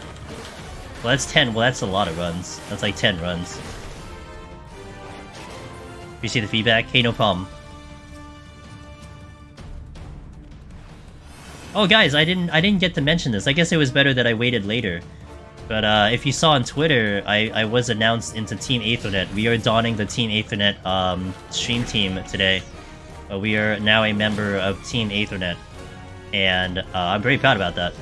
That's a very powerful team. It's a very powerful team. That's led by Spofy, if you know Spofy. A lot of cool content creators of theirs, so we are part of a new Twitch team. Because I have my own team solo with amazing content creators, and that'll definitely shine very soon. But what's the HP management plan for 180? Does jumping have some hidden? Dude, I jump because I have OCD, dude. Period. That's why I jump. So, yeah, I just jump because I literally have OCD. There is literally no benefit to jumping. I sometimes actually cause more problems jumping than anything else because I'll jump into walls. Although, there is a little bit of a benefit, 14 hours. You want to see something cool? I'll show you something cool. So if I use a Pomander, let's use this one. Let's use an Intuition. Watch. I'm going to be moving straight like this. When I use an Intuition, watch my character. It pauses, it tosses down the Intuition, and then boom. There's like a little bit of an animation lock. So there is a little bit of an advantage when you jump and use a Pomander. So I'm going to jump, Pomander jump, and I get a tiny bit of movement when I do a jump and a Pomander. So it's like a little bit of optimization. It's not that grand, but that's the only advantage jump really gives you. Outside of that, it's just literally me being OCD. So now the HP management plan for 180 for Machinist is no problem. I'm going to be doing healing strategy. So we're going to make sure all my heals are set to go. I'm going to do the first burst. We get hit with the first meteor. I make sure my sustaining potion is fresh. Sustaining potion gets me up. My super potion and my second wind gets me up. No problem. We eat the second meteor and we got to kill it before the third meteor drops. That is the plan for me because I use the healing strap. Swartzinger says, tanks are usually my comfort point. How do you feel about tanks in Palace and personal experience? Boring. But very effective. And very durable. But for Palace specifically, I find it boring because it's not as exciting as a lot of the other jobs. But that's, again, you asked for my personal experience. That's my personal experience. Now, is it, like, effective? Is it great? Like, Warrior's fantastic. Dark Knight was awesome, you know? Like, using the job to clear, they're great. That's undeniable. But in terms of fun factor, I'd rather be playing other jobs. Because I don't have as much fun as I do on other jobs. Hey, 14 hours. Thank you for that follow. I appreciate it. Drop the chest. Ooh, it's steel. Okay, that's good. We love optimization. We do love optimization.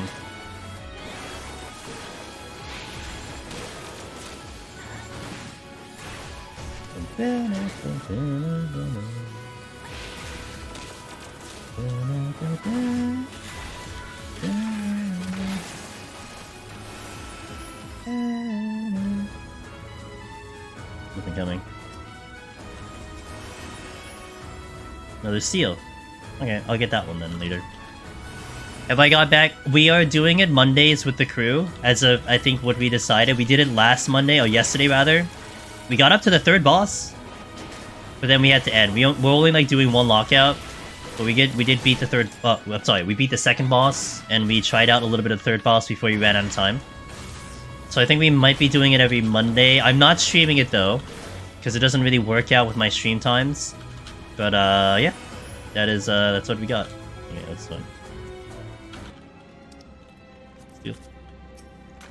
No harm here. Just gonna quickly press the unfollow button. Again, honestly, though, that is one great thing about Palace. Exactly. No, exactly. Sword Slinger. And like, I don't judge a job by its fun factor, and then add it into its effectiveness, right? Like, for instance, I've said this so many times. I hate Monk. Endwalker Monk. I hate it. Because I hate the playstyle, I hate how it flows, but we took Monk once in Heaven on High and once in Palace of the Dead. I cleared Heaven on High, and I got to 193 in Palace of the Dead only because of my mistake. I did a bad pull. If we're talking effectiveness, it is very effective. That is not denying it, that is not discrediting the job. It is very good at what it does. If you like Monk, you're going to have a chance to clear. With that being said, I never want to touch Monk ever again. No joke. That's exactly how I feel about Monk. I never want to touch it ever again. Until they change it or something. So. And that's how it is with Tank. I enjoyed my time with Tank. It's great at how it felt, you know, overall. But I don't have as much fun. Now, for Heaven on High, it's different because you have more tools in Heaven on High. So it's a much different feel over there, and it makes sense why tanks are popular in Heaven on High a lot more than Machinist. In reality, Machinist is fine. We just did Machinist on Sunday. We crushed it, you know? But the tanks have so much more power. And especially with how hard the enemies hit, it's understandable why people prefer Machinist. I'm sorry, prefer the tanks in Heaven on High. I get it. So, yeah, inner release is a lot of fun. And it's not as much fun when it's Berserk, you know? So, obligatory fun pun. Shiba has a nice butt. I mean a nice. Obligatory fun pun. Puns are appreciated in here. Glowing grain makes a big difference. Yeah, yeah, Razash. I'm not gonna disagree with that one.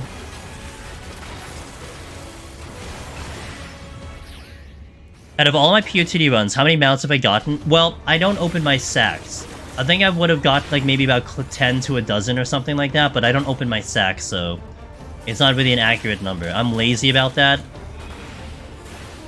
I'm very lazy about that.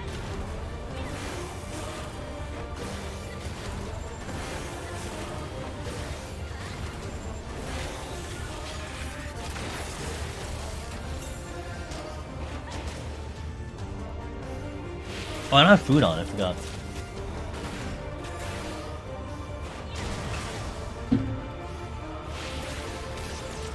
Hey Dan J, how you doing?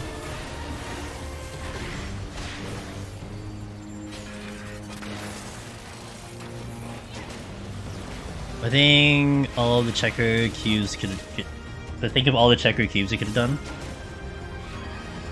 Good? Good to hear it.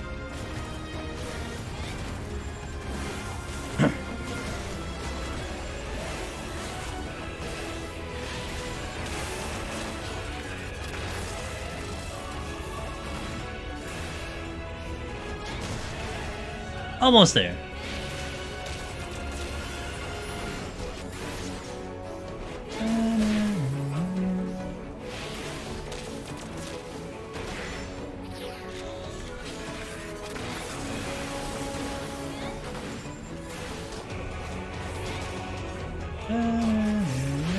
Okay, cool.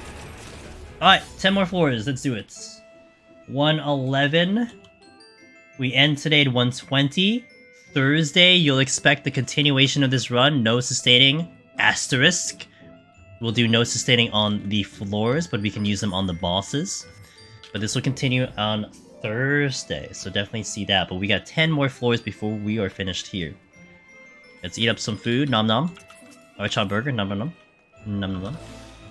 And let's continue right away. Alright guys, let's do it.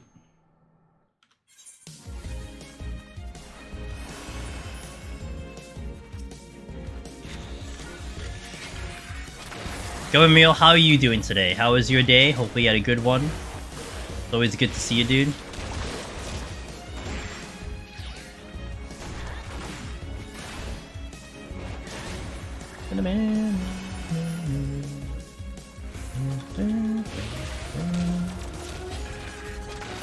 Sick as heck, I'm sorry. I hope we feel better.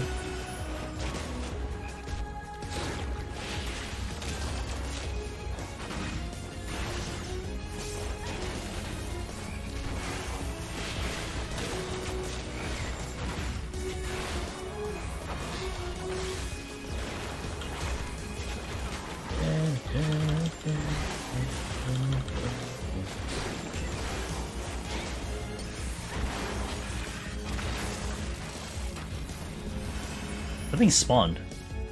I thought something spawned. Steel! I like it.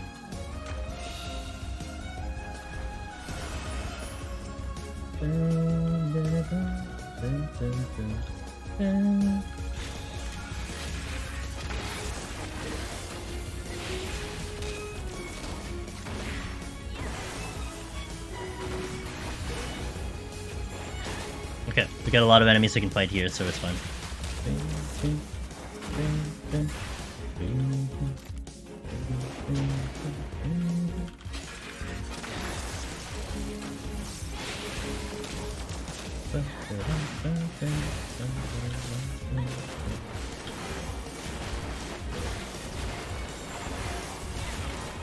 Alright, let's go. A lot of silver chests.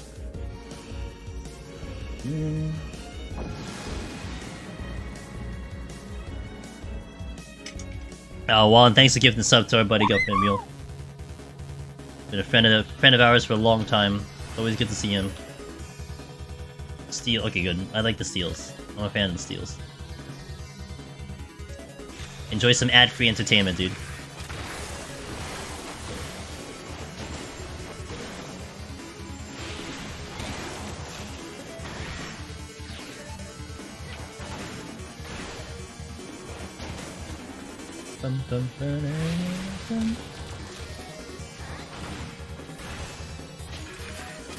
Aerosport, good morning, how you doing? Wishing...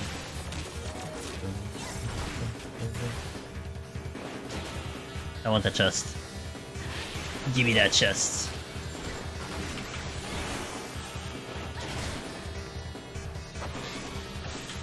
One, 2, 3, 4, 5, 6.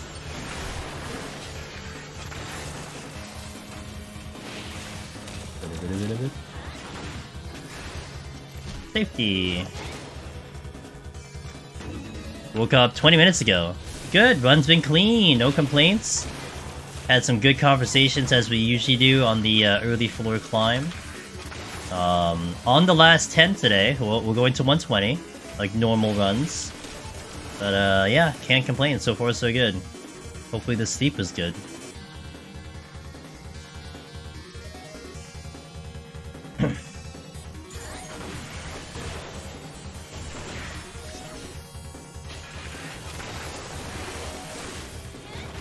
It's really comforting to be on Machinist again, but it's really like, I have to get to like... It's an interesting, thought process here. As comfortable as I am right now in Machinist, I feel like I need to ascend to another level with Machinist. Whatever that is, and whatever level that is, I need to find it. So I feel like I need to be even better than I am now. So we're putting a lot of time into Machinist to get the repetition onto it, and hoping I can find that level. So that we can be really ready for the GDQ run. Been chilling back to grinding. Rocket League, cool. Was there like a new season? Because I think Ada said that she was doing some Rocket League. Is there like a new season or something? Or it's just sometimes fun to hop back into that game once in a while. Because sometimes when I see people join into those games, like there's maybe a patch or an update or like a new mode or something, but...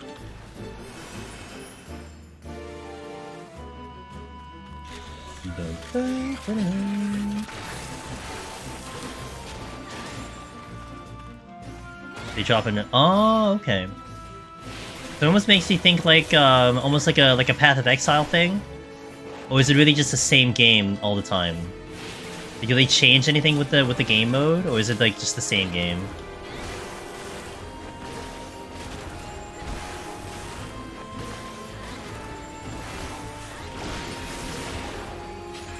Just new battle pass? Ah, okay, gotcha. For the high floors in Deep Dungeon. What job are you doing again, Dan J? What's the job of choice? And generally it's just like kill fast. I mean, make sure to try to keep your palms in order. You know? If you're a tank, you kinda wanna maybe keep your palms at Reaper, okay. Yeah, kill fast on Reaper. Try not to kill over the kill limit. You know, you open the exit, get out. Reaper is about speed in terms of kill. You have a lot of power, so you use that power to kill fast. And when it comes to DPS, that's really more the focus on. You want to stay alive, but just kill really fast. So that's what I would recommend. Use your flights on the higher floors. Maybe keep them at 2 would be a good idea. So try those up. Sometimes they added new limited modes, but yeah, mainly just battle pass change. Gotcha.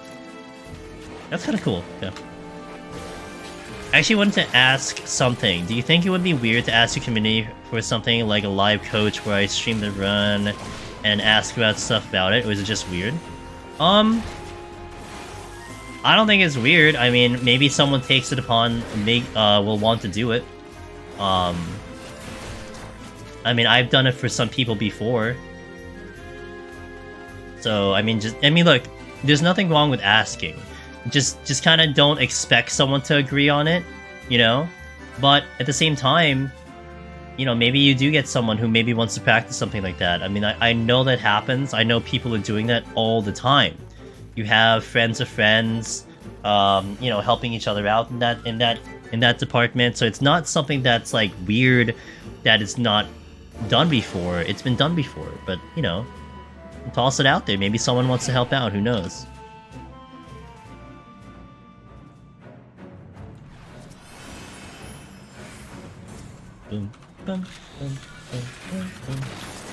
Rocket League is a hard ass game. It's all PvP essentially, right? It's a competitive game. There's no like PvE with Rocket League. I only know Rocket League as like a literal ball, like a sports ball, in essence. That's my only thing. I've never played the game before. I've only just seen some things. I know it's an esport, but that's all I know. Team-based PvP. Thank you, Speculate.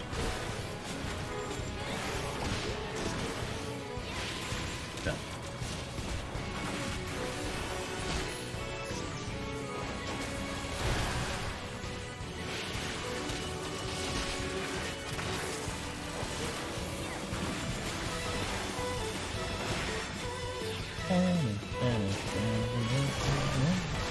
Moon Sang, thanks for follow, welcome in. I haven't played Rocket League in like 5 years. Completely forgot about it. Sure. The mechanics of Rocket League are insanely hard to play at a good level. Well, I guess that's why it's an esport, right? Because the best players are able to execute those things. Help my FC chat and my friends with PoTD stuff where I explain things, but doing the content solo and party is quite different, to be honest. Absolutely, it is Aerospark. It is 100%. Yeah, I personally, man, I don't think it's weird. Just kind of don't assume that you'll get an answer. Does that make sense? I don't feel bad that people don't say anything. But at the same time, I've never seen it be weird about things. You know, never. Yeah, it's okay to ask.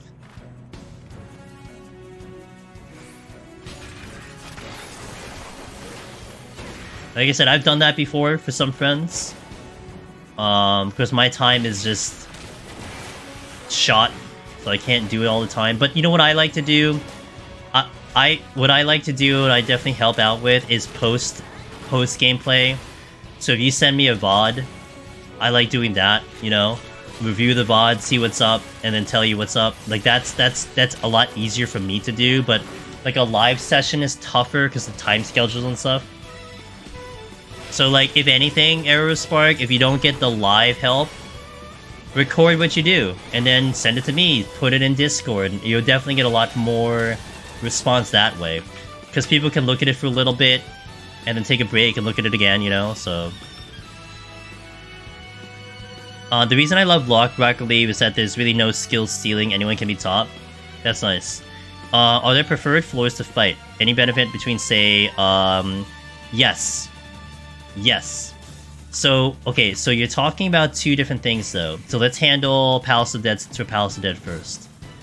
Palace of the Dead, it's kind of very equal in terms of how they spawn the enemies.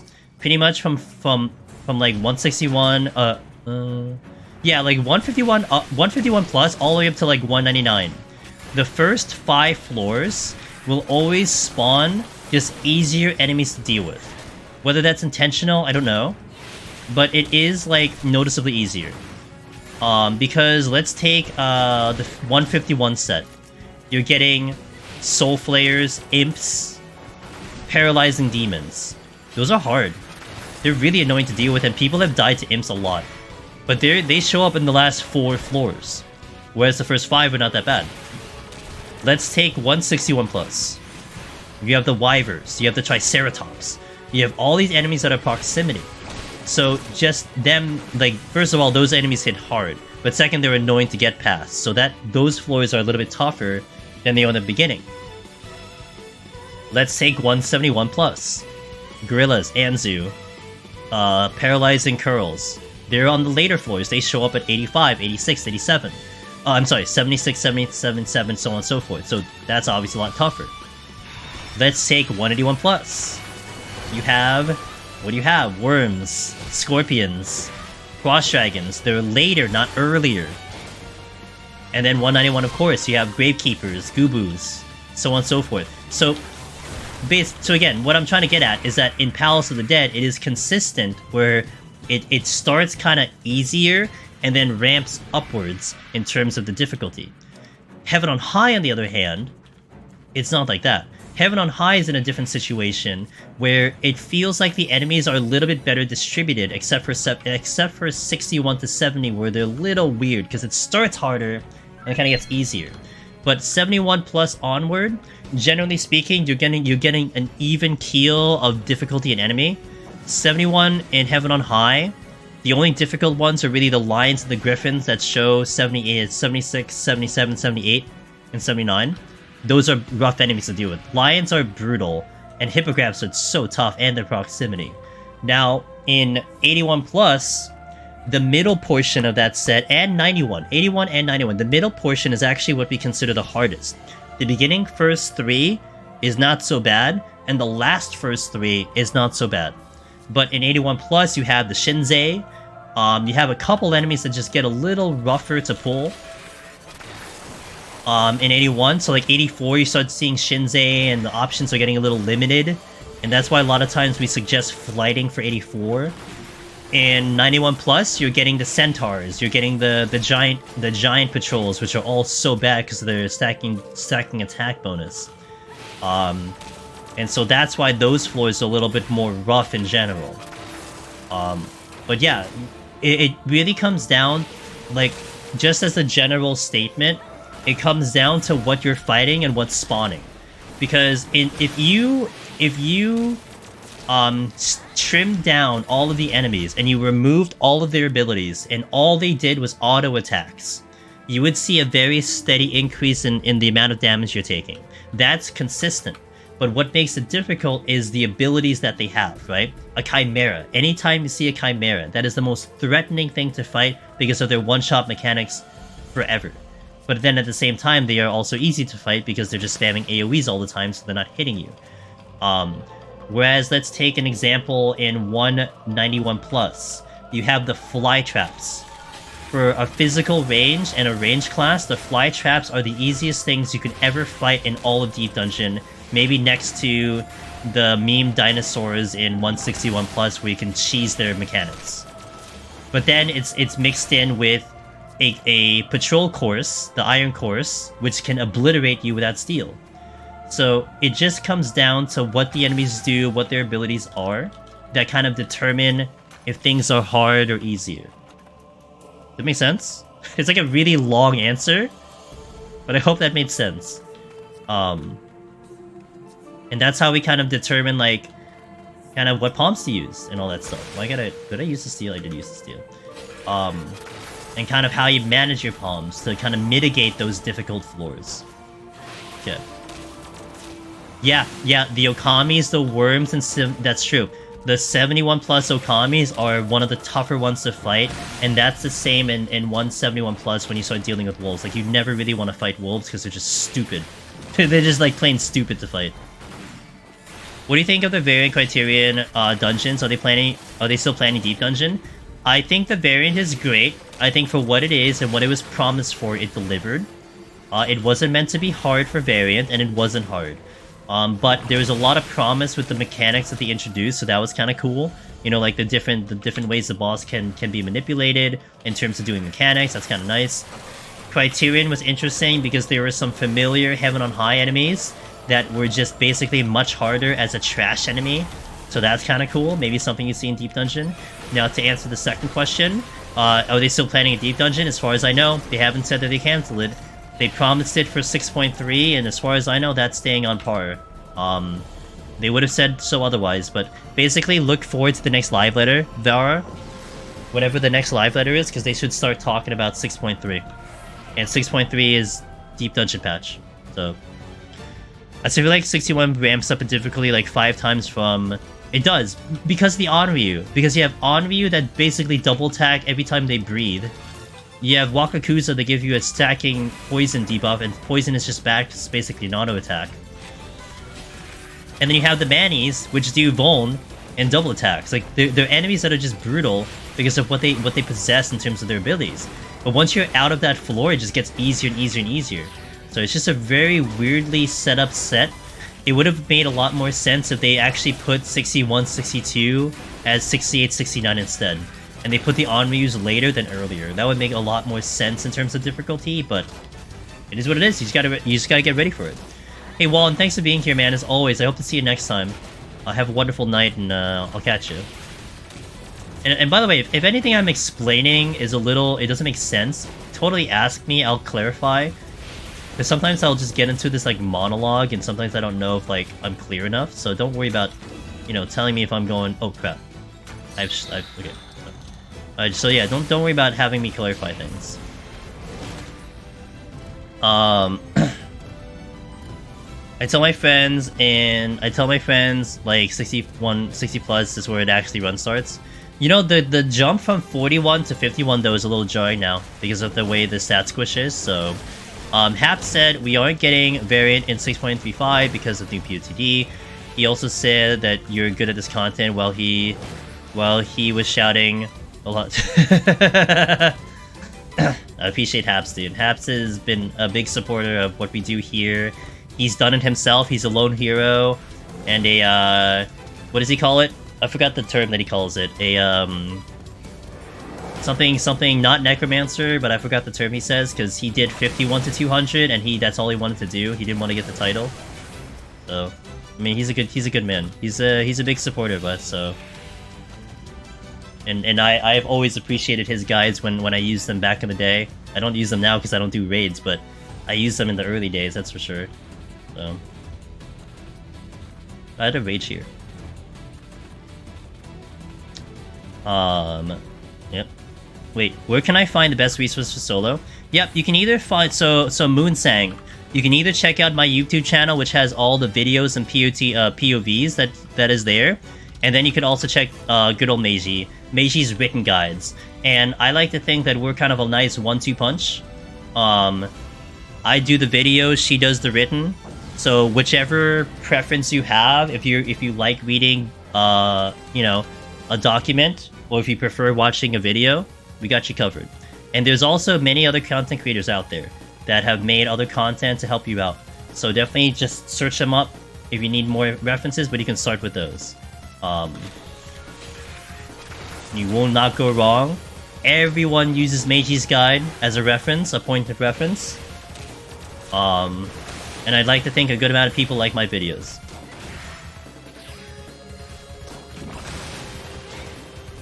Thanks so much, I'll be checking it out. Hey, Moonsang, if you're gonna start your solos, welcome to the climb. Keep us posted. And one other one, before you head out, if you're gonna head out, or if you're gonna hang for a little bit, we have Discord. Discord, I highly recommend. It is full of solo runners. And we have an FAQ channel. The FAQ channel might answer a lot of questions that you might have, a lot of general questions that we've seen over the years, and we've compiled them into one section. And so maybe it just expedites, you know, any of the quick questions you have. A lot of the guides and information is there too, the ones that I just like to use. So definitely check them all out. And I hope you enjoy the content. My guide for first party clear was actually... Oh, Setsu! Oh, what a good man. You know, I haven't heard from Setsu for a minute, but Setsu he's an OG, man. He is awesome. A little bit more strict on YouTube stuff, but he's a good man. You follow me for the Deep Dungeon guide? I appreciate that, Luna. I follow you for the raid guides, dude. You helped me through raids, man. Don't time out, don't die. Exactly. What more do you need to know? Wait, I'm gonna probably... Wait. Come here, Cobra. Why are Cobras still here? Shouldn't they, like, be leaving by now? Oh, stop, Chila. Also right back at you. I follow Chila because I can scare her at will. When I demand it to be so.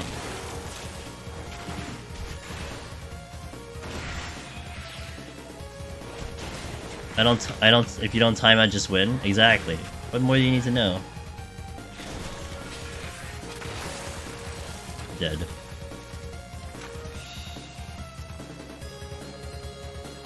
And I can thank him for introducing me to this content. You know, it's been really incredible, Aerospark. I've definitely seen this over time. Deep Dungeon really for the longest time, and maybe that might change now. And I hope, again, we have to do a good job. But with our appearance into GDQ, that will change. But I feel like Deep Dungeon, up till now, has been just basically word of mouth, you know? Friends get friends into the content, then they get excited, then they tell more friends to get into the content, you know? It's not something that you enter this game, if you're playing fresh, not knowing about Deep Dungeon, that you go in to like eventually get into this content. It's not well advertised. You see more of the raids if anything, but I definitely have seen a lot of people, if they happen to stumble upon Deep Dungeon, that is something that gets them into this game, and they play this game because of it. And it's been so crazy to think about that there are gamers out there that are interested in 14 because of this content. Blows my mind, man. You know? And they stick around for all the other content. Like, this is their main content. Like, what the hell? Like, this is side content, dude. But that's what it is. I mean, this is what's fun. This is what takes your time. It's been so cool. But like you said, Arrow Spark, I think a vast majority of people get into it even up till now because their friends are like, hey, try this thing out. It's kind of fun. I like doing it. Actually planning another party run upcoming week. Gonna make my friend, whoever gets past 110, gonna be fun. I started 14 for this and because of, yeah. Absolutely. Good people. And it's good to have you, though, Government Mule, you know? It's always good to have you.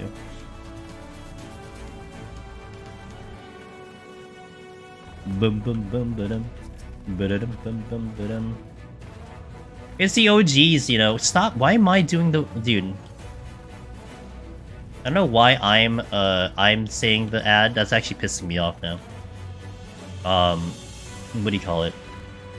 What was I gonna say? It is like the OGs, you know, when Faros was doing some of the early stuff that helped motivate a lot of people to get into this content. So it is a big thanks to that. I've held you hostage for years, you're tired. Go to sleep, I told you to go to sleep. But live coaching, I'll definitely ask it, but I need to get to 170 first. Fair. So I don't see... Yeah, I think he's just busy with IRL stuff, so... It is what it is. Oh, well, that made my life easier.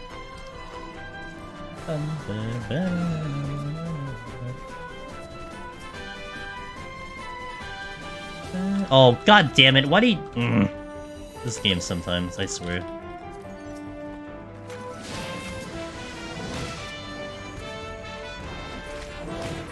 You know, I have to... I think it was 14 hours, right? That said, like, so what's up with the jumping? I'm gonna have to explain that. We need to make up some really cool story, though. Why do I jump all the time? I'll probably just say I just have OCD, that's it. Not get overly complicated. It is one thing that people notice, right? They don't notice the two hands on keyboard thing. They don't realize that I don't use a mouse. No, they notice me jumping all the time. That's all they notice. Plus 10 frames. The floor is lava? Yeah, true. My character gets deleted if I stay on the ground too long. Honestly, they'll find very hard. Last time I tried to get Behemoth had 27 minutes left. I think I got lucky. That's pretty lucky, yeah. Tell people you sink into the white ash in the pretty forest if you don't jump. Is that the story we're gonna go with? Nodders? EOCD? Yeah. Jumping all the time is the only way to play the MMO. See, I agree. See, that's exactly what I say, dude. But not everyone agrees. Alright, gonna bring him in game. Yeah, jumping increases your time. Look at the seconds. If you look at the seconds, they go down slower by jumping. Screw up with everyone's mind, that's for sure. Honestly, when I first came across the channel, I didn't take the literally. Oh, don't worry, not a lot of people do. I think I mentioned this in the because Zeppla replied to the AGDQ announcement post. She didn't even know I played without a mouse, but I said there, I'm like, I think if you just watch the stream or you watch the gameplay, I don't think it's obvious. Like, I don't think you can tell right away unless like someone says something, you know? Because I think I play very normally. Like, I don't play very awkward, and like when you look at me in person on the web camera, it doesn't look like I'm playing differently than any other streamer. But you have the UI there that's showing all the button presses, so you can see that they're lighting up on both sides of the keyboard. That's about it. You gain acrobatic skill for jumping everywhere. Again, I can use potions on the boss, that's okay for this challenge. I'm not restricted by that.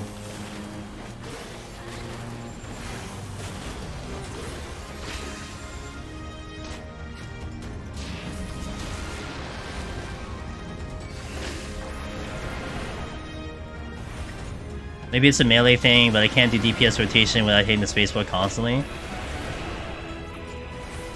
Sure. Hey, Lone Fellow, how you doing?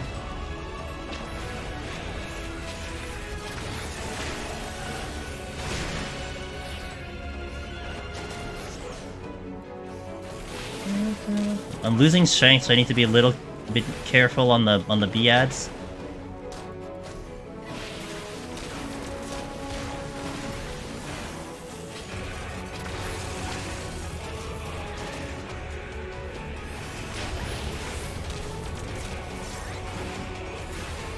I'll check chat. I'll review chat once I finish up this boss.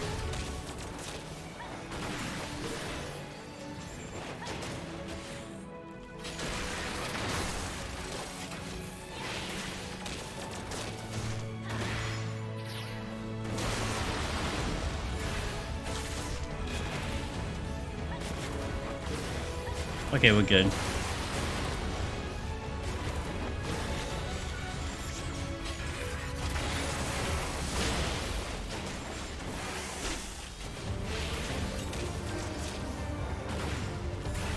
Can I get the Swallow Fire off? I could.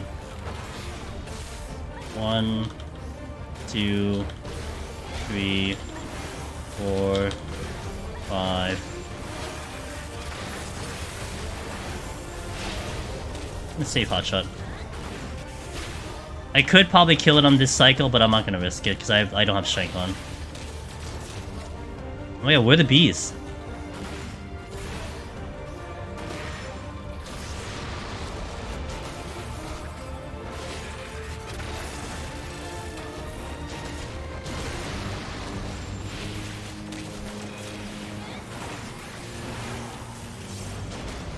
Yeah, we're good. Only used one sustaining potion here, which is pretty cool. 2, 3, 4, 5.